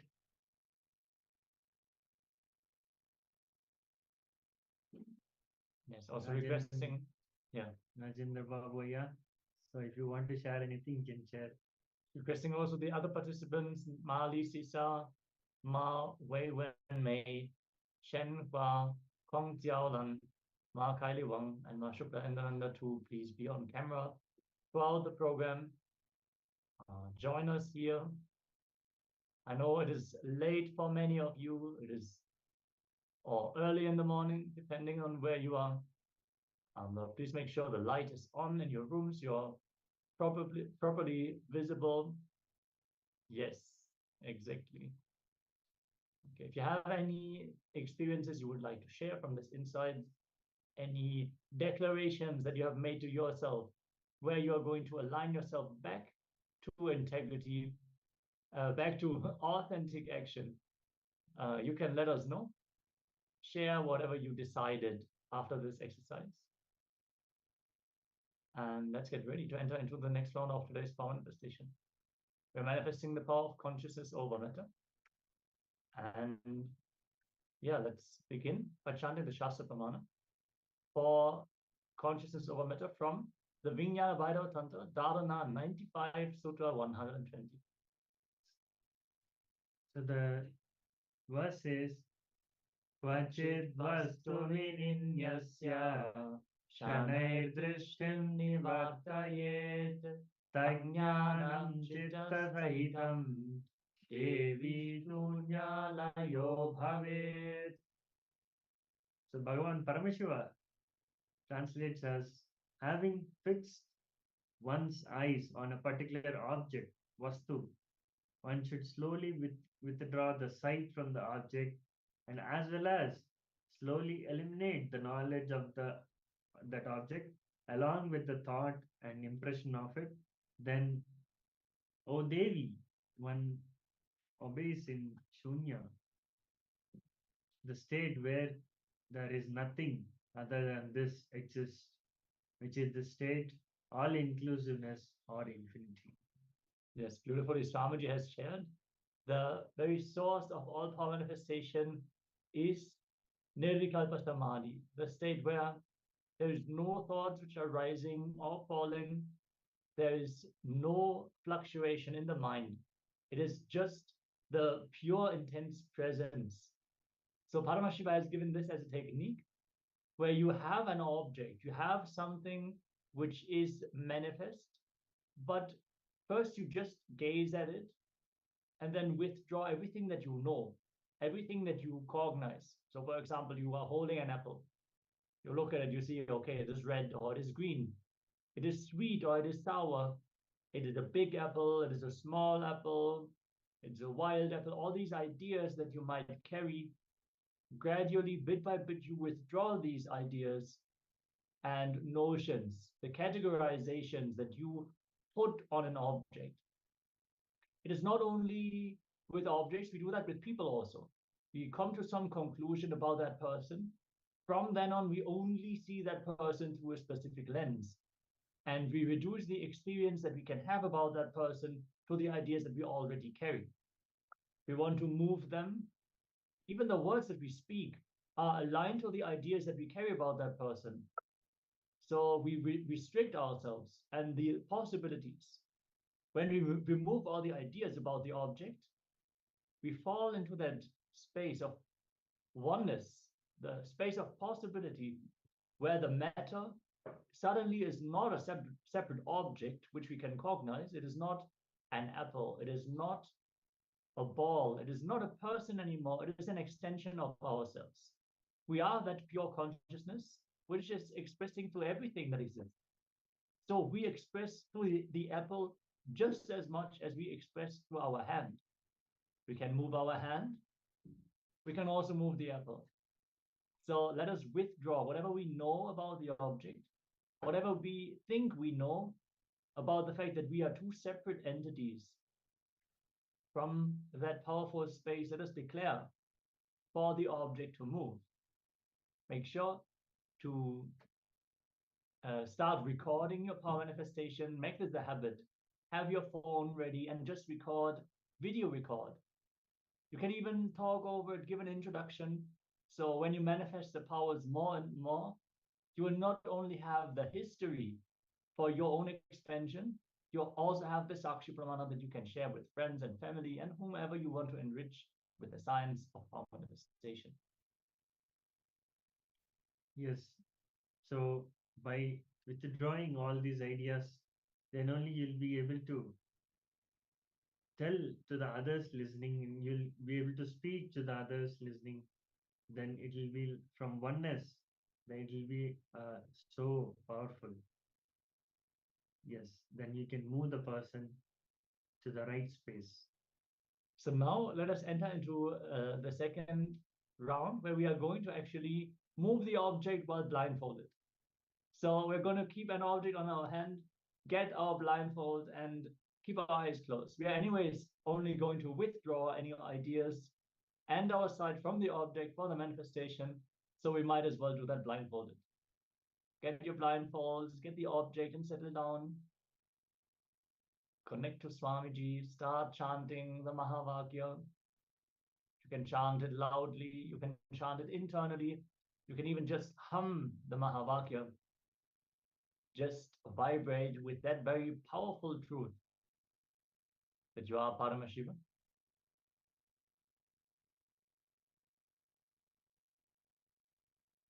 Let us all get ready.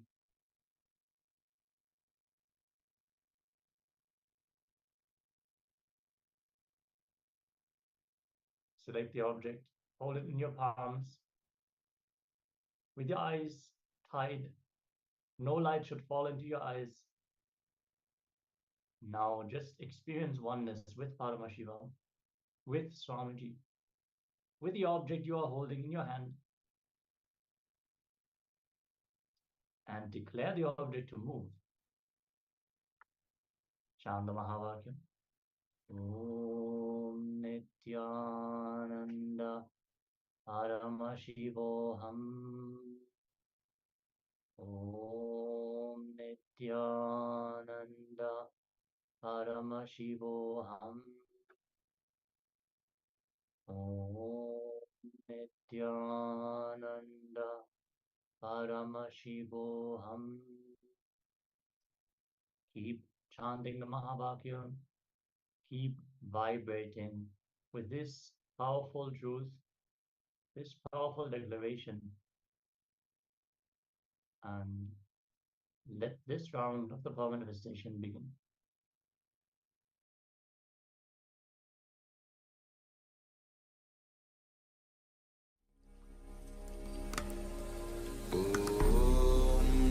Nithyananda Paramashivoham.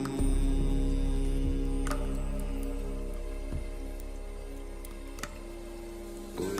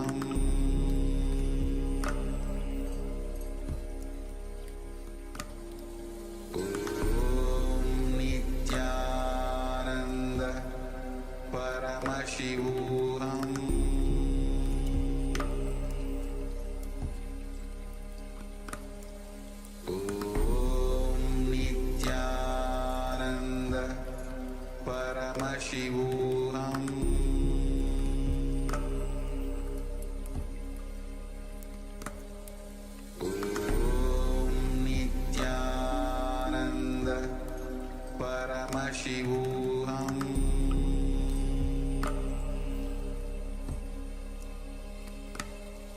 Om Nithyananda Paramashivoham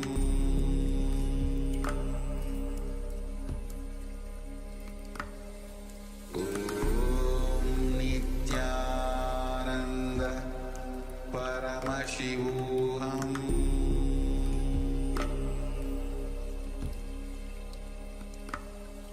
Om Nithyananda Paramashivoham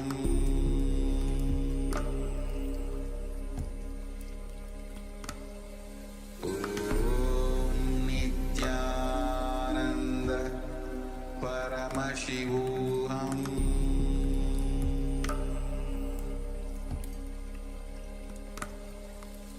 Om Nithyananda Paramashivoham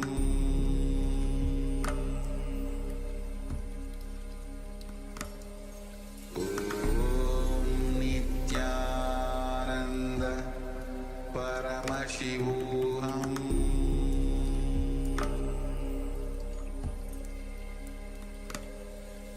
Om Nithyananda Paramashivoham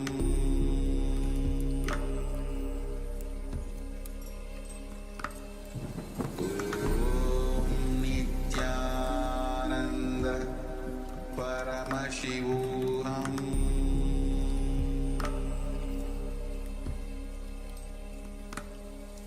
Om Nithyananda Paramashivoham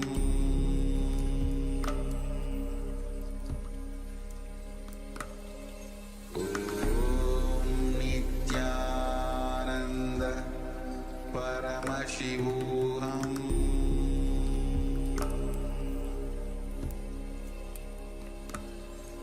Om Nithyananda Paramashivoham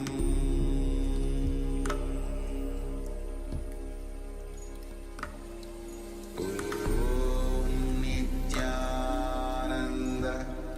Paramashivoham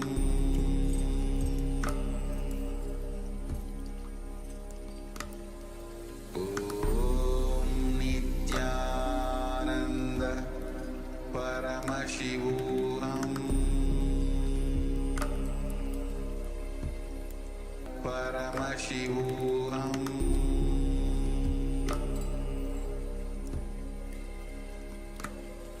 Om Nithyananda Paramashivoham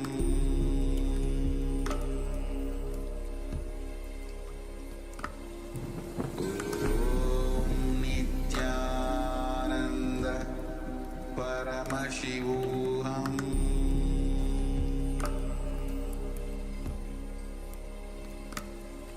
Om Nithyananda Paramashivoham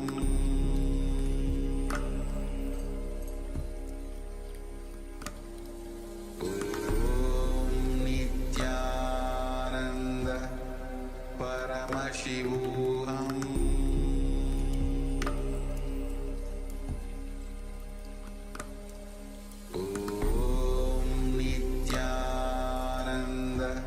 Paramashivoham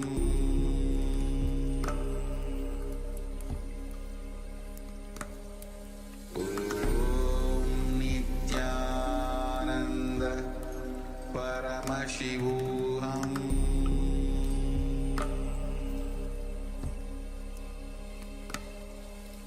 Om Nithyananda Paramashivoham Om Nithyananda Paramashivoham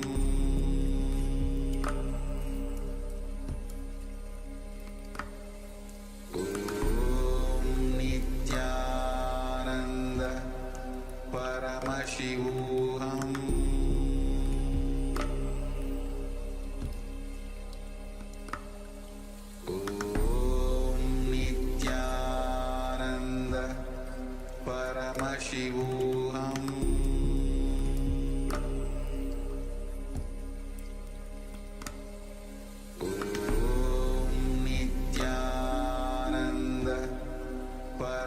Paramashivoham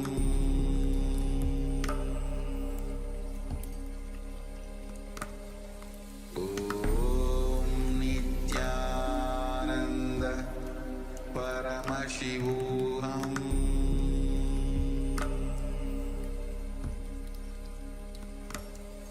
Om Nithyananda Paramashivoham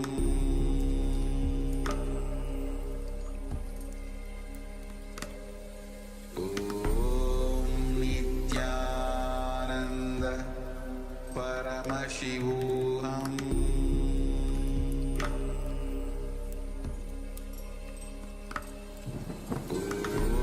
Om Nithyananda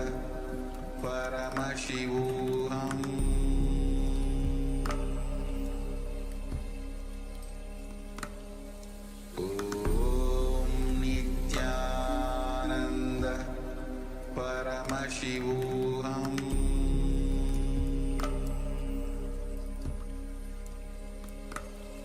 Om Nithyananda Paramashivoham Om Nithyananda Paramashivoham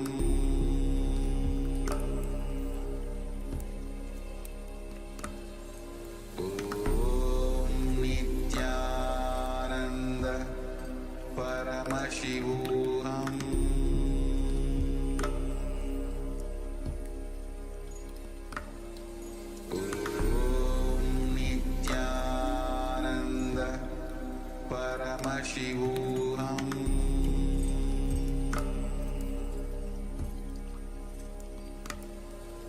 Om Nithyananda Paramashivoham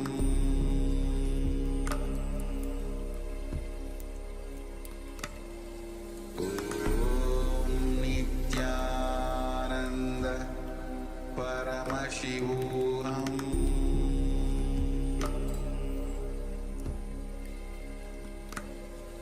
Om Nithyananda Paramashivoham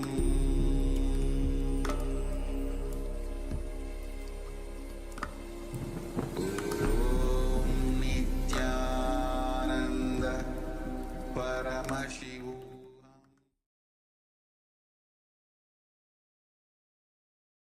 Yes, you can remove the blindfold and share your experience from the conversation. Have you successfully rolled the object? Have you felt the vibration of the object in your palm? First and foremost, have you experienced oneness? That is the very context of the manifestation. So let us make this as our priority to experience the oneness space. Entering into Nirvikalpa Samadhi more and more will ground us in that experience, and miracles will start happening in our life. Even in our day-to-day life, we will see how things just magically align. And even without big effort, we can see that things are just going exactly how they have to for us to be able to manifest our lives in a particular way.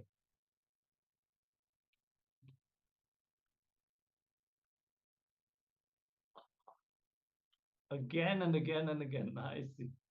Great. Mahashukla Nithyananda has manifested the power again and again and again.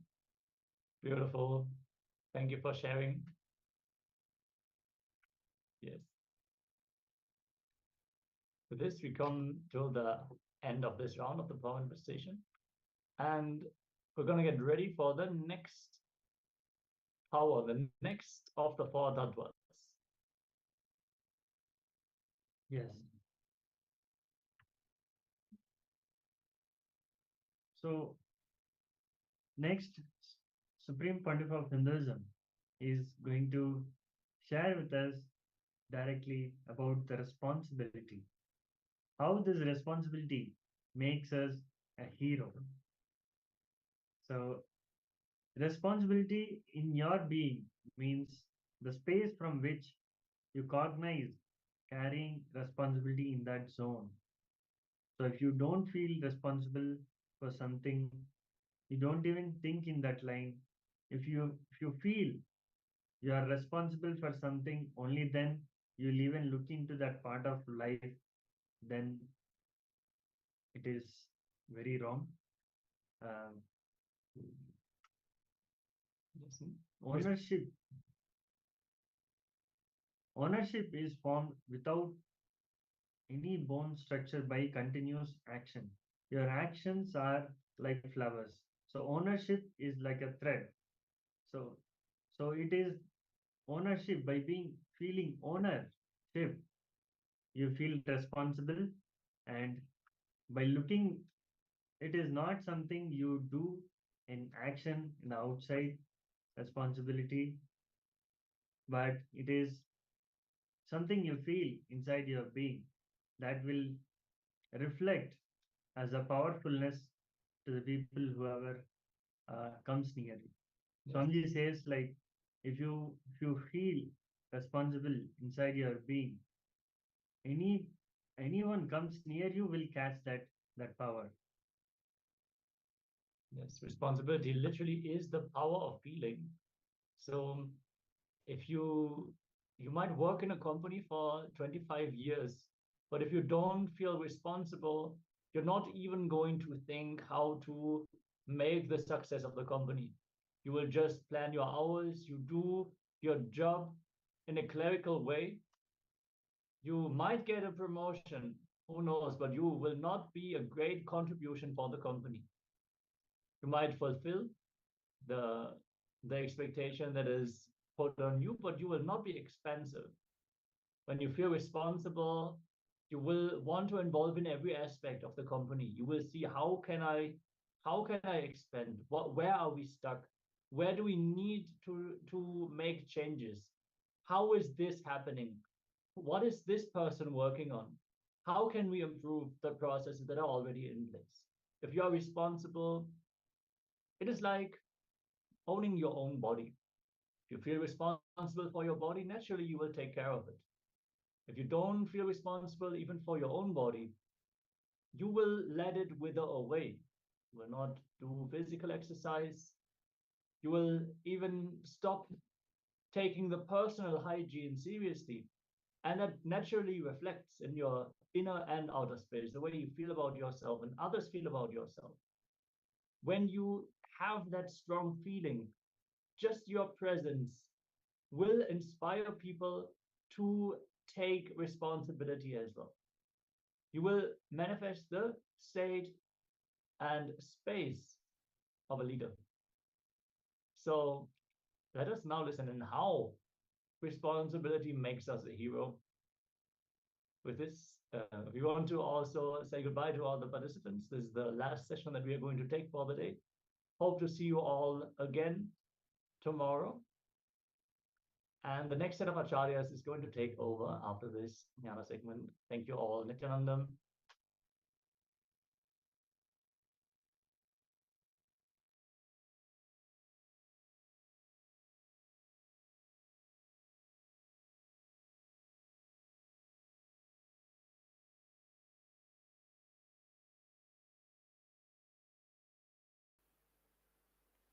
Responsibility in your being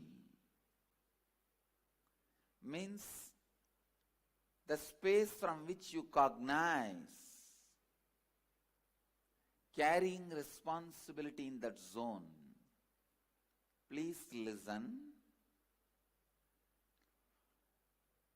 If you don't feel you are responsible for something, you don't even think in that line.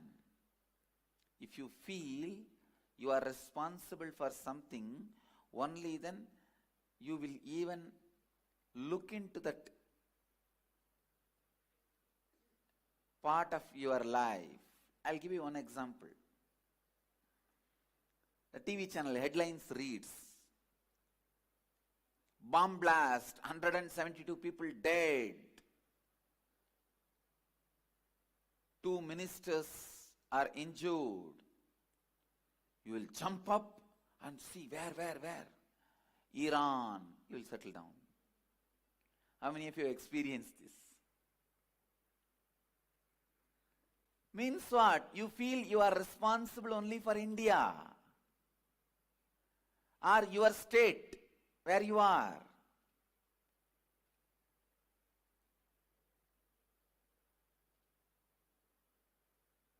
You don't feel responsible for the whole world. Restricting your being feeling responsible is what I call conditioning. Every guy preaches patriotism, tries to condition your responsibility to that country. Every man tries to teach religion, conditions you, restricts your responsibility to that religion. Every person tries to teach you a language or the language-based affiliations.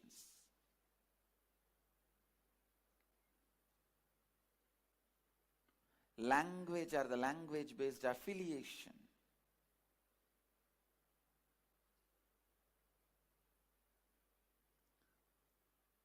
Tries to restrict your responsibility to that language speaking people. Please listen. I am not against love for a country, love for a religion, love for a language, but I am against restricting yourself only to that. Restricting yourself only to that. I am against reducing your responsibility only towards that. Understand?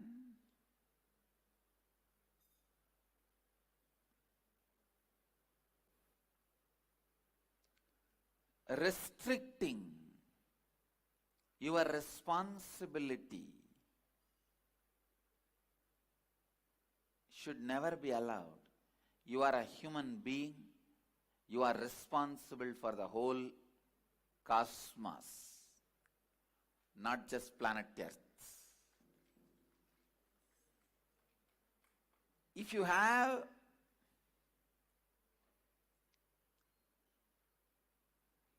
immediate action plans towards some responsibility, nothing wrong. But you not feeling responsible for the whole is seriously wrong. Your being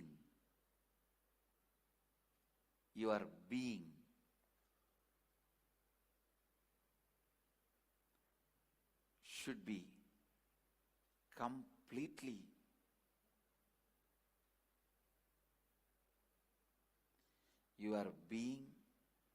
be completely taking responsibility for everything. Listen. When you carry responsibility in your being, please listen. That very carrying responsibility in your being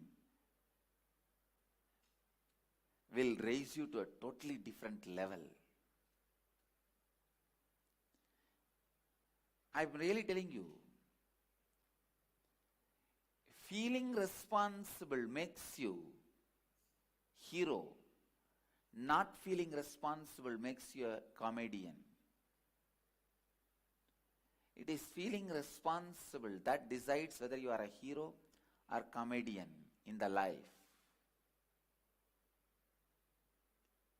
A being without feeling responsible is a useless being. Filled with responsibility is the most powerful energy.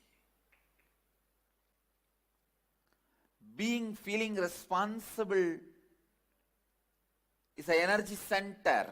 Listen. Even when you go near that being, you will catch that responsibility. You will catch that feeling. Understand?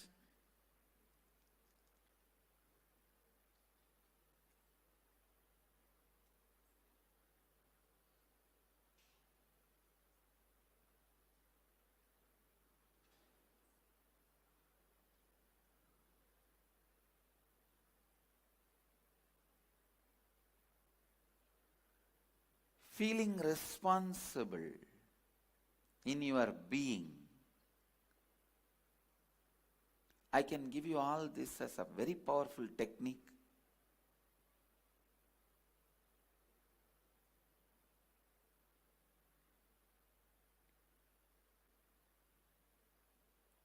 You don't need to do any action.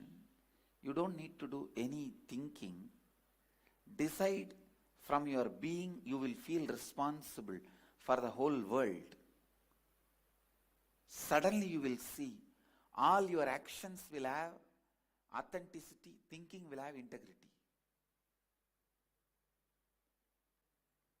A person who has 10,000 crore wealth will not lie for 10 rupee. If he lies for 10 rupee, he must be Nakiran Gopal.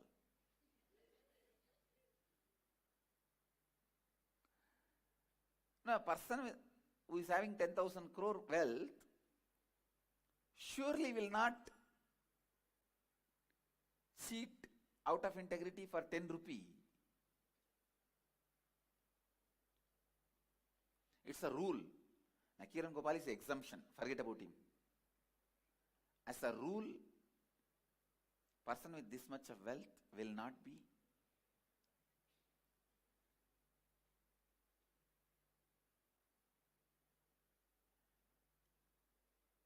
without integrity.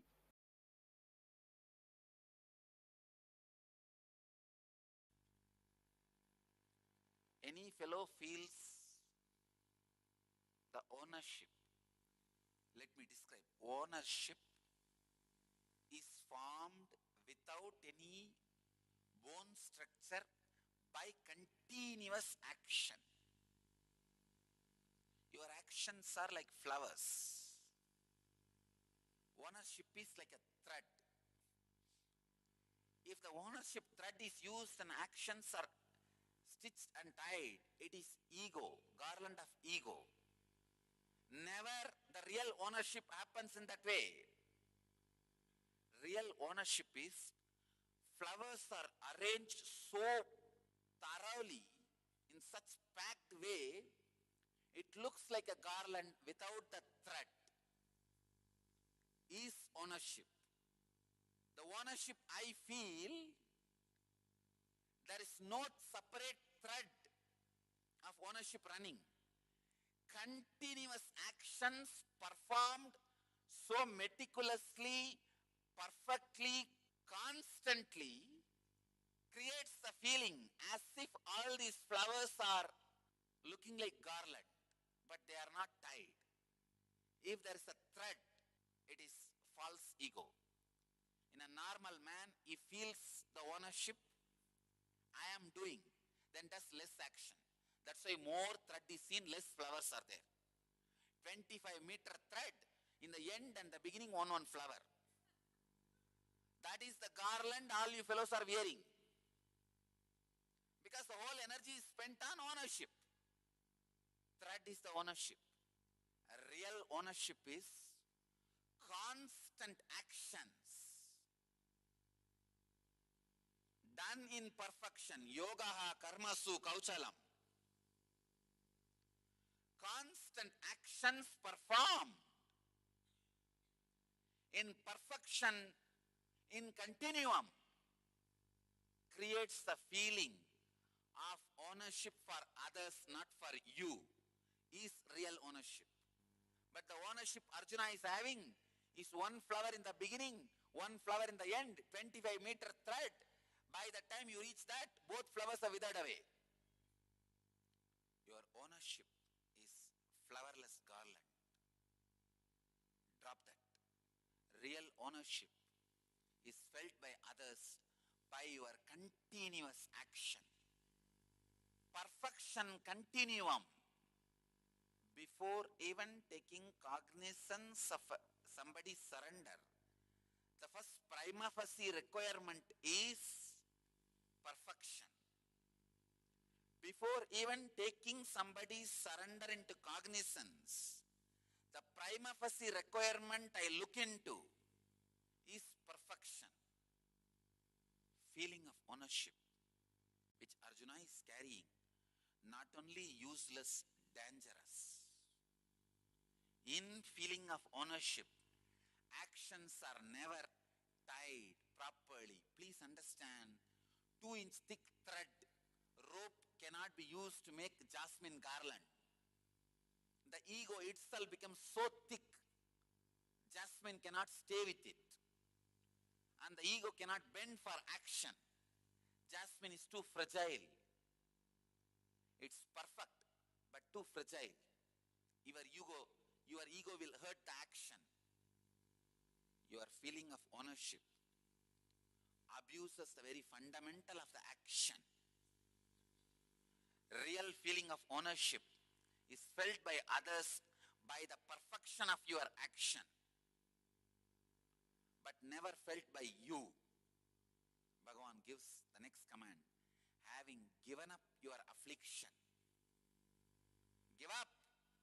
A personality like Bhagavan, when he says Nirashir Nirmamo Bhutva, Arjuna, still sitting with his long face and continue to let Bhagavan talk. Bhagavan is using his whole energy, finally giving a last word. Nirmamo Bhutva means without having fear about your higher identity, higher self, disrespecting your lower self. Unless you disrespect your lower identity, you will not catch your higher existence. If a child or a pet urinates on you, that you want to just get rid of it, clean yourself. Exactly. If you have the same mood towards your lower self, and non-fear, not having fear about the higher self, happen to your higher self. Understand? You happening to your higher self, you making yourself available to your higher self, is the essence. Be unavailable, lower self, available to your higher self, enter into the battle. Yudyasva Vigatachwaraha. Understand? Your everyday life is a battle. Take this as a direct initiation from Bhagavan. Lay down all the effect, side effect, after effect of actions. Don't carry the perverted, indirect, false, long hope. Relax from the iron chain feeling of ownership. Give up your affliction. Don't be afraid of the higher self. Disrespect the lower self. Enter into the life. Enter into the battle.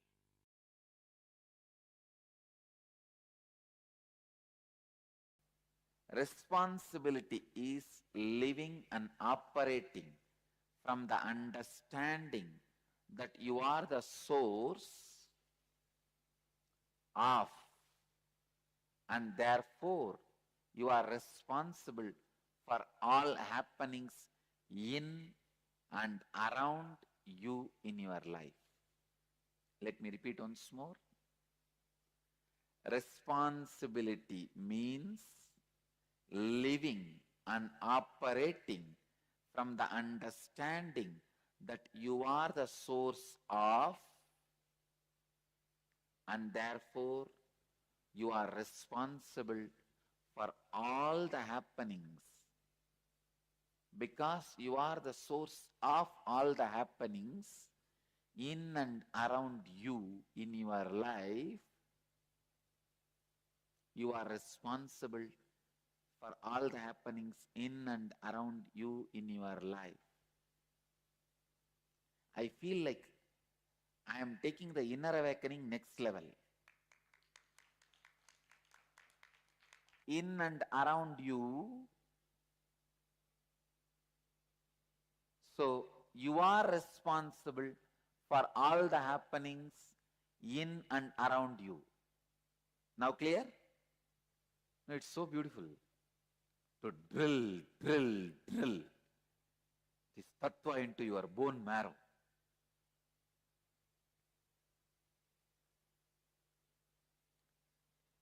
When you take the responsibility not just for your image about others, but also others' image about you, you expand. I tell you, you express miracle powers in you. This is the science of siddhis.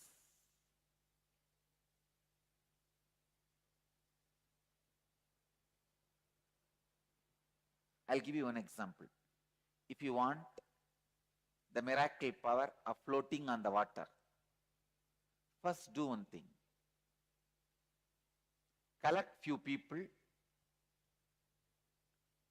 with whom your anyakara, your image about them is complete and their image about you is complete. Means either you fulfill what they expect from you or you complete what they expect from you. The complete alignment is there. So sit as a group and declare to them authentically with integrity, I am going to float on the water. Please understand.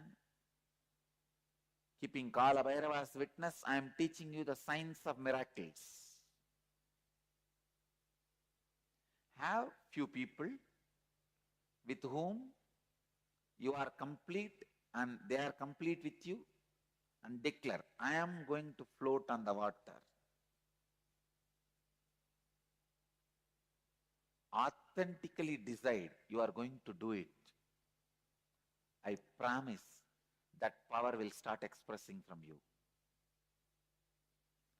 Because all miracle powers start expressing when your image about others and others' image about you is complete in your life.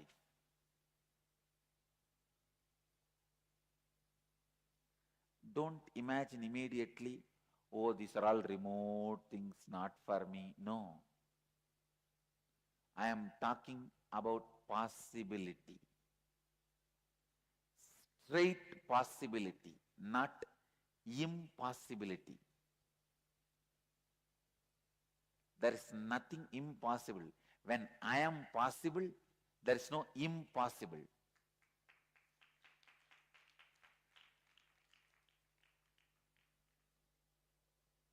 No, I'm not giving this as a quotation for clapping and just dumping it in a Facebook. No.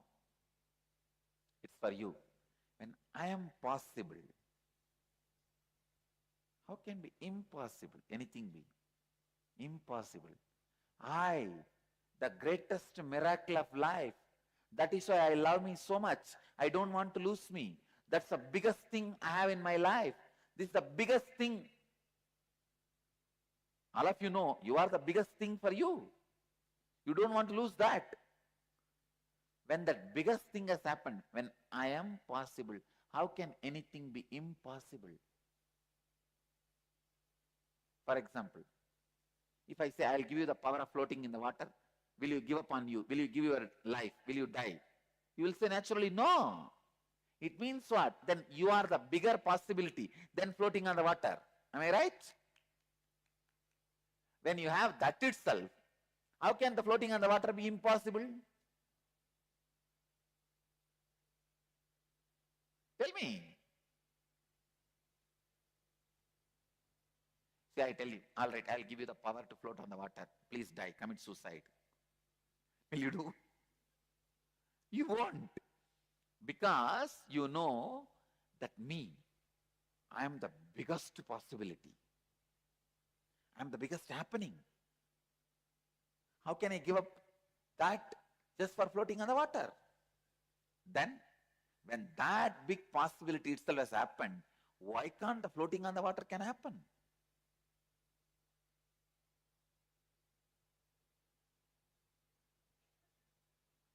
There is a science of miracles, understand?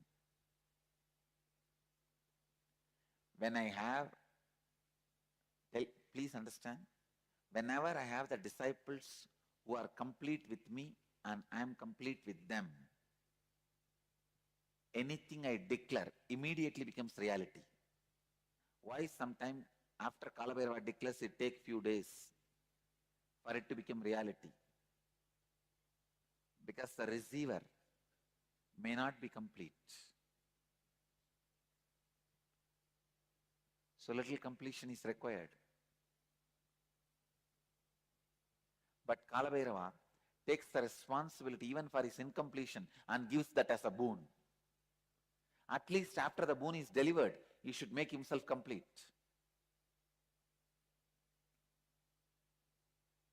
Understand? If Kalabhairava says, it will happen when it happens, then he may do 10 miracles out of 100 reading. But if he declares date, time and everything, he will do 80 miracles out of 100 readings. But the 20 failure is the biggest, the largest way he can stretch his hand is stretched. And they missed. Clear? He can be integrated, but he will not be authentic.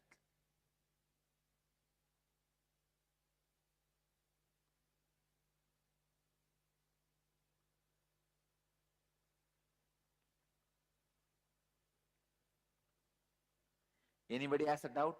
Sometime Kalabhairava blessed, and that day exactly it has not happened. It's still getting delayed. Understand, this is the tattva, truth.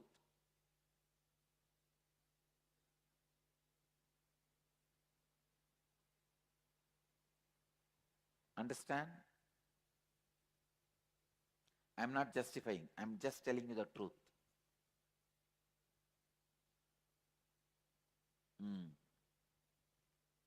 I am not justifying, I am just justing.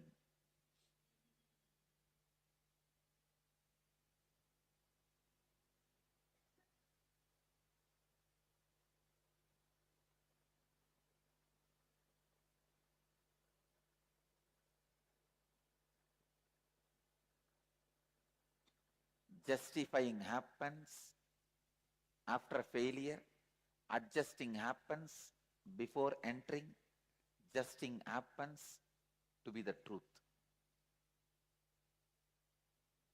Adjusting, justifying, justing.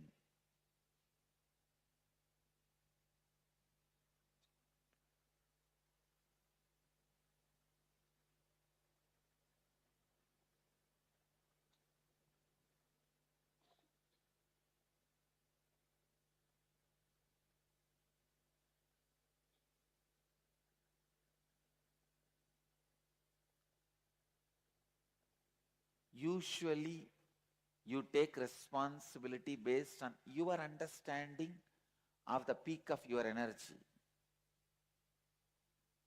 I wanted to make you very clear. I wanted to declare it and make you understand.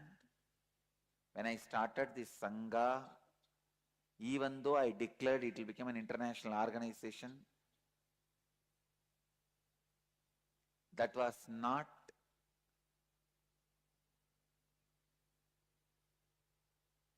the peak of my energy at that time. But I declared authentically and decided to stretch me to that.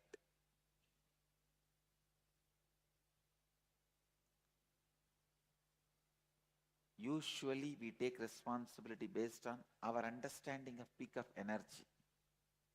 It is actually other way around. When you take responsibility with integrity and authenticity, the peak of your energy just expands and fulfill the responsibility you have taken up. Psychoanalysis is a solution given to the levels of the problems of the beings by the philosophers. But the solution never works. If you are bored, totally, if you are tired of going to the same same psychoanalysis. If you yourself decide that I have become all right, then you are all right. That's all. There is no other way of solving it. Enlightenment is the solution for the being level problems by the mystics. Philosophers give the solution of psychoanalysis. Mystics give the solution of enlightenment. Enlightenment means not analyzing, just throwing away. Analyzing your dustbin, is it going to help you? Analyzing your dustbin, is it going to clear you? Analyzing your dustbin is not going to make. To solve the issues, if you want to clean your house, if you put everything from the dustbin, start analyzing it. Is it going to clear your house? Is your house is going to become clean? No. Only by throwing the things totally away, merging into the ananta, ecstasy, the problems are going to be solved. Three things. For a physical problem, they make the energy to come from inside. For mental problem, they teach you how to switch it off. For the being level problem, they put you in the ecstasy or the bliss. The solution from the mystics is total. Solutions from philosophers is intellectual. But for the logical mind, if you look superficially, the healing system born out of logical things feels like good. The education system born out of logical mind feels like good. The solution for the being level problems, psychoanalysis, feels very good because they are the established systems. Mediocre things always flourish because mass is always mediocre. The mystical things are never for mass, it is only for very few intelligent people. For mystical things, you need to have little patience. You need to go through it. You need to allow the process to happen. You cannot just jump. But mind is monkey. Mind is totally restless. It wants instant. A small story. 3 monkeys. They got 1 mango. All the 3 wants to share the mango. How can 1 mango be shared by 3 monkeys? They went to a master for solution. Master said, all right, all the 3 of you, plant this mango. Once the mango tree comes, you will have a lot of mangoes. You can satisfy your whole life by eating the mangoes. These 3 monkeys thought, all right. They planted. 1 monkey took the responsibility of pouring water. The other monkey putting the manure. 3rd monkey, security. 6 months, they did their job religiously. But unfortunately, the seed has never sprouted. The tree has never happened. They went to the master to complain. What did you teach? What has happened? We have lost even that 1 mango. Why did you give such an idea for us? The master called all the 3 of them, started inquiry. What has happened? First monkey said, every day religiously I poured water morning 6 o'clock. I stopped even going for a morning walk, but I poured water religiously. Second monkey, every day evening 4 o'clock I put the manure. I stopped even going to the gym.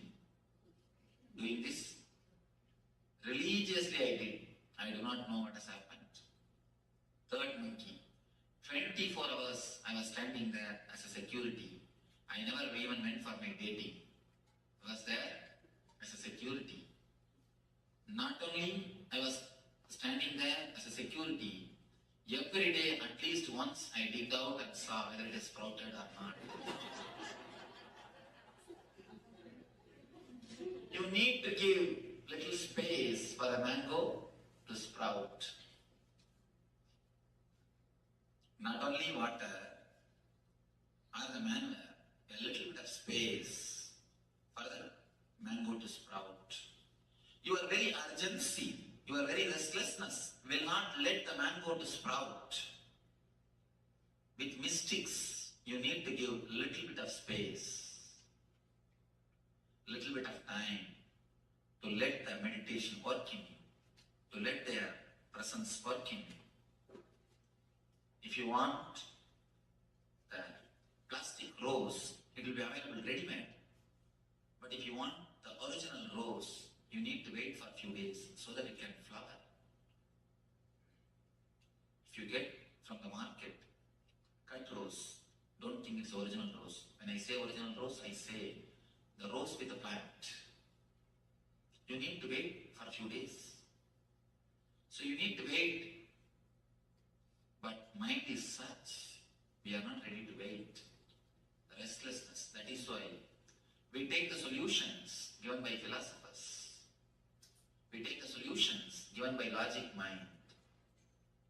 When you take the solutions of the logic mind, the philosophy, you solve it only superficially. When you take the solutions given by the mystics, not only you solve it, you dissolve it. Your very personality transforms. Your very being undergoes a new alchemy. Man becomes divine. Man just reaches the ultimate flowering. Just you became enlightened.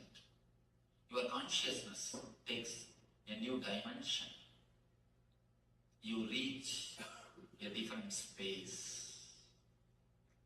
With philosophy, you will be solving your problems every day. With mysticism, you will be dissolving your problems once for all. So, it is up to us to desire philosophy or mysticism. Let you understand this.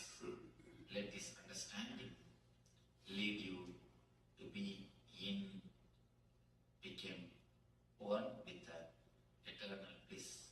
Let your being be in, one with the eternal bliss. Nithyananda. Thank you.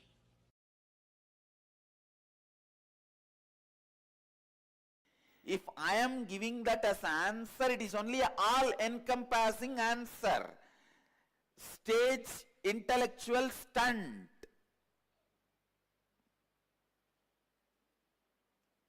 This 4-word, integrity, authenticity, responsibility, and enriching,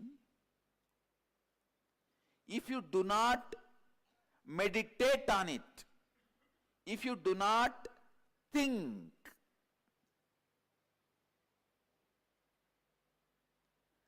these 4 words can be just like Buddha's answer.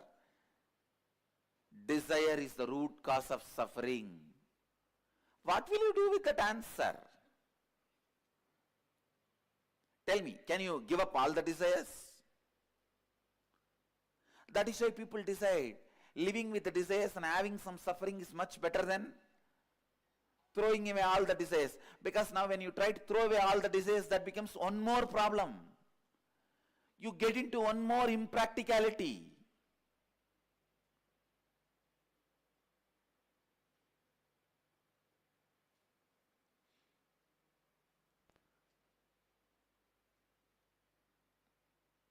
The desire is the root cause of all sufferings. Maybe an all-encompassing answer, but not a solution. Same way. Please listen. If you take this integrity, authenticity, responsibility, and enriching as an answer uttered from the stage, This also works just like Buddha's answer. Only when you start internalizing through the inner awakening, it becomes precise, experiential solution for you. Please understand, this is the answer for the question. People ask me, why should I come to inner awakening if I am attending everyday satsang? In everyday satsang, when you listen about this integrity, authenticity, responsibility, enriching, completion, it is only like Buddha's answer, all encompassing, but not solution. Only when you attend the inner awakening and internalize it, it will become solution for you. Understand? All encompassing answers are good entertainments, but will not lead you to enlightenment. There are some solutions which cannot be all encompassing, like tantric techniques, amazing solutions. Any problem you have, you can be liberated from it in 10 minutes, 7 minutes, 15 minutes, not more than that. No tantric technique needs more than 21 minutes, because if the technique needs 21 minutes, the technique is considered as dirt in tantric tradition. Amazing solutions.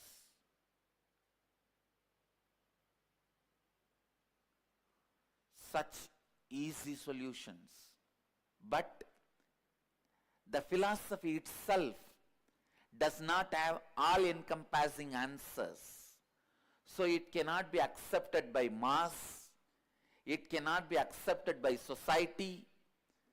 Society cannot live it. Society cannot have it.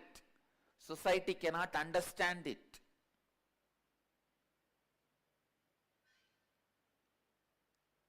However powerful the root pattern can be, Tantra can finish it off in less than 5 minutes.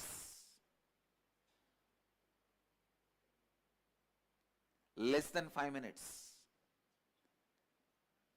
A man can become an eternal brahmachari. Even from his consciousness, the sex will be wiped out. Just by the techniques which you may need to practice for 3 minutes, 4 minutes. But it has no all-encompassing answers. It only has a precise solution.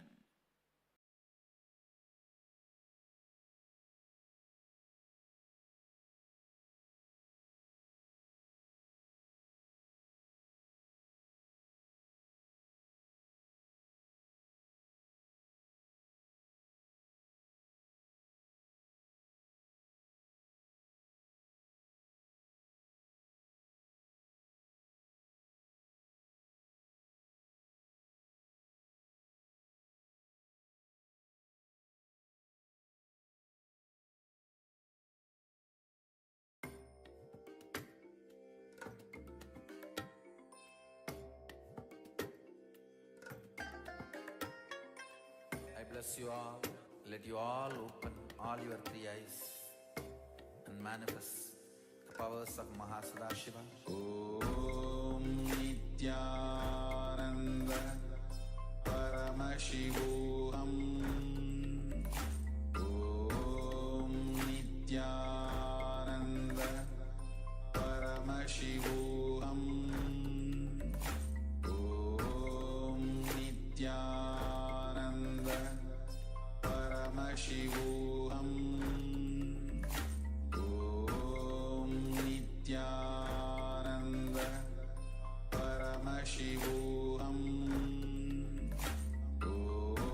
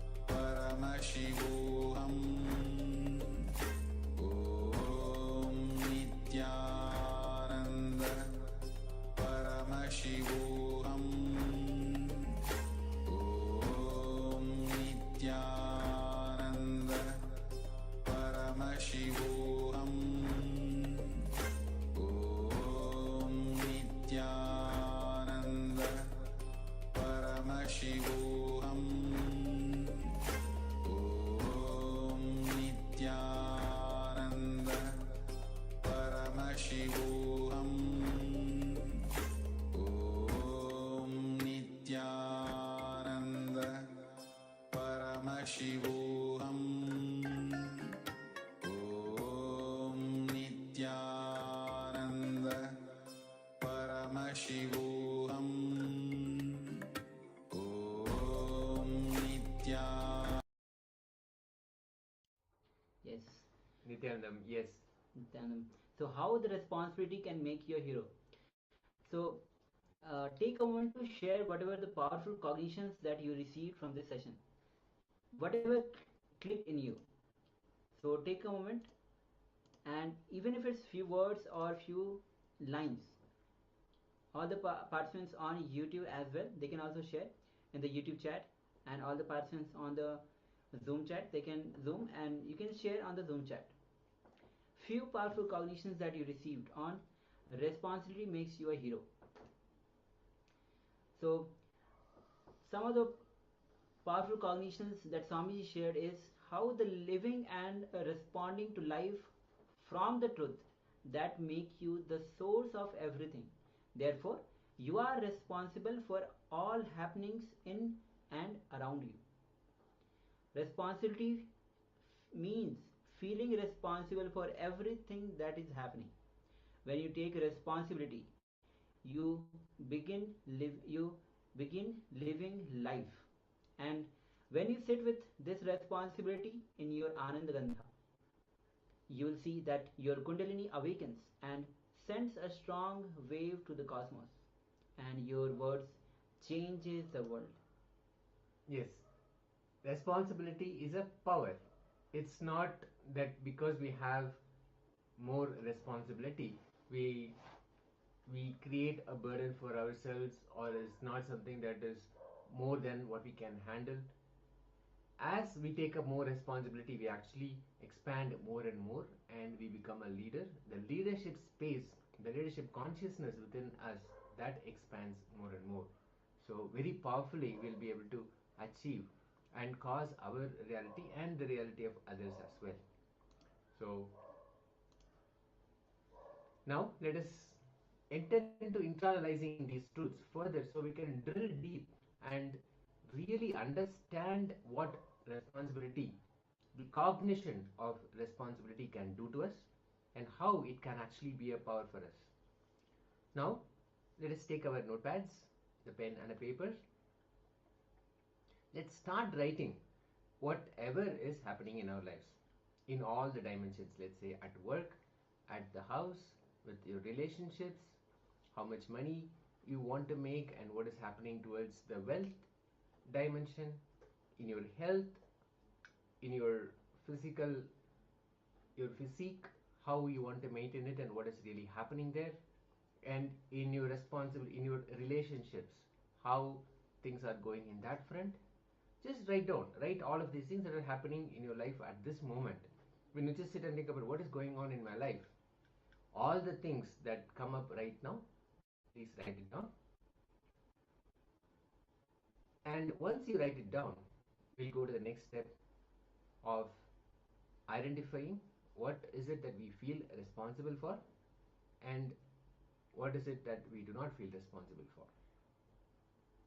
Okay, so let's start writing down.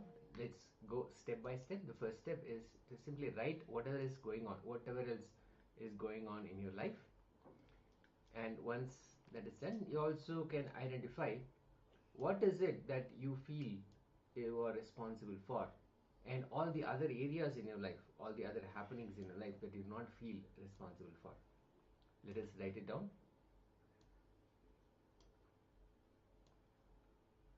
Yes, it is important to write down all these areas where you have taken responsibility, where you felt you are responsible, and even for the areas that you feel you are not responsible. Only when you write down, it will come into your awareness. You'll start to think and feel responsible about it. So we'll be starting with this step. Let's continue.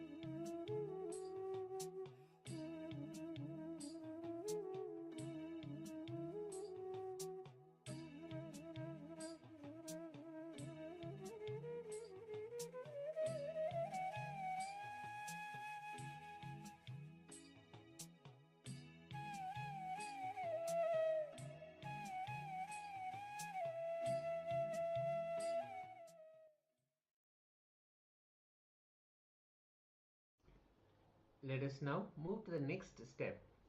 Now we have identified what is happening in our lives, and out of all those, what we feel responsible for and what we do not feel responsible for.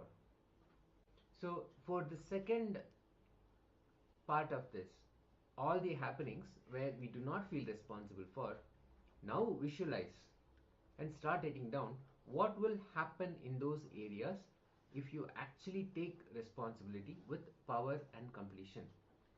Visualize yourself feeling and taking full responsibility for all those situations that you are responsible for, that you feel you're not responsible for. Let's take an example.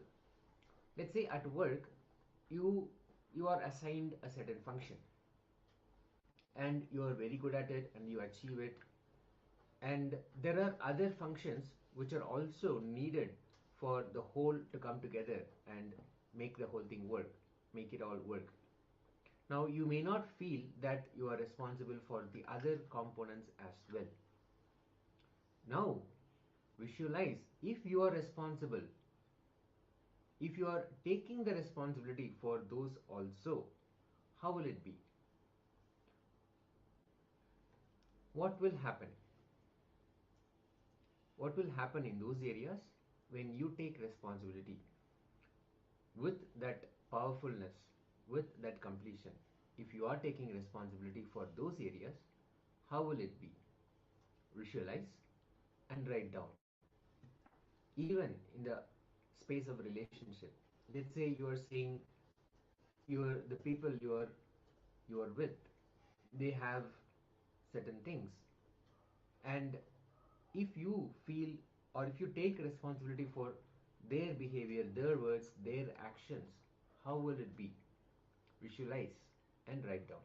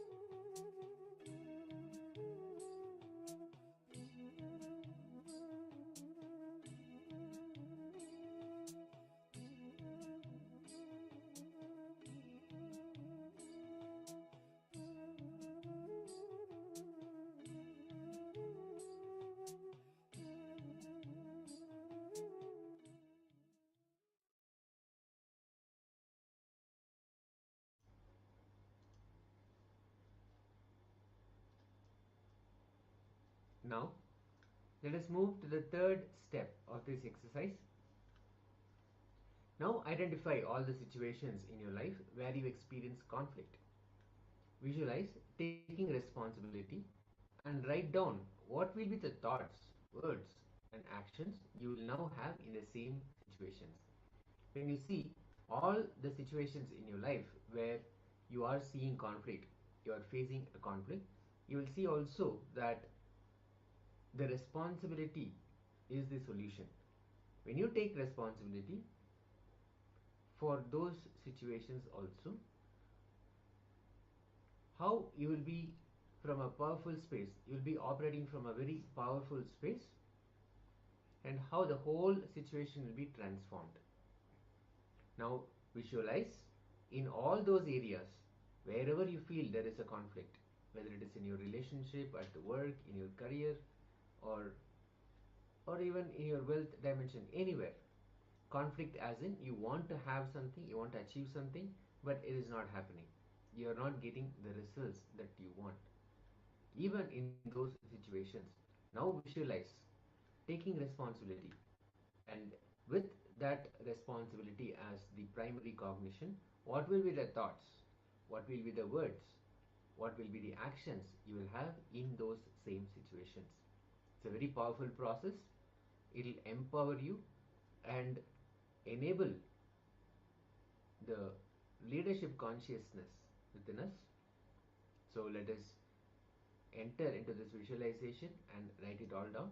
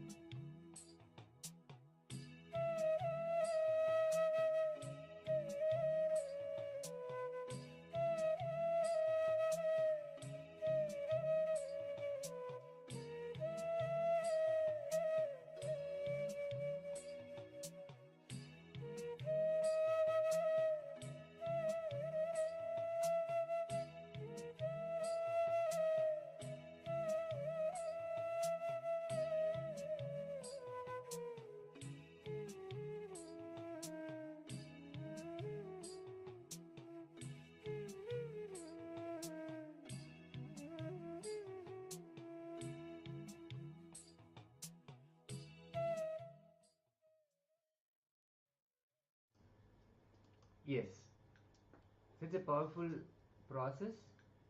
I hope all of you are able to identify the all those situations where you can actually take the responsibility and feel powerful and bring leadership into those situations and resolve all these conflicts as well. So for the next 21 days, continue with this. Take responsibility for everything that is happening around you, even the situations where you will normally feel that I am not responsible for this. Take responsibility for those also. Be aware of the thoughts, your words, your actions you will have when you stand in the space of responsibility. You will see that you will begin living life this way. As you do this, as you take more and more responsibility, automatically you are expanding and you are infusing yourself with leadership consciousness. So powerfully you will be able to handle life and you will be able to expand into more and more possibilities. Thank you so much. Thank you all for sharing also your experiences. Now it is time for us to enter into power manifestation. Today we are manifesting the power of changing the pulse of the other person by scanning, your body scanning, and changing the person's pulse. So now, first thing is, as we are manifesting the power of scanning another person, so take a moment to partner up, especially if you are anybody who is nearby you, your friend or the family members who are nearby you. Ask them to volunteer for this power manifestation. If you want, you can ask the partner in the Zoom as well. So take a moment to find a person who can actually volunteer for this power manifestation, and then we'll be entering into changing the pulse of that person through the power of third eye, which is between the brow center, between the eyebrows.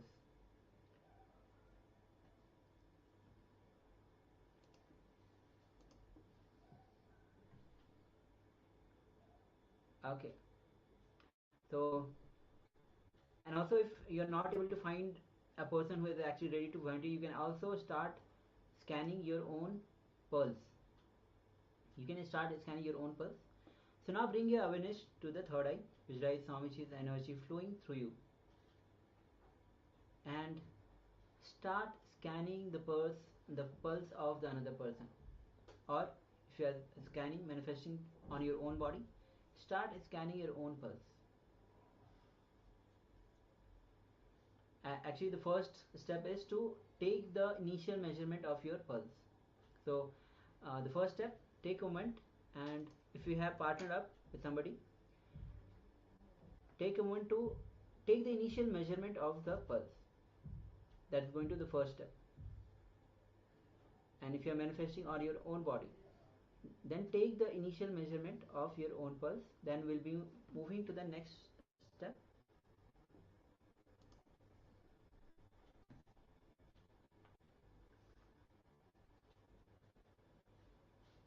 Yes. Once you have the pulse ready, let's enter into our oneness space with Swamiji, chanting the Mahavakya, and through the power of your third eye, scan the other person's pulse and give that command to change the pulse.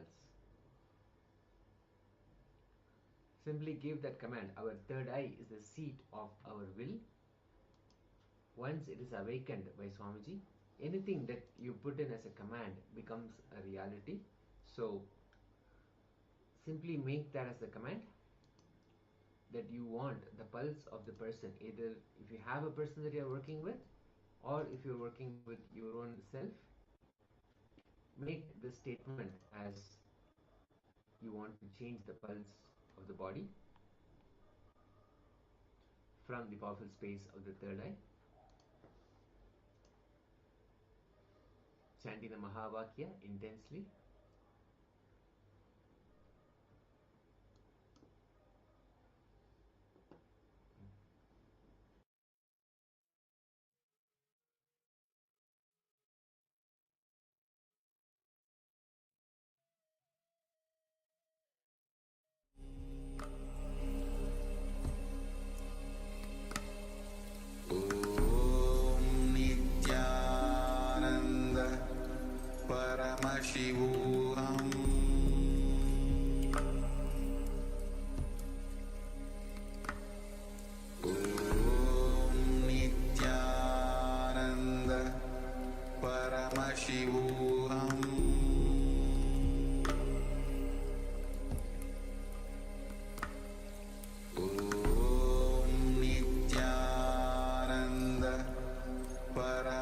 Paramashivoham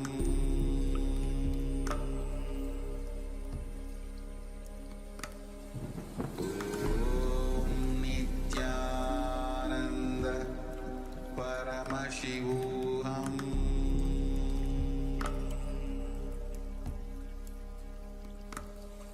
Om Nithyananda Paramashivoham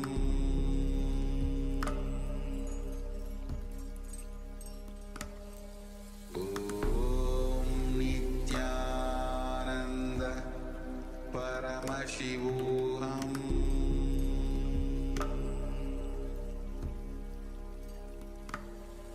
Om Nithyananda Paramashivoham.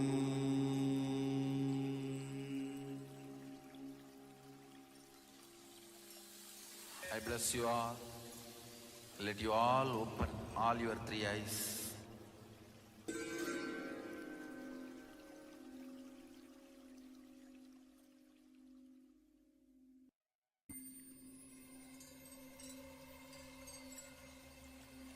I welcome you all with my love and respect.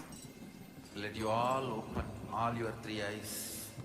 Om Nithyananda Paramashivoham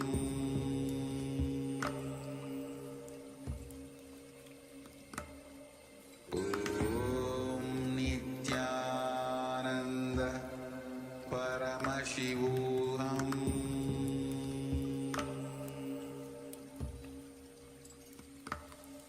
Om Nithyananda Paramashivoham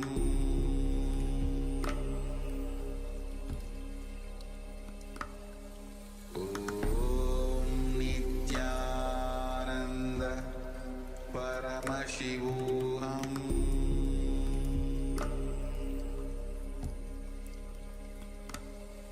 Om Nithyananda